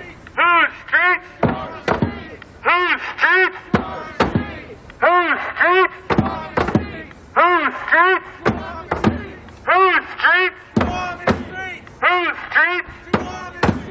Whose streets? Whose streets? Whose streets? No good cops in a racist system. No good cops in a racist system.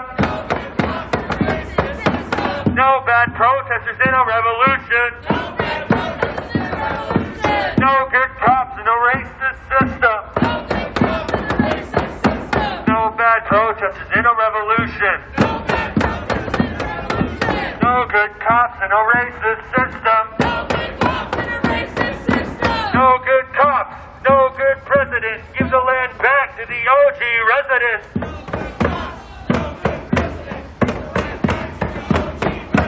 No good cops, no good president. Give the land back to the OG residents.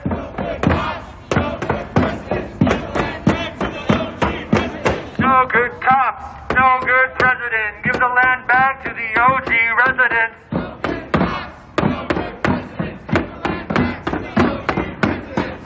No cops, no prisons, total abolition. No cops, no prisons, total abolition.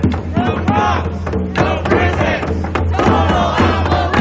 No cops, no prisons, total abolition. No cops, no prisons, total abolition. No cops, no prisons, total abolition. No cops, no prisons. Total abolition! No cops! No prisons! Total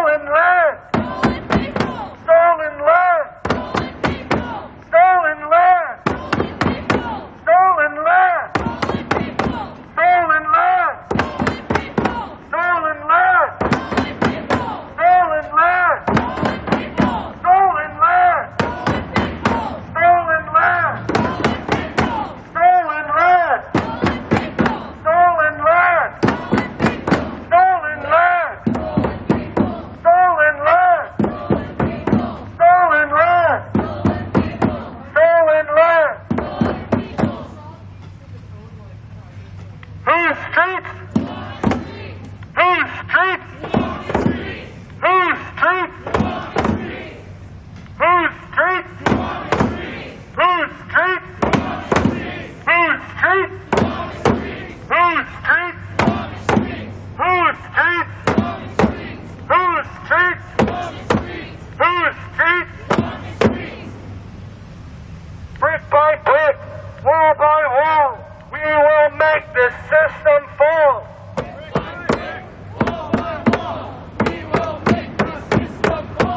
Every city, every town, burn this system to the ground.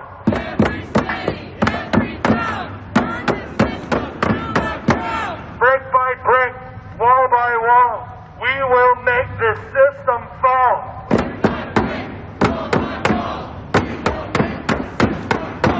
Every city, every town, burn this system to the ground.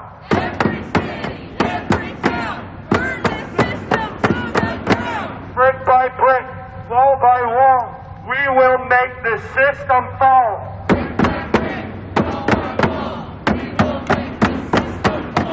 Every city, every town, burn this system to the ground.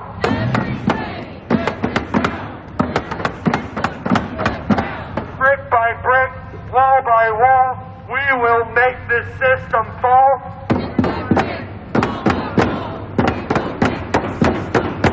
Every city, every town, burn this system to the ground.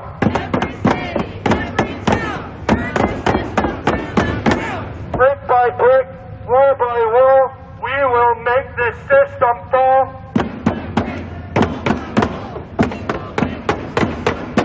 Every city, every town, burn this system to the ground.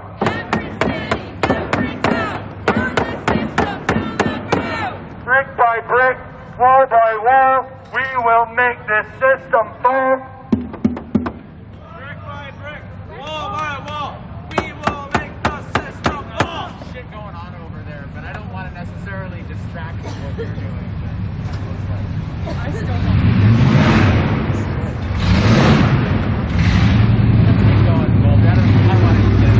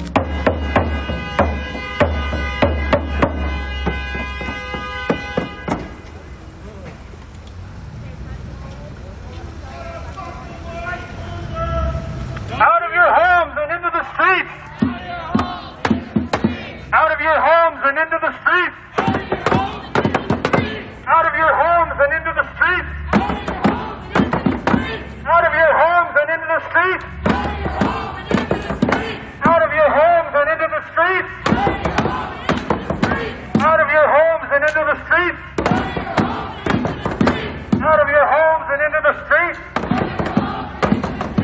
Out of your homes and into the streets. Out of your homes and into the streets. Out of your homes and into the streets. Out of your homes and into the streets. Out of your homes and into the streets. Out of your homes and into the streets.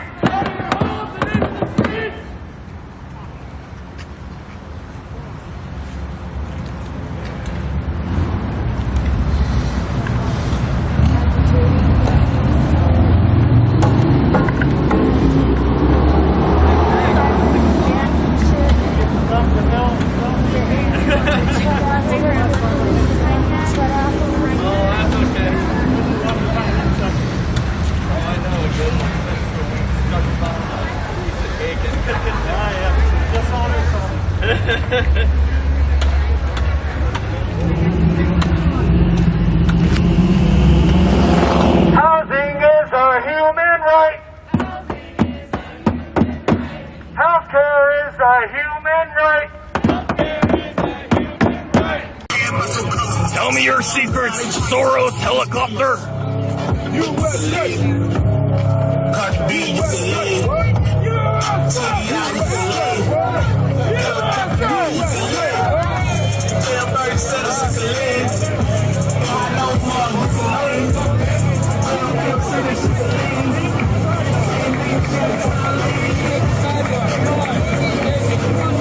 Shit.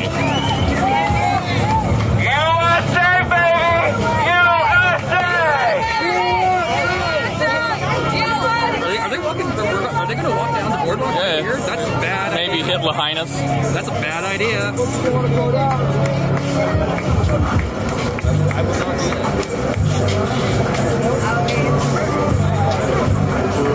Get ready.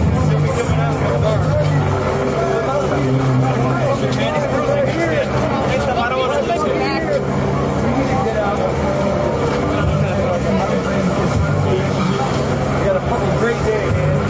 Great standoff.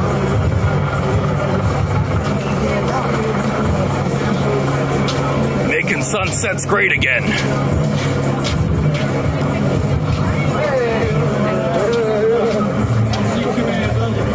We are not afraid of them. They are afraid of us. The truth will be told.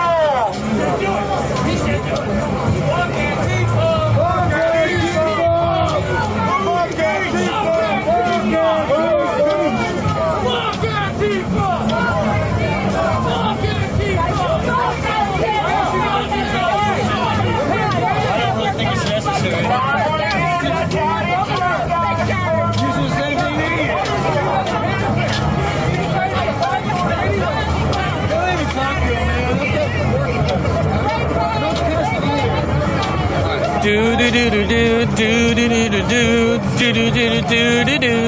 California, here we come.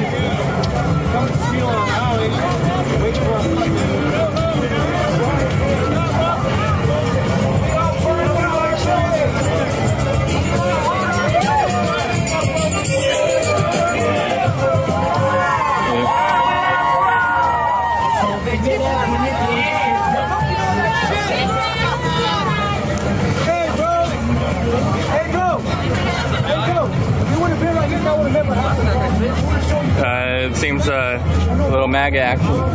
Think so? Yeah.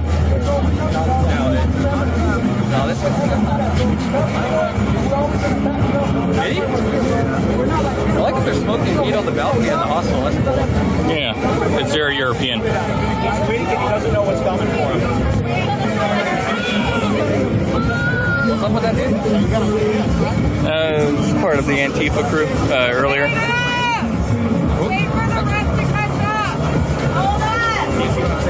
Let's wait for the rest of the picture. Why is everybody splitting up? Because people get into fights.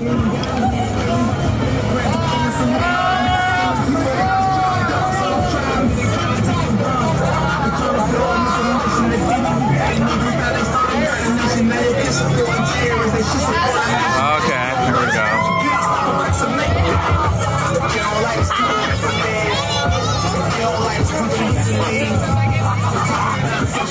You got your ass handed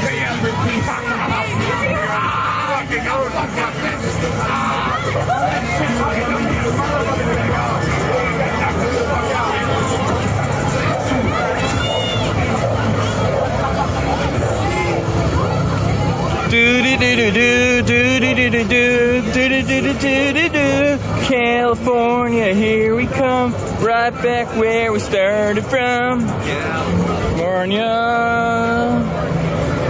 California.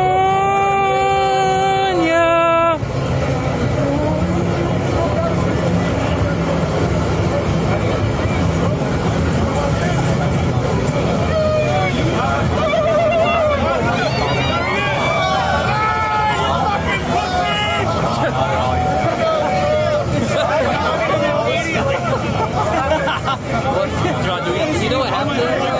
Yeah, he got fucked up. By who? And what? No, I mean the story. I guess the commie got fucked up. Wait. Would you say he found out?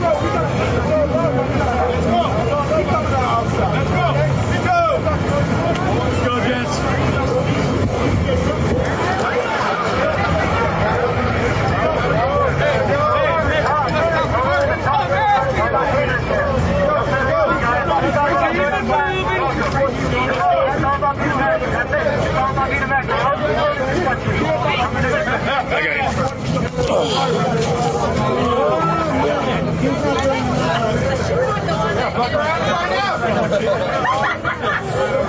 Yeah, couple people did that. They lost an arm, dude. Yeah, well, that's a little bit of bone.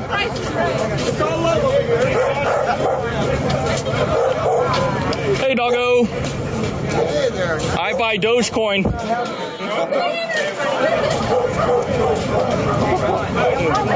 What?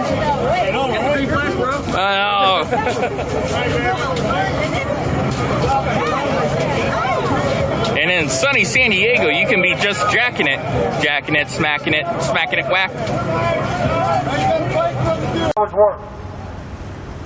It'd be really nice, though. It'd be really nice if we dismantle all our militaries. No more fighting. That'd be great. Yeah, it would. I mean, if we dismantle our military, it's like, what are the other countries going to do? All humans know is war. Right. All humans know is war. It'd be really nice, though. It'd be really nice if we were able to collectively agree that we just want peace and harmony. We just want to live together. We don't need our military. It'd be nice if we were able to open up all borders.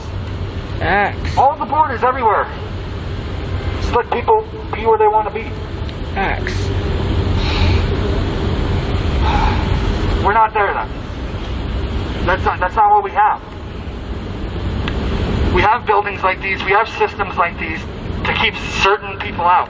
To make sure, for whatever reason, I mean, they think it's for the good of the economy, or fuck, maybe they're just racist and want to protect the white people from mixing. I hate white supremacy so fucking much. This is a white supremacist government. Even if you don't realize it, even if you're a person of color working within the system, it's a white supremacist system. This whole thing was built on white supremacy. The 60s was not that long ago. The civil rights movement is still within memory of a lot of living people. It's still widely accepted to be racist of some sort, to some level.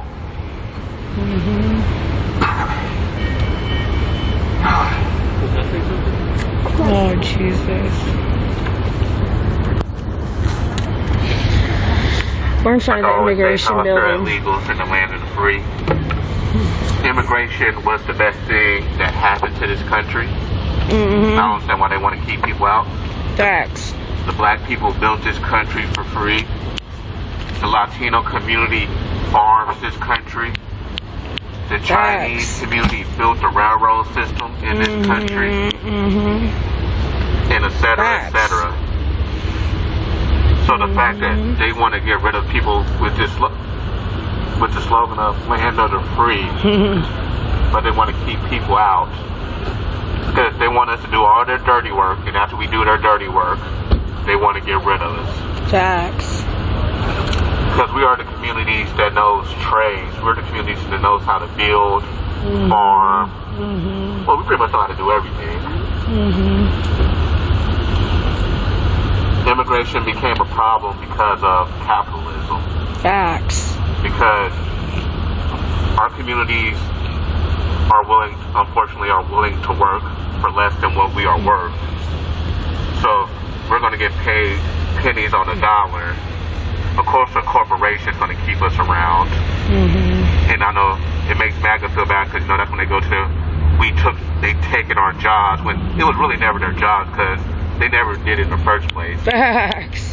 Then how are they mad at the Latino community? I don't see them out there trying to go out there and farm. Facts. I don't see them trying to do all those manual labor jobs. Facts. Facts. They just gotta find someone to be mad at because of their lack of success. Facts.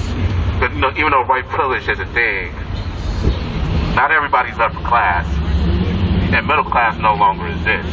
Facts. And I always know we talk about rooting out capitalism, and I think it's a beautiful idea. It is what needs to be done, but I always wonder, what is the system that's going to replace capitalism? I'm like, are we going to go back to the barter system? Like, how this community works? Because even though we want to abolish capitalism, it will take generations before we see those true effects. Because capitalism is ingrained in all of us. We have all been raised to want more. That we need this. That I have to be top dog. Because, like, do we really know how to live community-wise? Do we know how to just have what's necessary and just not what we want? Because I'm guilty of it too. I hate online ordering because I be wanting it now. So I'm like, I think we should figure out what is the system that we want to play. Like, sometimes it's maybe wondering, like even though if we wanted to keep capitalism, what's real equality? I think real equality is like everybody has a home. You shouldn't live on the streets unless that's your choice. I know some people are voluntarily houseless, but you should be able to have a home. Because like I said, it's a millions of abandoned buildings. The government has money to fund this, but it goes back to capital. Why would the person that rents out the building want to sell it for cheap when he can make it into a luxury home and charge people 3 times the amount? So, like, what are the next steps? How can we get this across? Because, like I said, abolishing capitalism is a great idea, but we also don't know what. I know we say equality, but we don't really know what. I don't think we really know what equality looks like. Because sometimes I be wondering too, like, if we were to go to like real equality, like if I was a doctor, I wouldn't want to make the same amount as a trash bin. I'll keep it 100. Because I feel like my job is more important. So, but like I said, I think our idea, capitalism should be reshaped. Housing for all, food for all. Because there's a million ways to get food, but they hide it. Like these restaurants, they can't cook all that food. So much food just gets thrown away when it can be given to people or to mutual aid things. So I just apply. Let's do our research and figure out what is the next step, or at least what we want the next step to look like. All right, thank you. Thank you. Abolishing capitalism, it's really a big step. It's really, like, if we were to do that alone would be revolutionary, right? Yes. Because capitalism, racism, I mean, they're so intertwined in this country. Capitalism, unless you've been properly educated or unless you've educated yourself on this, a lot of people don't realize just how capitalistic everything around you is. People don't realize that they've been indoctrinated into the cult of capitalism. Everything's about money. Those police officers over there are not there to keep anybody safe. They extort people. That's their business. It's all about money. They don't enforce laws that keep you safe. They enforce property laws. They enforce laws that save money. They enforce the laws that would reduce government spending. They do whatever they can to avoid spending any money on the lower classes, the working classes, the people who actually build their wealth. They make sure that they're the least taken care of. Capitalism needs to go, and I don't know either what it is that's going to replace it. I mean, a lot of people like communism, a lot of people like socialism, a lot of people, as we've seen on Wednesday, love fascism. Whatever we replace it with, honestly, we know what steps need to be taken. We know what needs to be done. We know that there's people not in homes who need to be in homes. Whatever we replace it with, I think what's important is that we take the necessary steps, that we take action, and we solve the problems that we see. Right now, we see that there are hungry people, there are homeless people. Give them food, give them homes. Capitalism needs to go, and whatever we replace it with, I mean, fuck it. Let's just solve these problems and name it later. Like, we need to make these things happen now, and it's way past the time for debate. I don't like arguing with cops. I don't like arguing with politicians. It's time for direct action. Whatever that means. I mean, to some people, some windows need to get smashed. A fire needs to be started in some places, but you know, there's other forms of direct action. There's other ways to make these things happen. I love this thing I read. It was talking about bus drivers in Tokyo, how they were protesting by running the system, by running the buses, but not charging anyone any bus fare. They were just letting everyone on for free. There are ways, they're organized, there are people who you can talk to, there are people who are on your side who want to take action but don't know how. Go to work. Talk to your coworkers. Make something crazy happen. Make something good happen. Take care of people, even if it means going against the system, even if it means going against the capitalist corporate system that governs all of our lives. Capitalism has got to go. Capitalism is obsessed with producing, and it's obsessed with money, but you know, it's very wasteful. For a system that's so obsessed with cash, it sure wastes a fuck ton of it. I've never seen the immigration building open. Every time we come, it's closed. Resources be destroyed than make their way to the hands of needy people, hungry people. They do this all the time. Companies will destroy their own product to make sure that poor people aren't wearing their clothes. High-end fashion places, they will do that all the time, destroy things that don't get sold. Grocery stores throw away mind-boggling amounts of food. If we had point. It's funny because there was a whole fucking Reddit about fucking people that like socks, and then somebody put in an ad about fucking buying socks. Oh god, that's so funny. Our mod help, I think it was. No, it was just so funny. It was like the mainstream media was actually nervous about asking questions, and I'm just like, why not? Why not? I'm standing right in the middle of all this. Okay. So think about it. You guys got to see exclusive content. I mean, no one saw that from beginning to end, because we all know MSM's going to chop it up in their 30-second segments.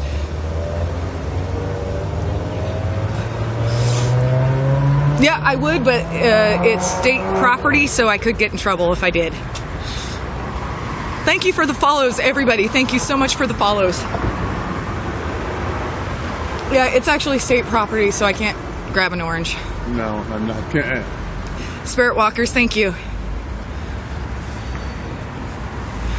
Stockton and Trade. Dude, the Central Valley has been lit, not gonna lie. Modesto, Walnut Creek. Now you're saying Stockton and Tracy. Oh, okay. Well, the Stockton and Tracy is for the solidarity for the Indian farmers.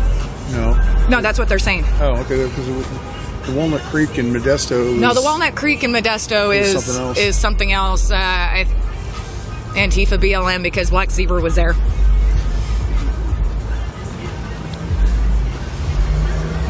Yeah. Well, they also trim them up. So yeah, but I'd have to climb the tree to actually get any oranges, and I'm pretty sure the homeless has picked what they can. So yeah, the Indian farmers, as in from India. Antioch too. Good Lord, Central California is just blowing up.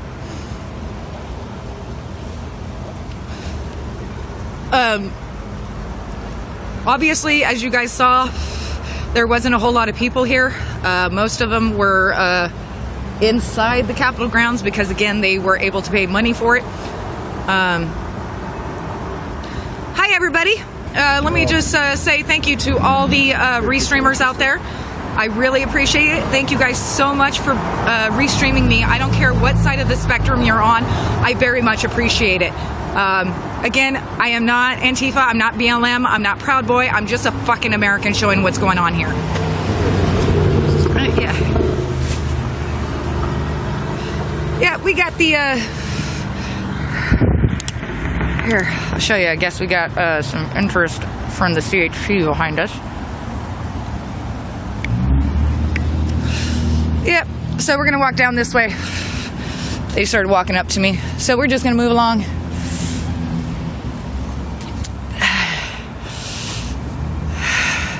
Host, how you doing, honey? Yeah, it actually feels nice to walk. Man, I was standing there, I was getting cold.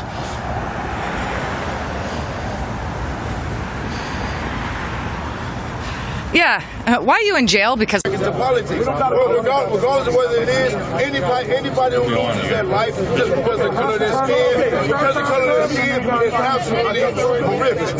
You cannot stand on that. Can I ask you a question? It's 2020. All lives matter, but we need to have an understanding of why black people are saying Black Lives Matter. Let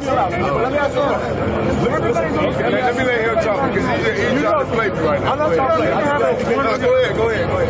In 2020, do you think the narrative that black people are oppressed, or any people are oppressed, in America, where you can really start from the bottom, do you think that that's the true narrative? No, answer the question. I'm answering the question. About 1,000 all working class people are oppressed. Okay, let's stop here. All working class people are oppressed, right? Am I lying? So let me ask you a question. Who feeds information to the working class people? It's not about who's feeding information. No. You're right. It's not about who's feeding information. It's about you as an individual doing your own research. There we go. And that's okay. So now using that, because we live in what we call the age of information. Right? People should be able to disseminate information. Also, people should be able to look within themselves to realize where they're being incompetent with disseminating that information. Right? Amen. But don't you realize that most people lack that ability? Of course, because the thing is, yeah, people, and like you said about the media, but at the end of the day, everybody is the word has been spread how fucked up the media is. I mean, you have a media good on this side, and the other media is with this side. We can depend on the media. The only way we're going to get any type of understanding of the true narrative is if we do this. We come and talk to each other. We can't play this media game. Exactly. So we can't blame the media.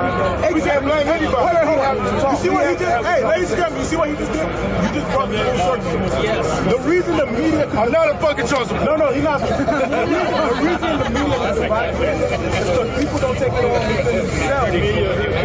He was responsible for how they got justice. Absolutely. We can't get mad about that because not everybody is capable of willing to put in their work. And here's the thing. So we cannot you can't save everybody. I know. You be an example. You can't save everybody, but the only thing you can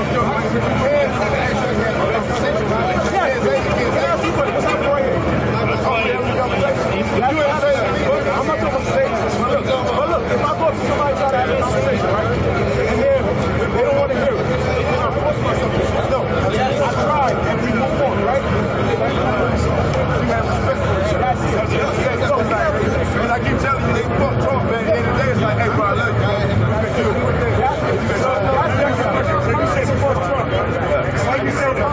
I say fuck Trump because if you support this legislation,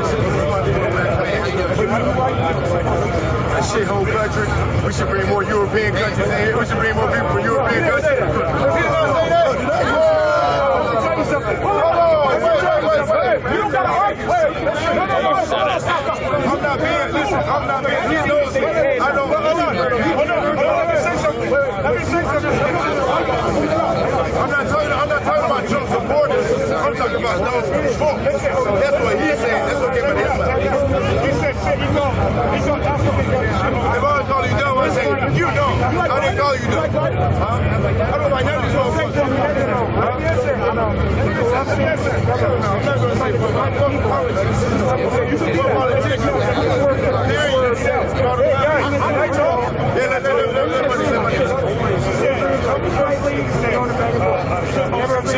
She-hole countries, and we need to bring more European countries in. No, he said we need to bring more European countries. But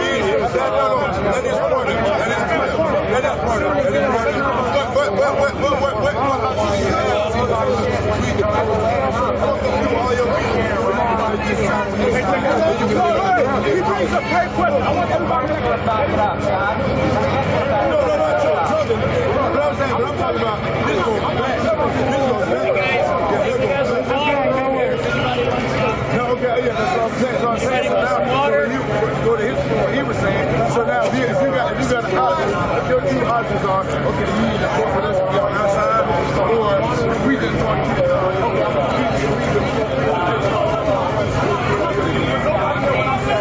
No, I'm not saying Trump did that. I'm not saying Trump did that, but I'm saying this is America. This is America.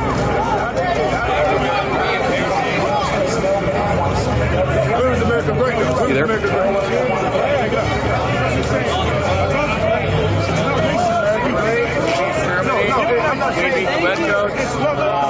Tied Vietnam, beat Korea.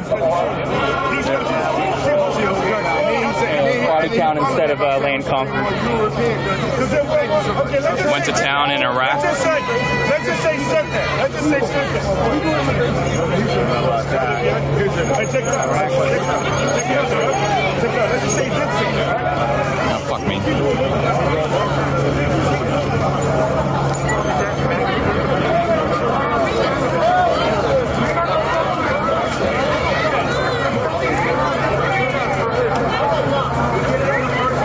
It's a leg day. Okay. Yeah.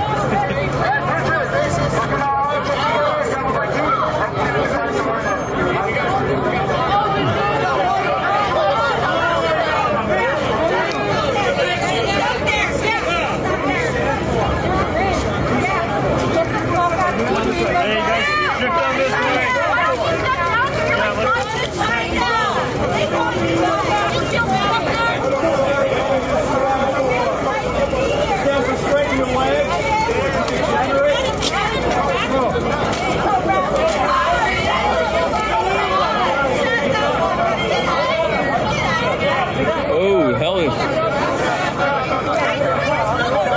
Here we go. This should be interesting.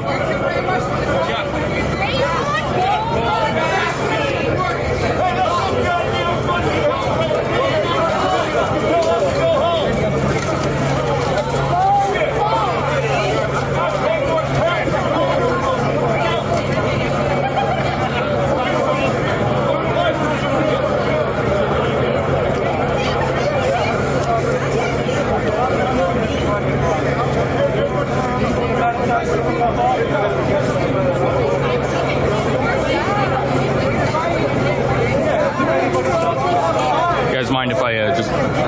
way. Cool.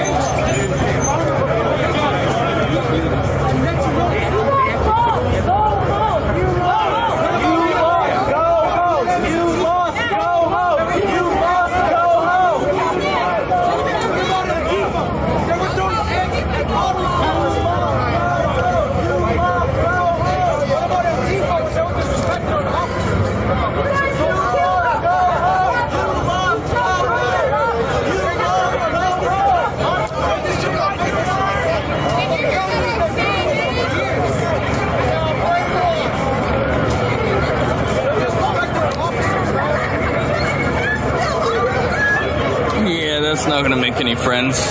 Blocking traffic.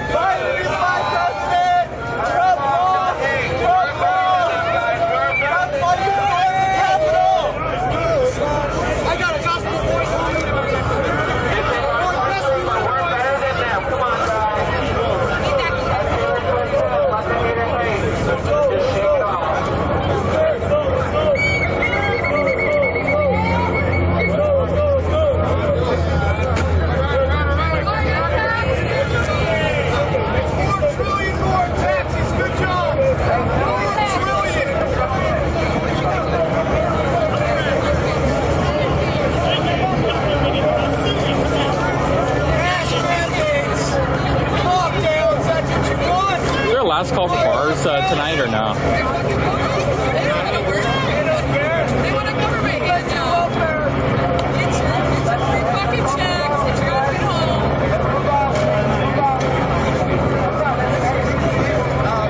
These police officers have had a long day. Let's let them have the rest now. Let's move up, guys.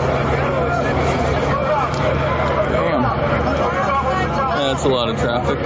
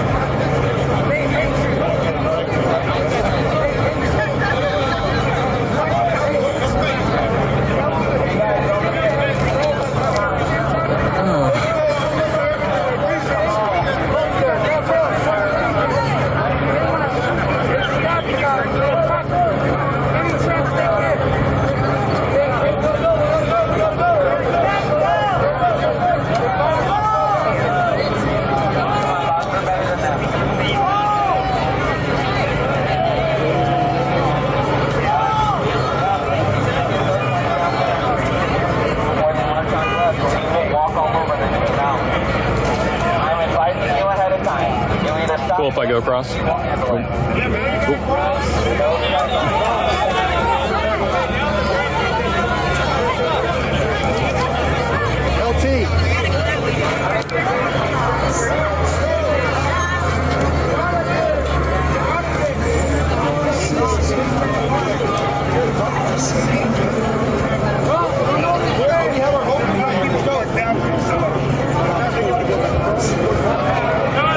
Let's go, bro! We're trying to get Jonathan!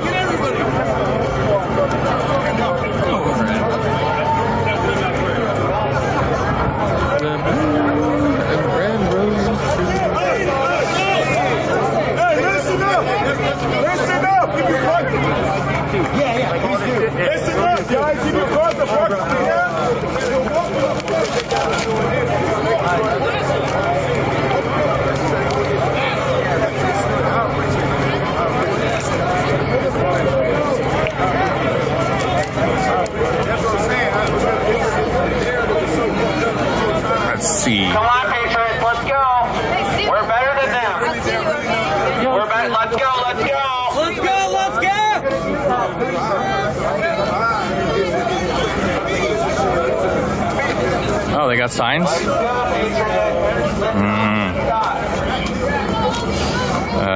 Subsidized cardboard. Black folks over here.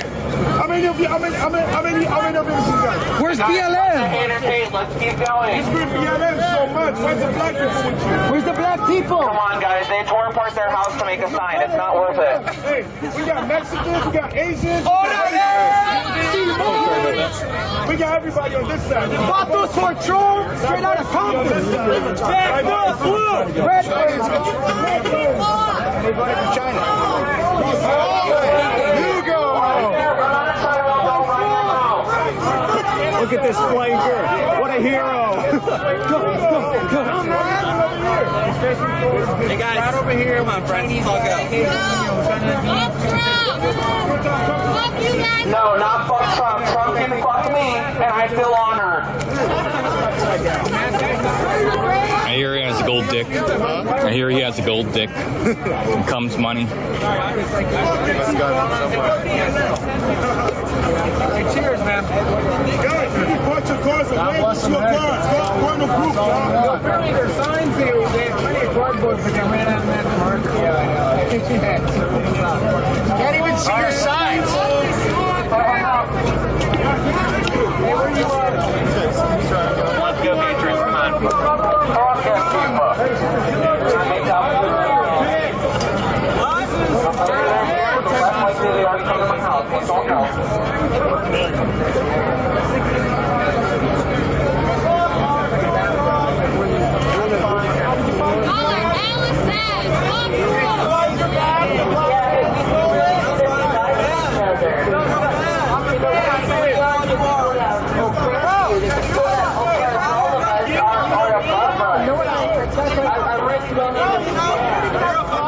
Like, if you guys want to support my movement, I respect your right to do a different opinion. Yeah, you should have people to hate it, bro. I'm talking to the lady.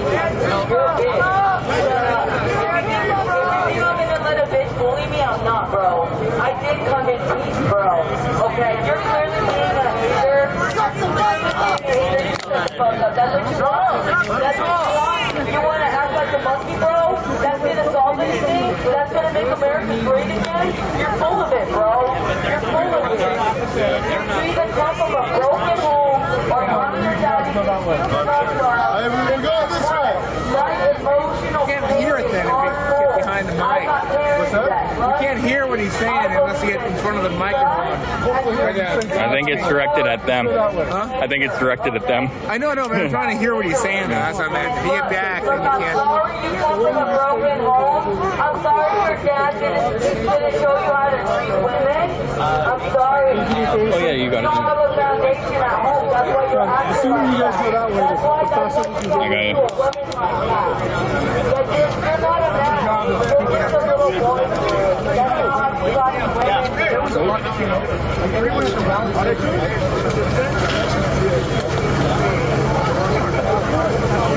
God, I need a fucking beer.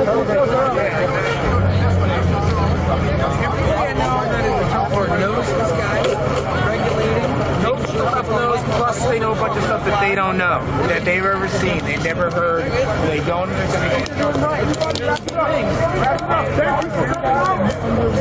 Beautiful day. Wrap it up. Oh yeah. Is the star of today? No, I'm not a star. Dude, no, I mean, like, dude, no, for real though, like, just talking with them, having the patience That's real life. and everything. Dude, I admire that very much because it's you. You are the type of individual that help change my. It'll take some time, but like, what you did today is correct. I mean, it's progressive. I mean, like, I know what you mean. took the time. You took the time. I'm sorry, I normally don't film. It's fine. Shit. Y'all went to the White House and get that video out here. Y'all fucked the White House up. I don't want to hear that shit. I don't want to hear that shit. Hey, is anybody's case with the water over here? I think it's the people's water. Hey, I need somebody in my car. Anybody want to take the water because I can't just leave it? The communists All the might. thirsty people over there.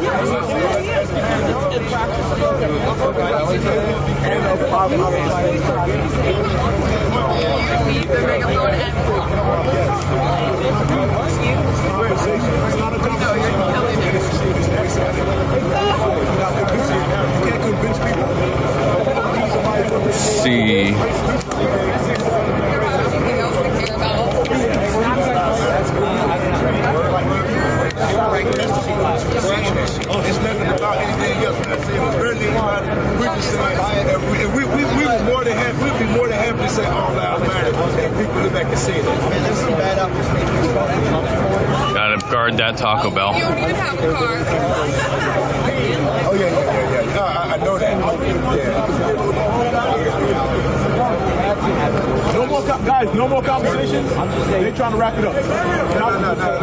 Have it somewhere else, but let the cops go home. They're done. Let's wrap it up. Let's do something else. No. Don't hate me. Let's get a beer.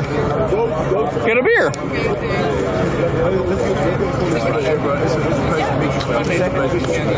Yeah, that's what I'm saying, man. And,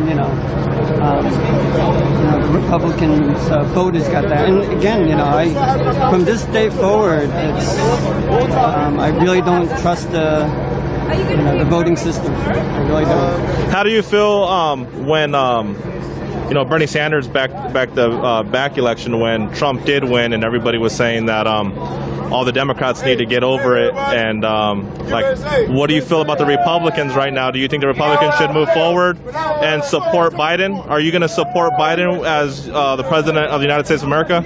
I support the United States of America, so that's what I do. Hopefully he'll do a good job. But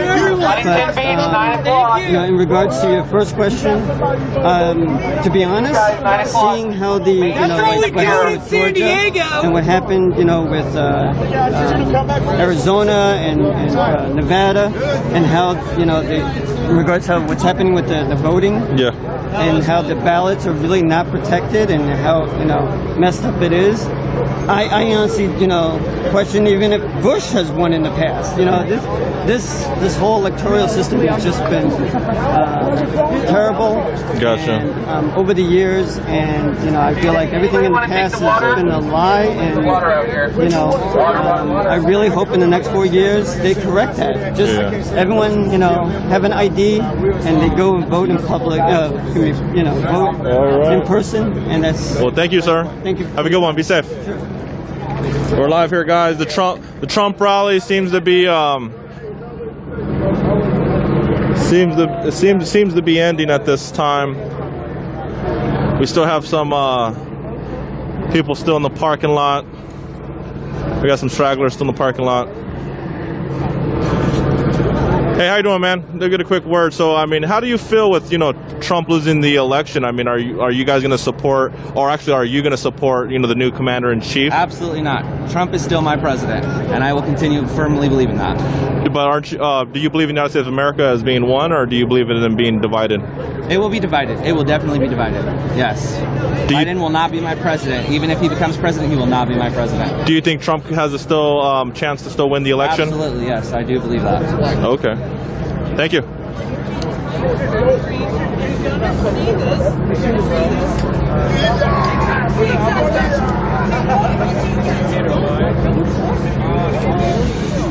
So we still got all the Trump rally. And you said there's another protest going on today? Huntington Beach, yes, 9 o'clock. Okay. That's Orange County, right?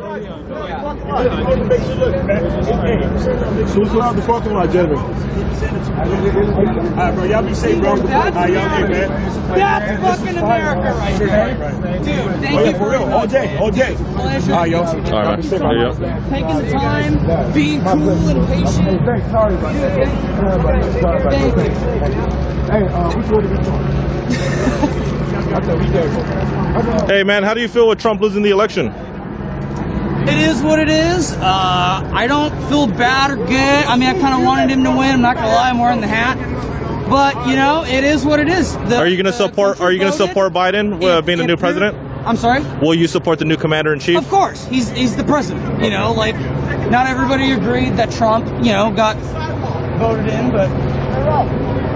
Gotcha. All right, man. No, but you guys said you guys are having an after rally. You guys are having an after rally somewhere. We're patriots. That's it. It's not presidents. There shouldn't even be a president. We're patriots. No one walks alone.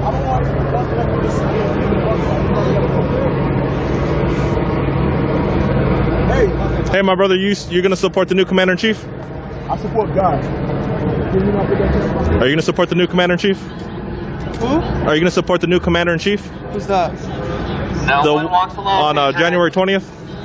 The new inauguration? No, absolutely not. You won't support Biden? I'll call him as he's my president. I just won't support him. Will you still wear the American flag? Absolutely. Till this day, but you won't represent the new president coming? No, American flag represents America. It doesn't represent a president. Was that what It's our leader. It's our leader. No, he's not our leader. We're not living under dictatorship. He's the president of the United States, and the American flag represents nobody. It only represents the people. And American flag is the American flag. So if people put their American flags upside down, I don't like that. It doesn't matter. Biden's in office, Kamala's in office, whoever the fuck is in office. America is America, and that's it. And they said there's gonna be a second protest. A second protest. Someone says, you guys are going to Huntington Beach? Yes, tonight. That's not. It's not a protest. It's just a curfew breakers. Okay. Yes, we have that almost like every week. Okay. Are you with any organization or? I'm not. Okay. Yes, I'm for myself. All right. Thank you, Beth. The Patriot. Take care, man. Yep. Water's getting heavy, man. Just start some arm curls for Trump.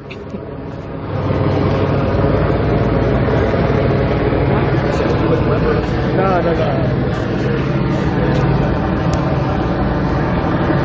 All right.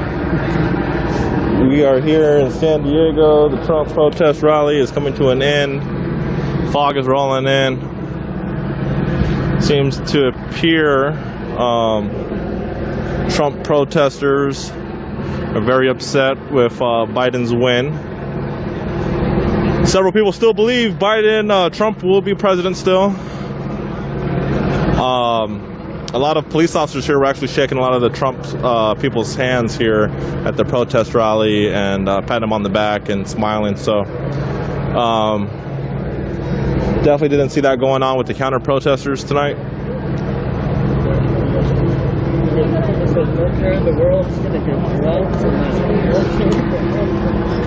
I'll take one. I'll take the BlackBerry. I'm just kidding. I'm gonna need them for myself. Yeah, there you go.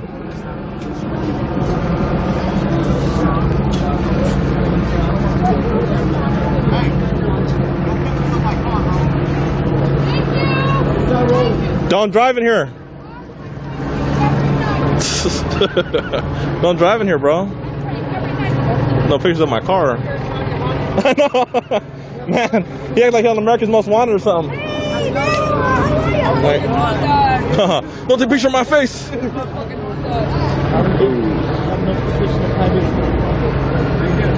you doing? How do you guys feel about the Trump rally? You guys ain't with it? All right, we ain't with that. Let's see what else. Who's yelling? Where? He said, "Go home, losers." Oh, just something in the parking lot, probably.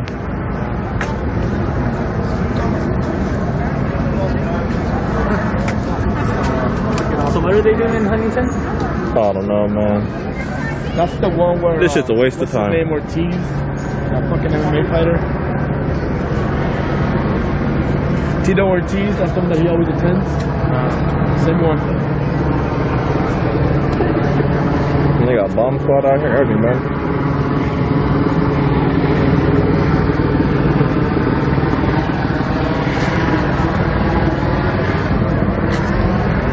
How do you ladies feel about the Trump rally today? Did it affect your travel?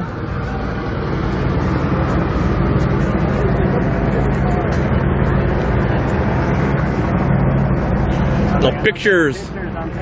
Hey, at the beginning of my video, I walked in and they were like taking pictures of me. They're like, we're gonna find you. I'm like, I don't give a fuck what you find, bro. Yeah, they act like that. You gonna find a strap to your dome looking for me. Huh? CNN. Yeah, CNN. Okay. I don't believe that, but whatever. I'm with CNN. Okay. Yeah. Well, the thing is, I want you guys to understand. I'm a freelancer, so I work. So okay. I sell to CNN and TMZ. Okay, that's awesome. Yeah. So the thing I want you guys to understand, you know what I mean? Yeah, we got Quavo watching. Is that we don't want people to be feeling like their voices aren't heard on any side. I miss the America where you can have a different opinion, you know, argue about it, but still walk away agreeing to disagree without having to hate or shout down or trying to destroy the other person. You know what I mean? Yeah. Now it seems like we're coming to a point where people are so invested in their ideas, their ego, that now it's become vitriol. You know what I mean? On every side. And I'm trying to promote through people to detach from that ego and be able to have those conversations, uncomfortable or whatever, and let go of your ego so that you can move forward with somebody. You know what I mean? Unless that happens, and people got to do the inner work. You know what I mean? And unless people do the inner work to realize that about themselves, then it's always gonna have to be that clash and that chaos. But if people start doing that inner work around the world, anywhere, depending on whatever ideology, we'll be able to live properly together. You know what I mean? So that's what I'm out here for. I can't speak for everybody, but I want people to be able to at least share ideas and move away. If you don't want to be around somebody because they differ opinion, then move away from it. You know what I mean? Yeah. So, how do you feel with Biden in office? Do you still think Trump has a chance to be your president still? I'm not. Let it be what it'll be. That's the real life. That's the real world. Whatever it may be, let it be. How do you feel about other supporters that are not letting it be that way, that are still... I can't speak for somebody else. I can just be an example. I can be an example of how I want. If they admire that, if that inspired them, then they might learn something from that. I can't tell them to believe something just because I want them to believe it. Gotcha. You get what I'm saying? Yeah. Thank you, bud. Yeah, thank you, guys. You have a good night. You too, man. Be safe. That's actually the best interview I got from anybody. Originally, yeah. He didn't want one earlier, yeah. Get that fucking camera out of my face. Yeah, he didn't want the interview earlier. So, we're live, so let's keep it going. Who are you guys? CNN? Oh, hell. Yeah. I'm not. I'm just. How much fake news, how blue do you usually get nowadays? Too much. No. Trust the name in news until Ted Turner sold it off. What do you have on scene? No, Austin Zone. Austin Zone? Okay. You probably saw me next to the guys from On Scene. Yeah, huh? Nice. Yeah, someone said a protest at the pizza place. They're rendezvousing elsewhere. Yeah, they said pizza place? They said Woodstock? Sort of, no. Yeah, someone said Woodstock, pizza protester. Might be like a vegan party. Alright, bud, be safe, man.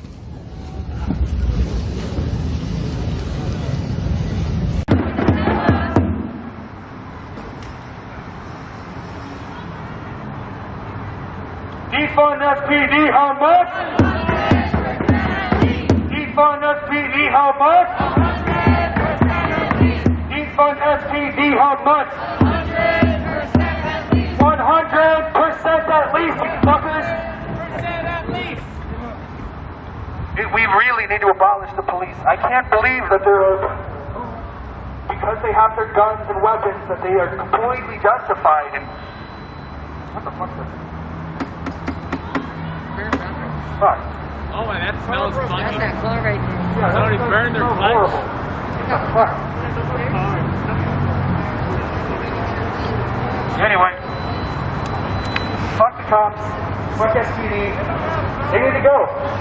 I mean, everyone acts like abolition is such a crazy fucking idea. We pretty much already live under that kind of a system where we're told that these police officers are here to respond to our emergencies. They're there for us when we need them. They're never there for us when we need them. There have been emergencies. I've had emergencies in the past where I felt like I need to call a cop. I don't know what to do. In my experience, calling the police just does not work. It might as well be abolished.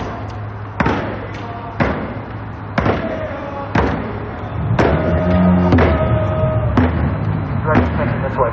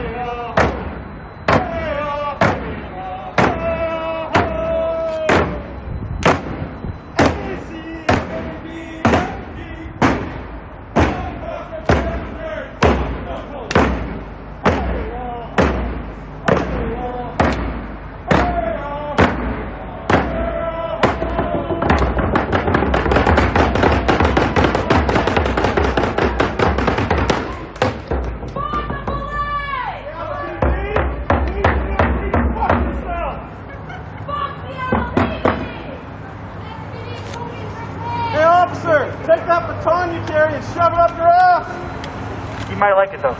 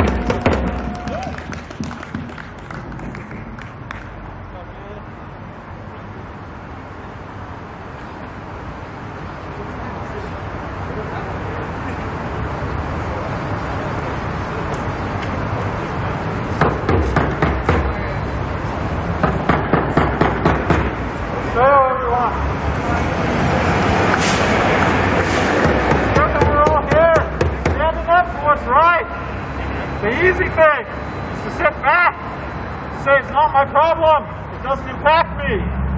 The truth is we're all interconnected. We're all part of a great web. And one thing impacts the other. Every one of us has an influence on other people, whether we know it or not. We're standing here to send a message to this colonial system that can go fuck itself. We're standing here to live our values of kindness, of generosity, of lifting others up. We've had enough of this colonial garbage, trying to prove one's better than the other and pushing people down. That's no way to live, my family. We're out here for those that can't be out here. We're out here for those that should be out here but choose not to. We're out here for everyone to stand firm in a good way, to bring this planet and this colonial system down, to bring Earth back up, to walk in balance, to care for the Earth the way we should, like our ancestors did. All of us come from indigenous societies, even the Europeans, though the memory may be farther back. All of those societies valued caring for the Earth. That's a sacred promise we made to the Creator, to keep things in balance, to take only what we needed. We're bringing this system down so we can bring a good system back. A system where there are no houseless, where there are no people starving because we take care of everyone. Those police represent the hand of the oppressor, and we are not giving in to their power or tactics that they have, because the only thing they have is the illusion of power derived from fear. I don't fear you! We don't fear you! I prayed up at the Capitol many times during sunrise ceremonies. It's an acoustic space where our protectors sat for months. It sits on top of an ancient village site that they bulldozed over, known as T'Challa. It's time that they remember the name, the true name of that place. They glorify the destruction of Mother Earth. If you looked on those doors up there at the Capitol, it shows there's colonial ship arriving with grandmother trees that stood for 1,000 years. And the next scene, they cut them all down. And the next scene, they're running oxen and cattle over to chew up what's left. They're proud of that fact. That's how sick in the head this colonial system is. It tells you you have no value except when you're not worth it. That's bullshit.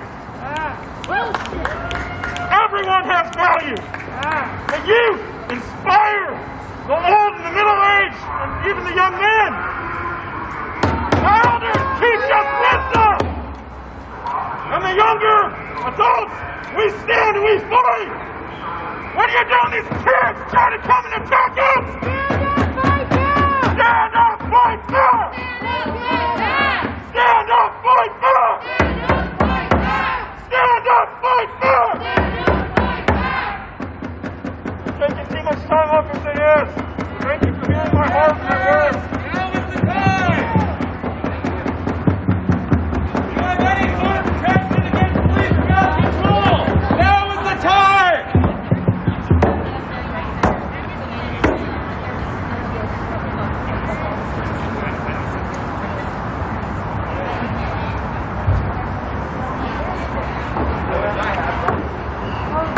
Listen here, you fascist bastards. You're the public safety hazard. Listen here, you fascist bastards. You're the public safety hazard.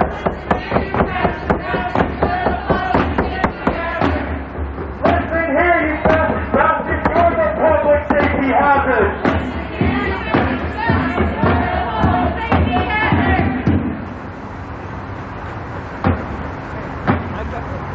The upper right top, Jim. Here's the gloves and some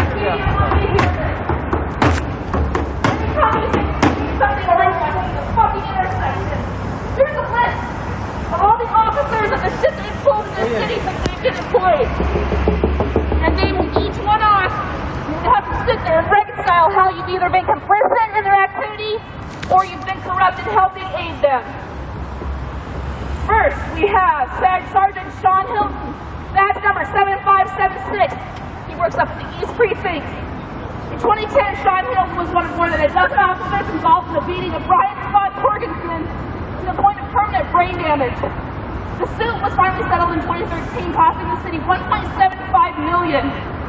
Hilton made headlines again in 2015 when he shot and killed 27-year-old Sam Smith, who was visibly impaired, barefoot and holding a sushi knife.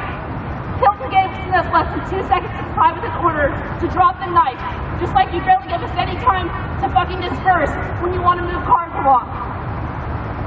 Hilton's entire interaction with Smith lasted less than 8 seconds. We got Casey Steiger, East Precinct. Where did he shit go?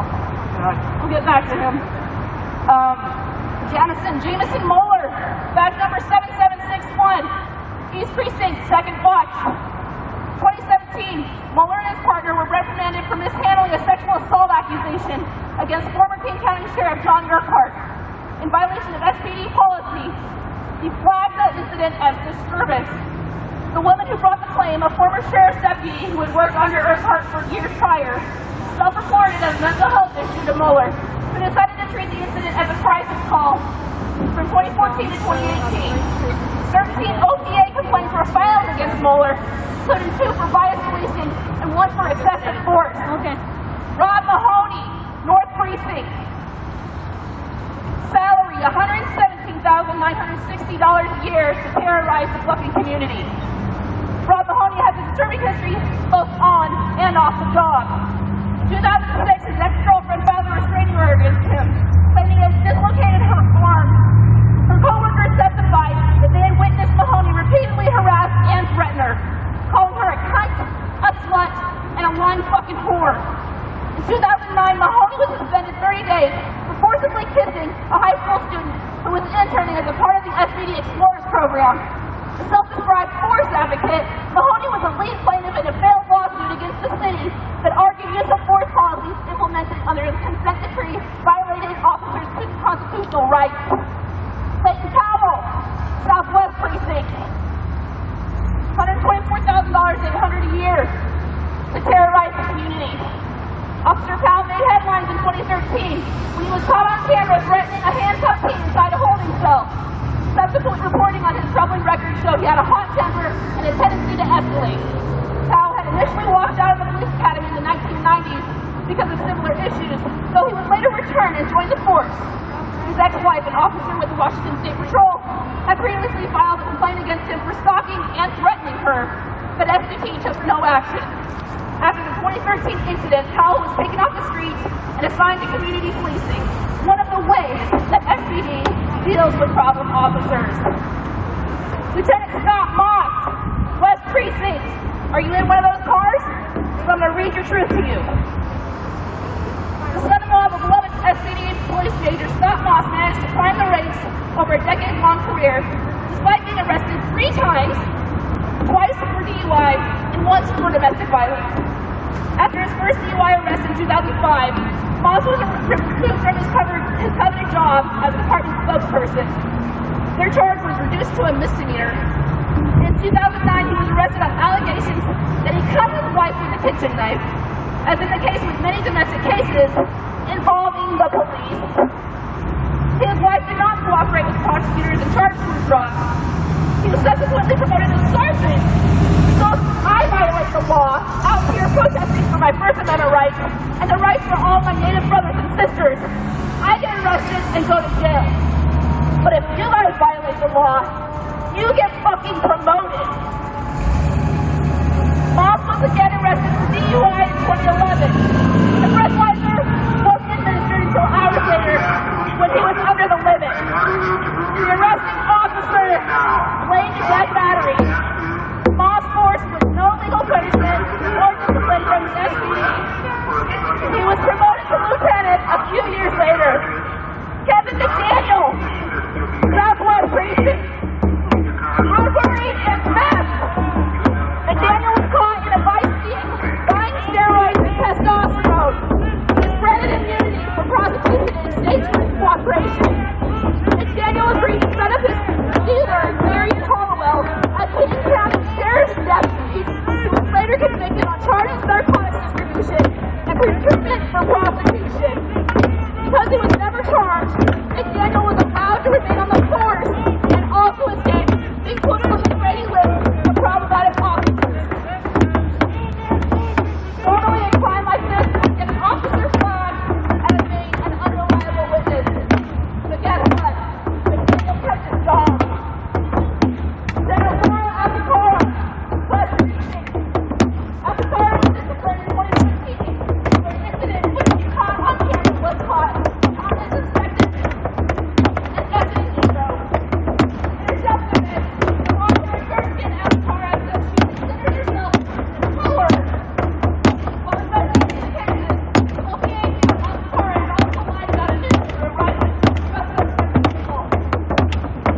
Presumed penalty for dishonesty is termination. She was saved by a statute of limitations set by police contracts, by the OPA, by the Guild that protects every corrupt fucking thing you do. That protects you when you murder black and brown bodies, or when you solicit prosecution that any other citizen would be arrested for, lose their job over, get promoted. And here you are, telling us to move from the fucking street. You wonder why you're mad. You wonder why we protest you. Is that a joke? Because you guys have not done your homework, obviously. Because you haven't listened and how corrupt you are. Sergeant Corey Williams, crisis response. In 2011, Williams and several other officers got 2 Mexican immigrants for alleged traffic violations. The officers handled them roughly and appeared to be trying to do them with apparent taking them as a swing. Williams told one that his uniform was the only thing stopping him from skull fucking them. A subsequent lawsuit revealed that they lied about the pretext for the stop and the arrests.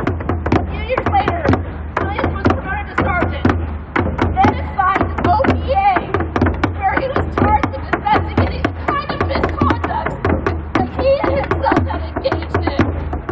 This year, he was transferred to the crisis unit and now oversees use of force reports against the mentally ill. Do you guys not see that as a fucking joke? You have to be kidding me. Then we got Jake Risky. I'm sure you guys have had a brewski with him after work, right? Sat down and talked about the good times on the force. Badge number 6824. Suits involving Risky have cost the city $555,000. 2006, he roughed up and wrongfully arrested Ronell Bradford, a Black Boys and Girls Club staffer. The jury awarded Bradford $270,000. He and several other officers were sued, beating, tasering, and mistakenly arresting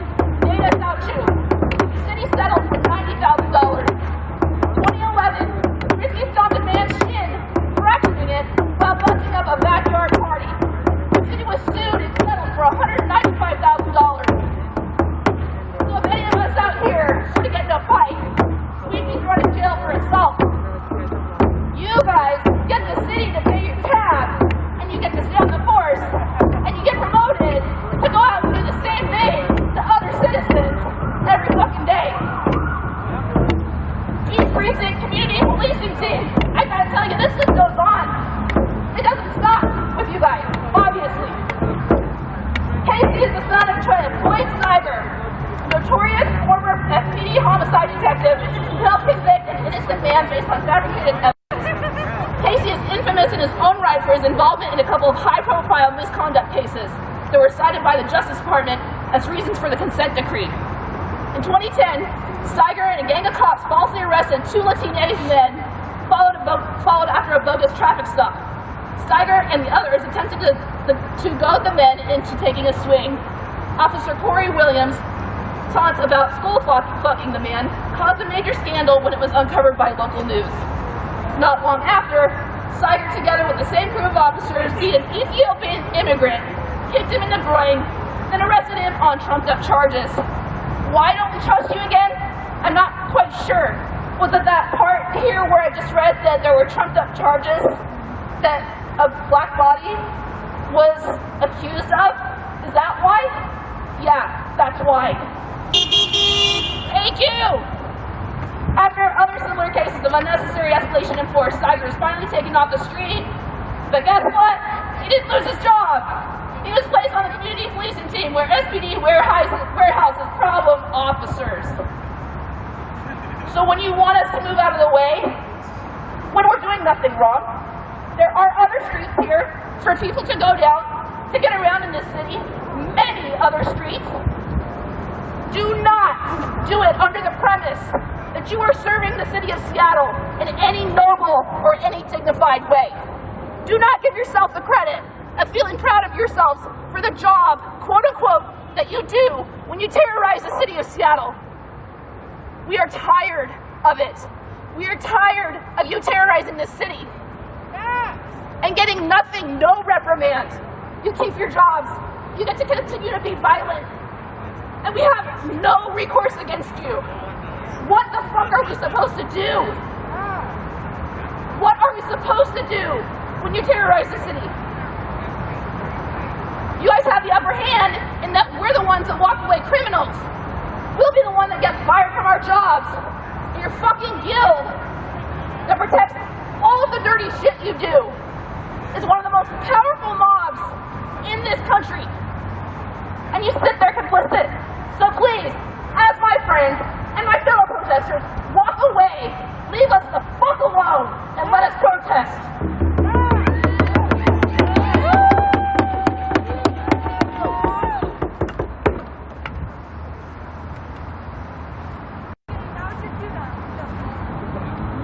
Seattle Municipal Code 12A.12.015.4. Obstruct pedestrian or vehicular traffic means to walk, stand, sit, lie, or place on an object in such a manner as to block passage by another person or a vehicle. Acts authorized as an exercise of one's constitutional right to picket or legally protest shall not constitute obstruction. Facts! Oh, gotcha, bye! You gotta go, bro. You gotta go. Ain't no laws being broken here. You guys are sitting in the streets. You guys are not constitutionally protected.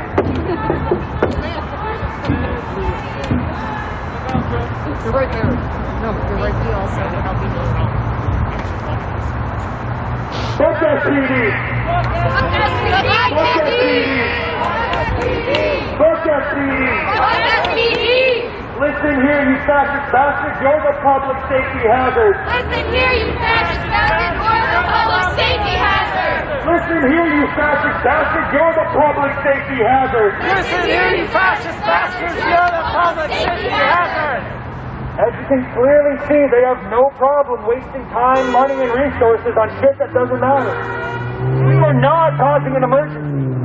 This does not call for 3 fucking cop cars. Right. We are exercising our right to protest, but you know what? This is the colonial government. You have no authority here anyway. Fuck you. Not one weapon in sight between all of us. Yet you guys are gonna come at us in your fucking riot gear and break some kneecaps, right? What does that say about your mentality and who you are and what kind of job you do? You have to block off a street, make sure that we can't get out because you're offended that we are confronting you about the poor fucking job you do.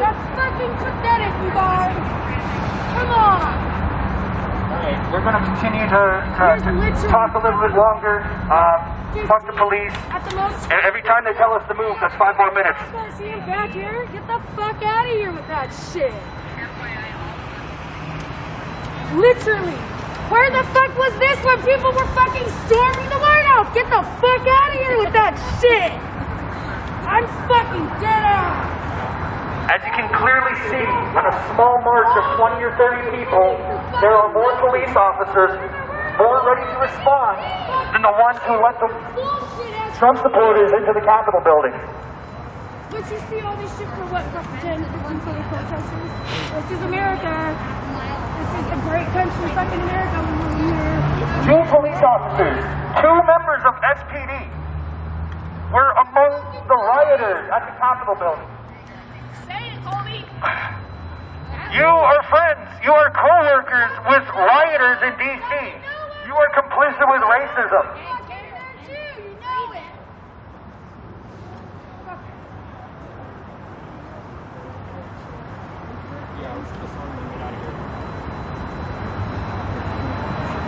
All right.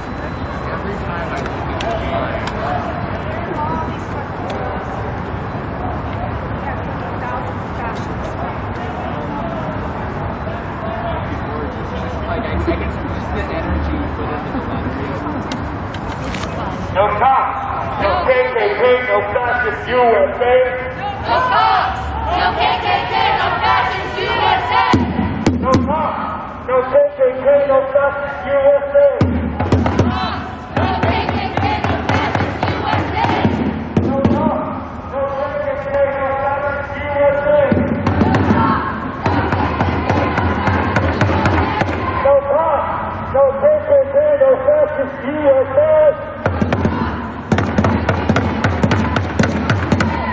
No cops, no KKK, no fascist USA.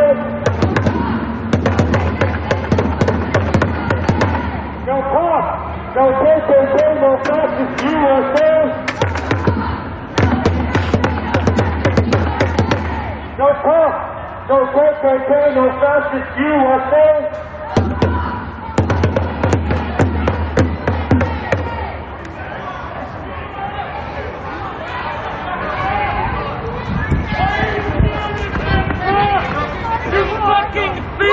Get the White House! Get the fuck out of here!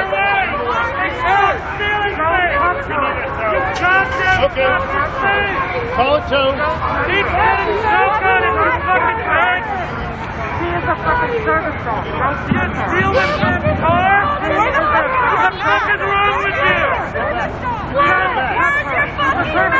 Get the fuck out of our way so we can continue your fucking job, fucking fascist! Are you gonna move your car? That's on the mountain. You are in the way! Get out of the way! We're about to go!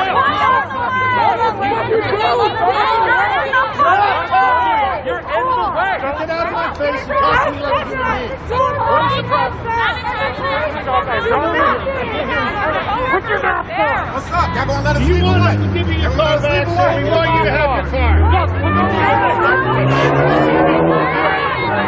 Stop talking to me for a second and listen. What your fucking job? Why are you not moving your vehicle? Tell the merchants get it. No, then we're towing your car with the dog in it or without.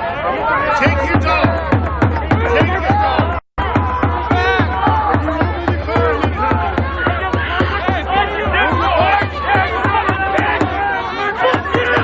We're not fucking moving back!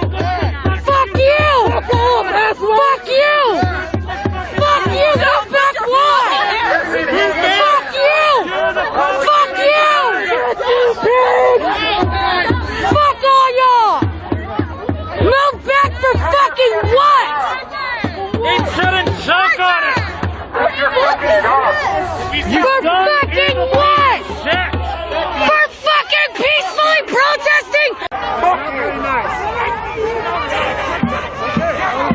Fuck you! Fuck you! Fuck you! Fuck you! I need you to move your vehicle now or I will impound it. Okay? Now, right this minute. Move your car. Ma'am, move your car. Right now, or I'm going to impound your property. We need to get back behind the tape and behind that crowd, please. We cannot. Get your hands off of me!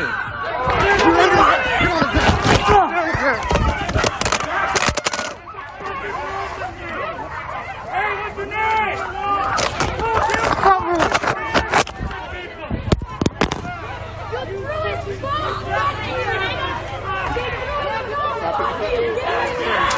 I just want to pick it up. I just want to pick it up. I just want to pick it up.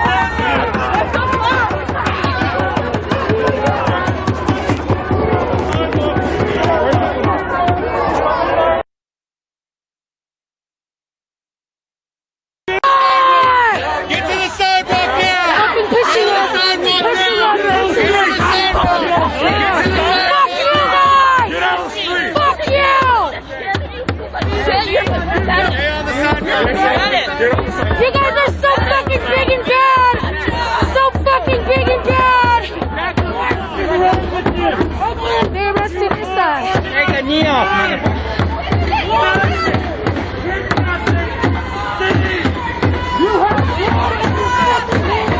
Fuck!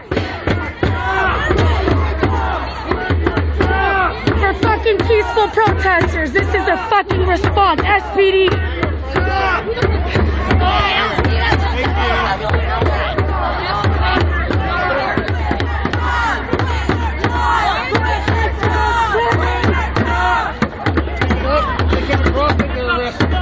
If we cross this, we're arrested. They so-called say fuck them. I say fuck that. You guys are a really great response for peaceful protesters. Real fucking awesome. This shit would have been great at the fucking White House the other day. Real fucking handy then. Fuck you, fascists! Fuck you, fascists! Fuck you, fascists! Fuck you, fascists! Fuck you, fascists! Fuck you, fascists! Fuck you, fascists! Fuck you, assholes! Fuck you! You guys are fucking assholes! You fucking pieces of shit! All cops are bastards! All cops are bastards! You ain't shit! All cops are bastards! You ain't shit! You ain't shit! You ain't shit! You ain't shit! You ain't shit! None of y'all ain't shit! All cops are bastards! All cops are bastards! All cops are bastards! All cops are bastards! All cops are bastards! Are you scared? Are you scared? Are you scared? Are you scared? Are you scared? If you're scared, then you shouldn't work in this fucking system.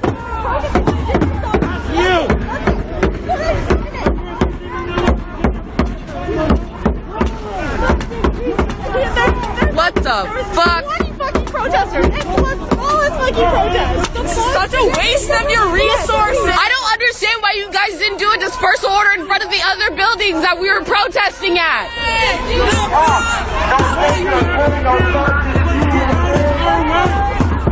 Here to harass and bully us. You made us stay. Fucking fascists! Fuck 12!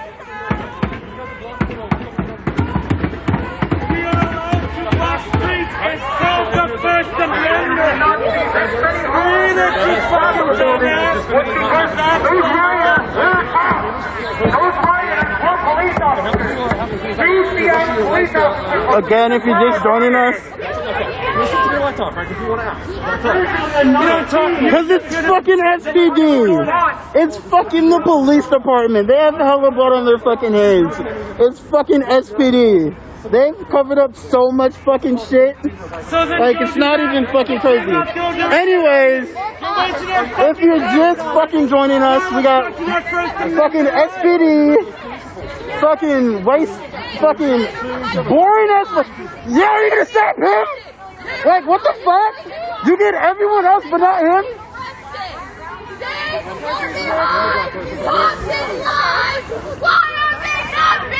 Fucking fascist ass pigs! One arrest. Oh, the cars, yeah.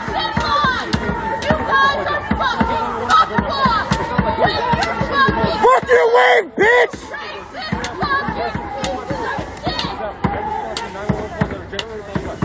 Wow! Because the society at large has requested looks like 10 cars to come here and block the road. Is that what you're trying to let us believe? Let's not believe fucking pigs. You are wasting our tax dollars. You guys literally have nothing better to do, huh? Y'all just have to harass us 24/7, don't you? Okay. Officer! Dog in that car. Can you let that service dog? Can I get the service dog? There's a service dog in that car. Can I get the service dog? Clearly, leave him alone. Can I have the service dog? Is the service dog not in there? No. I think they got it. It's not that. They got it? They get it. What does the dog look like? It's a little white dog. I saw somebody holding a white dog over there. I think they got him. They're towing their fucking car? Why the fuck are you guys towing their car? Why are you towing the car? You guys wouldn't let them leave. Officer Olsen, come on, dude. What are you guys doing out here? You guys are that scared of 10 or 15, 20 peaceful protesters? You're that scared? The back line was. I mean, honestly. Shame on you for towing the car and working with the police, too. No one's gonna call for your service anymore. What the fuck is this shit? We don't like people who are friends. There was no reason to tell us shit. You're wasting time and money. Wasting time and money on peaceful protesters. Look at this. Look at this shit. How many are two guys supposed to be fighting crime? Jesus. Literally, this is what you guys pay the police for. Time and time again. Literally for peaceful protesters. This is what they do. This is what they do. Look at the manpower out here. Look at the fucking manpower. Look at this shit. Look at this shit. Look at this shit. Do you see how many people are here? Do you see how many people are here? 1, 2, 3, 4, 5, 6, 7, 8, 9, 10, 11, 12, 13, 14, 15, 16, 17, 18, 19, 20, 21. Oh my god, like 32 people needs a fucking response this big from SPD because they're that fucking scared. From 2014 to 2018. You see this shit? I'm trying. Gerber again. It's the same fucking towing one from last time. Gerber from the fucking vigil. Officer Naylor, you're somewhere in there. Give the name of the tow. It's Gerber. The tow company is Gerber. And this bias policing and one for excessive force. Officer Mailer, you're somewhere in there. I just want to let you know your mom should have swallowed and you should rot in fucking hell. Yeah. Woo! As a sexual assault victim and a survivor, you are a piece of shit and you deserve nothing in fucking life. Yes! You protect predators and abusers. We protect people and you steal their cars for it. Fuck you.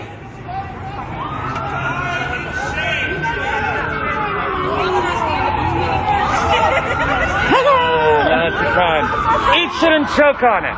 How do you sleep at night? I hope you don't sleep at night. In fact, I expect you have nightmares of us.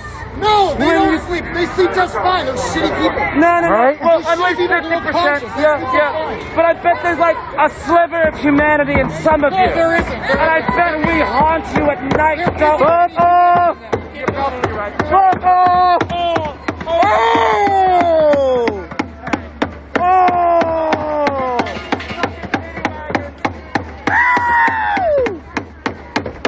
Fucking fascist ass pigs!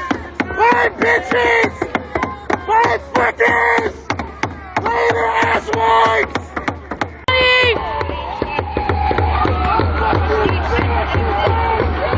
Cities are no longer a main healer. You get the fuck out of here, bitch. After what the fuck happened at the Capitol, get the fuck out of here.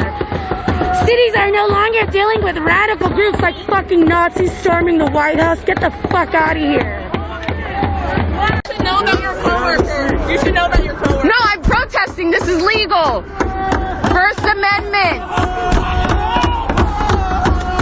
Officer Mailer. Oh yeah. No.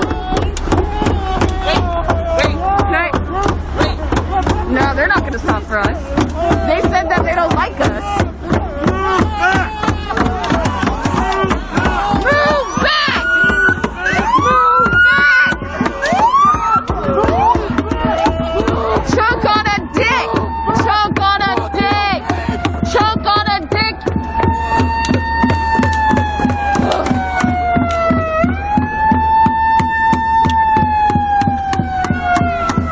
Safe in fucking Seattle. They said we were being fuck out of here. Ain't nobody being no violent here. Oh, they said we were being violent? The heartbeat of Mother Earth. Oh my God, Jesus. Those fucking colonizers. Fuck these colonizers. This is the fucking response to peaceful protesting. Literally, look how many of us are here. I counted like 32 fucking max. But thousands of fascists can storm the fucking White House, and that's okay. Oh my God. Fuck SPD. We're being violent. Yeah. My stream shows us being really violent. We're used to it. Jake, we're used to it. Unfortunately, SPD be on their fucking bullshit always. Literally, that was their response. Because they told us to go away and we wouldn't fucking go away. And we kept walking towards our fucking cars because they don't fucking scare us. Fuck the police.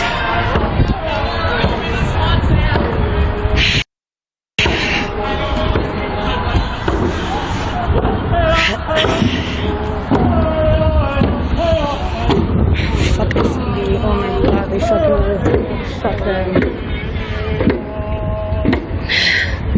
Fuck SPD. Okay. Oh no, SPD is one of the worst. They're one of the worst. Fucking poor Ian. Okay, I think we're gonna go back to our starting spot. Hold on a second. So that's that. That's what peacefully protesting gets you in Seattle. But a bunch of Nazi fascist assholes can storm the White House. Are you going back? Can I get in? Oh, hold on. Ended this way. Fuck the police. Fuck the police! Fuck 12. We don't do what they want. Fuck 12. We don't do what they want. Fuck 12. We don't do what they want. Fucking bullshit. Okay. There's room in here too, I think.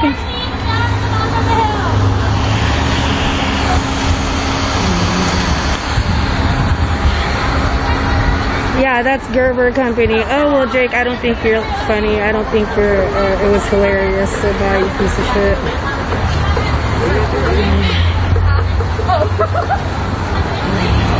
Thank you, Car Brigade. Thank you, everyone who came out to march today.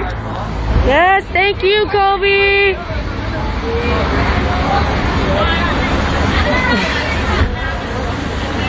kind of shit happens, it's to be expected. SPD are a bunch of dicks and they don't like anyone speaking out right against here. them. So She's giving me a ride here we back. go.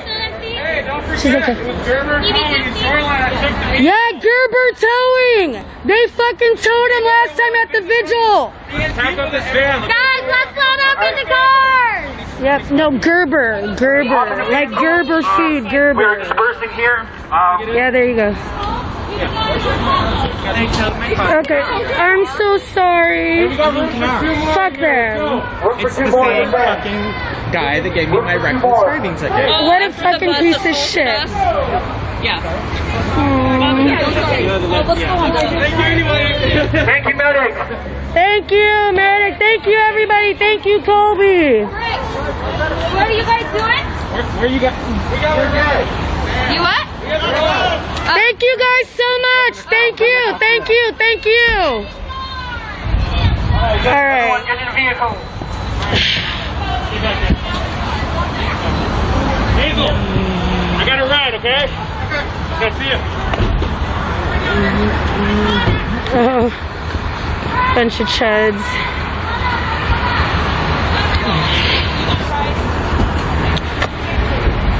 The hateful pieces of shit. Okay, guys, so that's what fucking happened. Okay, so we'll take Christina back to the starting point. Yes, yes, please. Okay, guys, I'm getting right back to my car. So, I will take all you lovely people. yeah, SPD's on their bullshit. We already know, we already saw, so that's great. I'll be streaming from here, obviously, until my ban is gone in a month. So, love y'all too. Love, peace, chicken grease. Fuck SPD, always.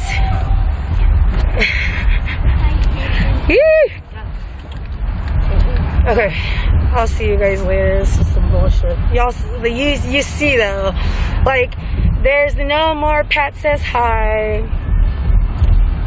to you guys.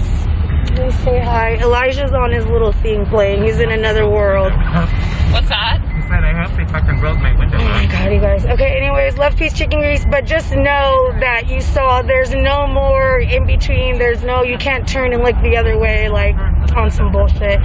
So, alright, you guys. Love, peace, chicken grease. Fuck SPD. I'll see you guys later. I'll be streaming from here. Please put the word out. Yeah, that guy. Alright, bye, you guys.